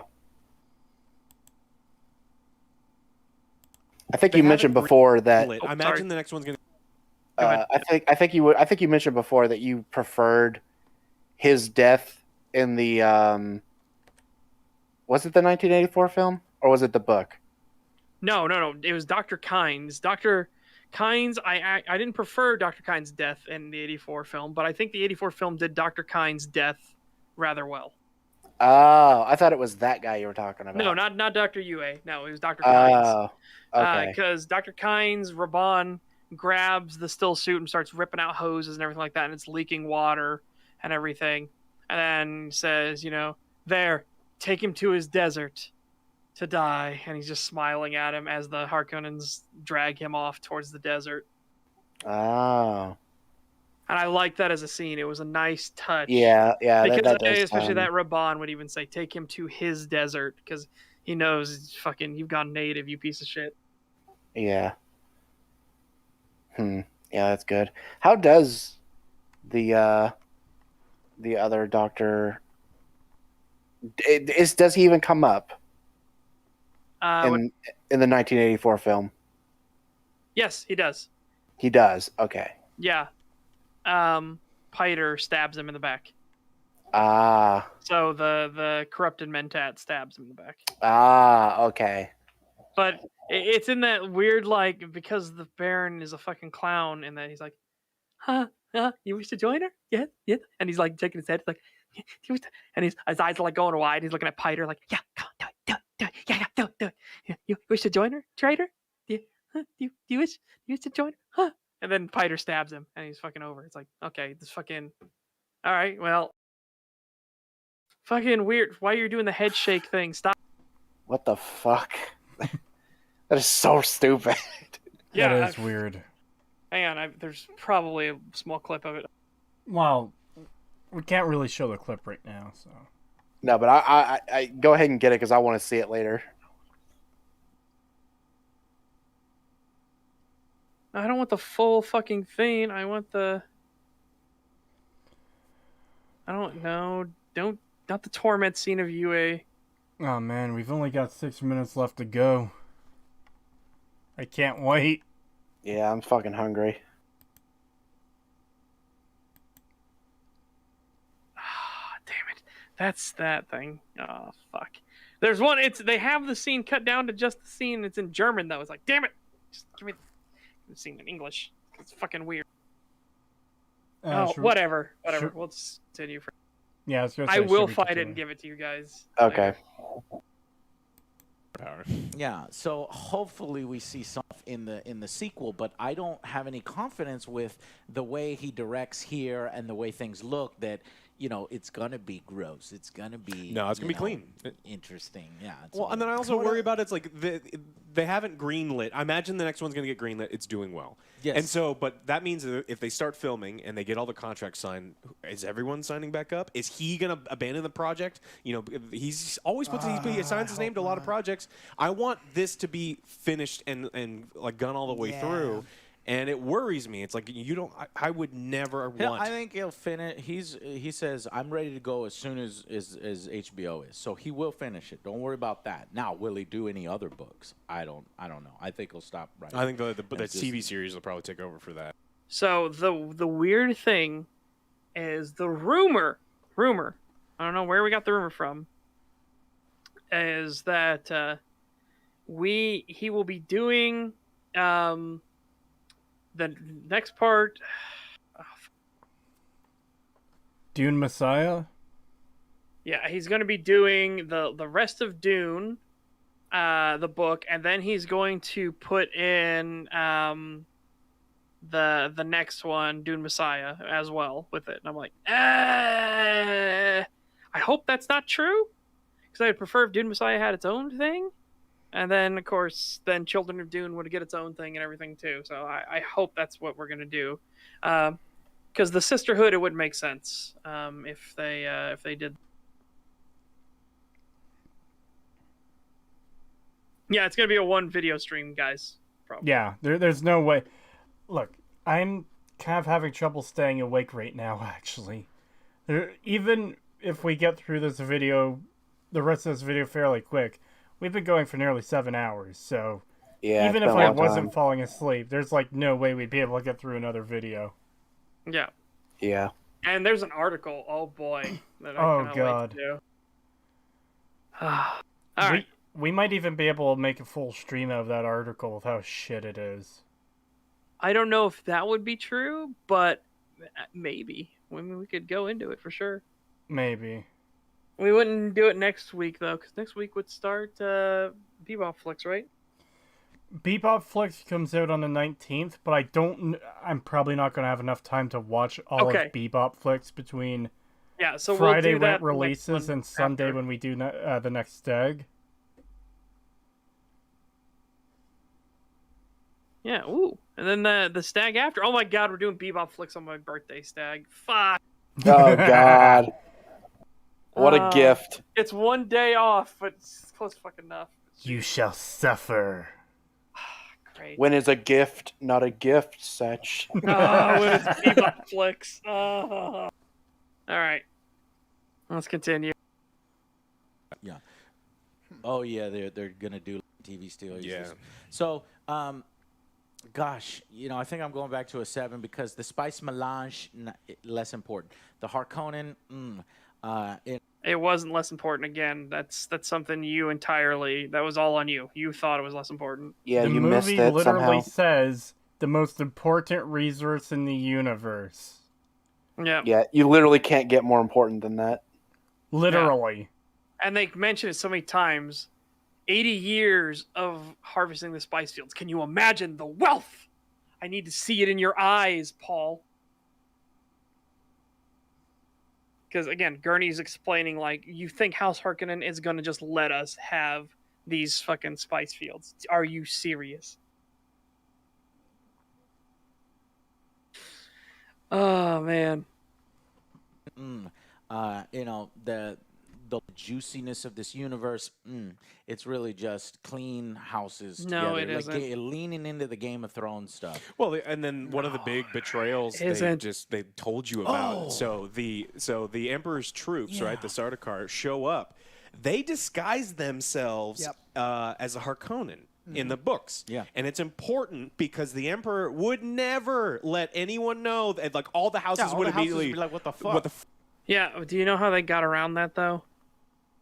They specified... They're dying in the dark. Yeah, Baron Vladimir Harkonnen himself said that there are no satellites over Arrakis. No one will know that the Sardaukar, that the Emperor moved against the Atreides. And again, they didn't use any Sardaukar ships or anything like that. It was just Sardaukar armor, but they carried them in Harkonnen drop ships and their capital ships, everything like that.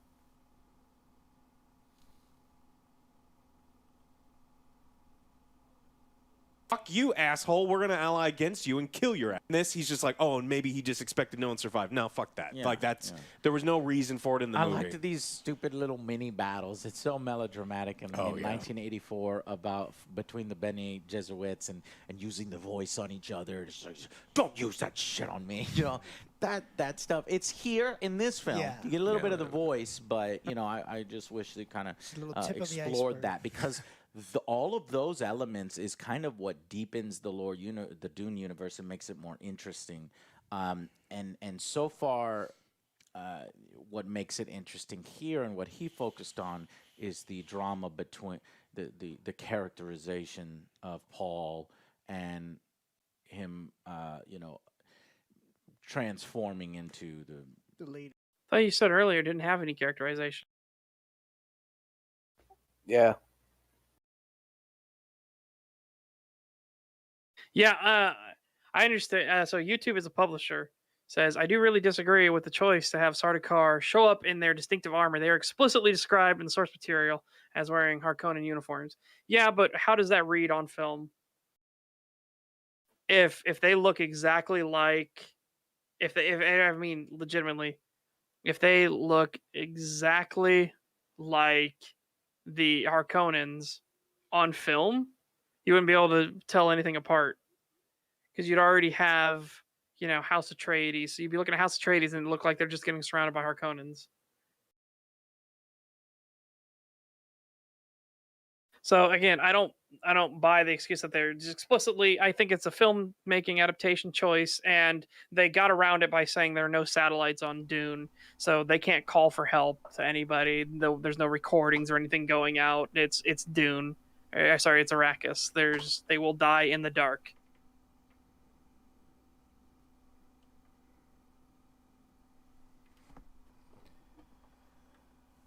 Yeah, it just seems to be a case of them not paying attention and just assuming shit, and some of it's like the really weird claims we already talked about, but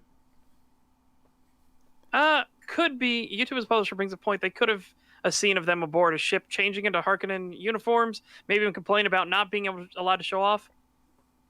I don't know if the Sardaukar would really care, because they're still carrying out the Emperor's word. Remember, they're fanatical zealots. I don't think they would care so much of that part. I'm talking about the audience. How would you read a scene as an audience member of seeing, here are these 3 black blobs, but that blob right there on the left is actually Sardaukar? You know what I mean? mm-hmm. Yeah, I wouldn't have got that. I didn't even know that there was a difference, to be honest. I just thought it was Harkonnens. I didn't even know that it was like, I didn't even know that the Sardaukar were a separate group from them. Yeah, they're the Emperor's. Chosen. That's why when he was meeting with them on the Imperial Army world, Lusa Secundus, he specifically said, "We are the Emperor's blade." So yeah, that's the Emperor's personal army. Yeah, okay. Yeah. Yeah, I don't think that there's a way that they could have really gotten around that. That would have been awkward. Yeah, so the Sardaukar were in their white, armor and uniforms and everything like that. Like I said, and I think if there was a way to do it, I think there could have been interesting things. Like maybe if they had them have white armbands or something like that to just distinguish between companies, and they just knew the ones with white armbands were Sardaukar. I don't know, something like that. Yeah, that might have worked. Like I said, I'm not specifically calling YouTube as a publisher out.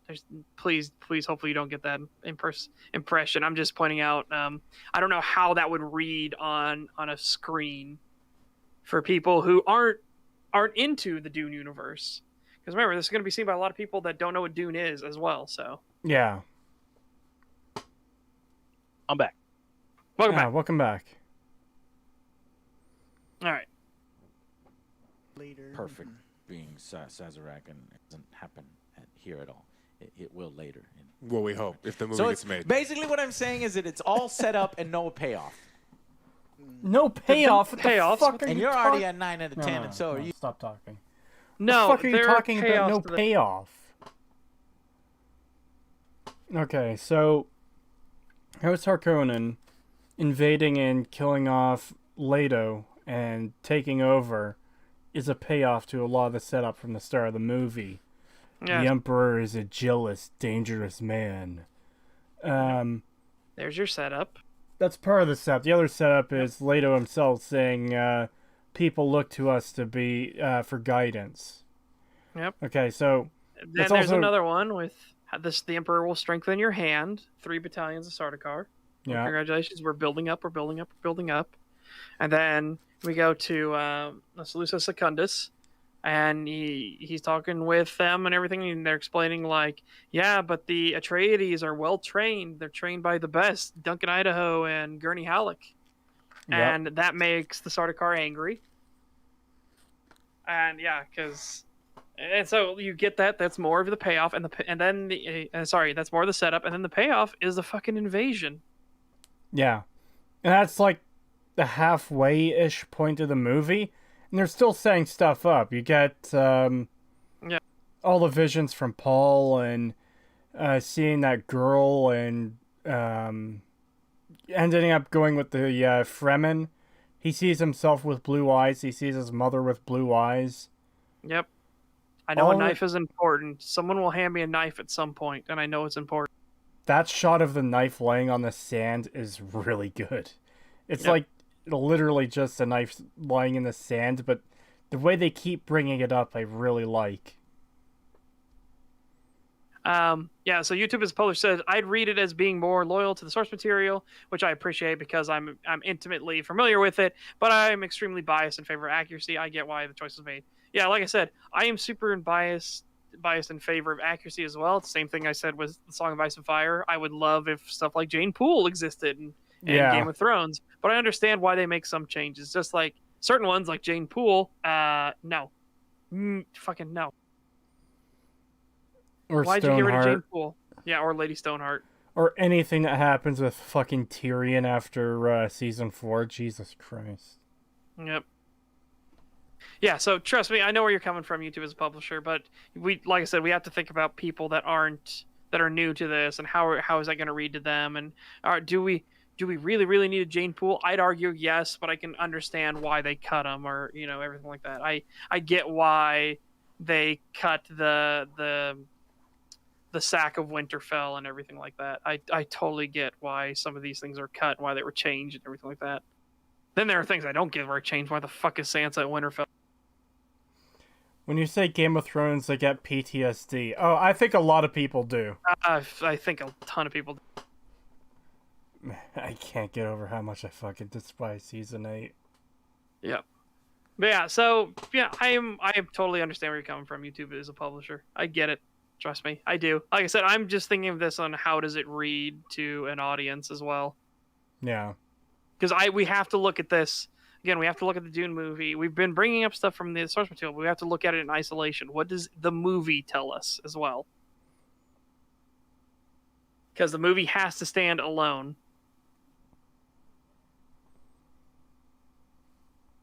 So Yeah. y'all are ready to go for this payoff. I am. Wait for the payoff. So, and I do want the payoff. And I think when you combine these two, probably be a 9. If to it 10. didn't say part 1 under Dune, Yeah. this would be like a 3 out of 10 because it's not a complete movie. What? What the fuck? Are you fucking insane?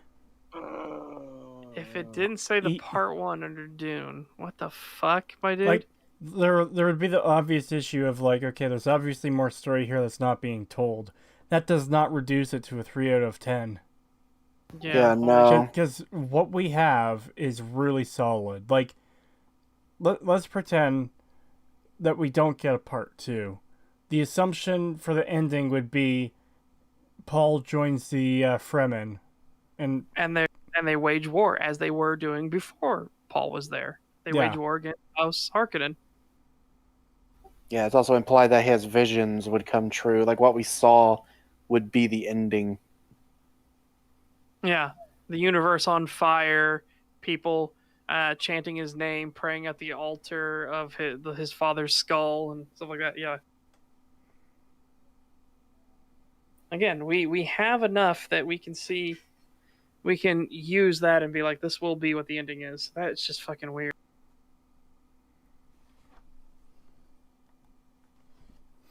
Because it's just like I said earlier, part 2 existing or not does not change the quality of this movie. This movie doesn't become a 10 out of 10 or a 3 out of 10 depending on whether part 2 exists or not. Yeah. But is it a strong 3? Yeah. God damn. It's fucking hot take machine. It's not a complete anything, but if everyone is like, look, everyone's ready to go, and this truly is, I mean, it's like the Fellowship of the Ring ends in kind of in a way that you're like, really, that's like the big ending for it. It's like yes, because there's more coming, and so I'm just Okay, Oh my so god. you can do that there for that, but not for this. Yeah, that seems very disingenuous to me. Yeah, I just want to just tear apart this guy's argument so bad. I'm just no. I'm bothered. I'm irked. Yes. Congratulations. You have bothered the Australian. Prepare thyself. Yeah. Oh my god. It almost... Maybe I'm reading too much into it. It almost kind of sounded like he was a bit negative about Fellowship's ending, too. Like, I don't know, man. Yeah. Those movies are pretty fucking strong. Yeah, but then he goes on to say, "Oh yeah, it's not a strong ending because you got more of it." I'm like, that's exactly the case with Dune. With Dune. Yes. Yeah, it's like we've got more coming. Okay, we got more coming. What a power move! The fact that he was willing to call it a part 1 and even cut it off as a part 1, not knowing if they would green light a part 2. He was banking on. He's like, no, it's gonna do well, and you're gonna give me a part 2. $5 super chat from Zimzilla99. Thank you very much. Thank you. Well, my shift ended and heading home, and you guys are still going. Good job. Yeah, well. Suffering through Angry Joe's garbage, Stag. Yeah. Like, I definitely, YouTube is a publisher. I would definitely, they said, shit, I'm not exactly a huge fan of Dunk, but 3 out of 10 is a nonsensical scoring. 5 out of 10 is average. I'd at least give this one a 6 or 6.5. Oh, well, Joe's got to get them drama clicks, and I don't. Yeah. I don't know if he's going for drama clicks. I'd give it a 9. I could see giving it an 8 if people made more arguments. So I would give it a 9 or an 8. Those would be my hard points right there.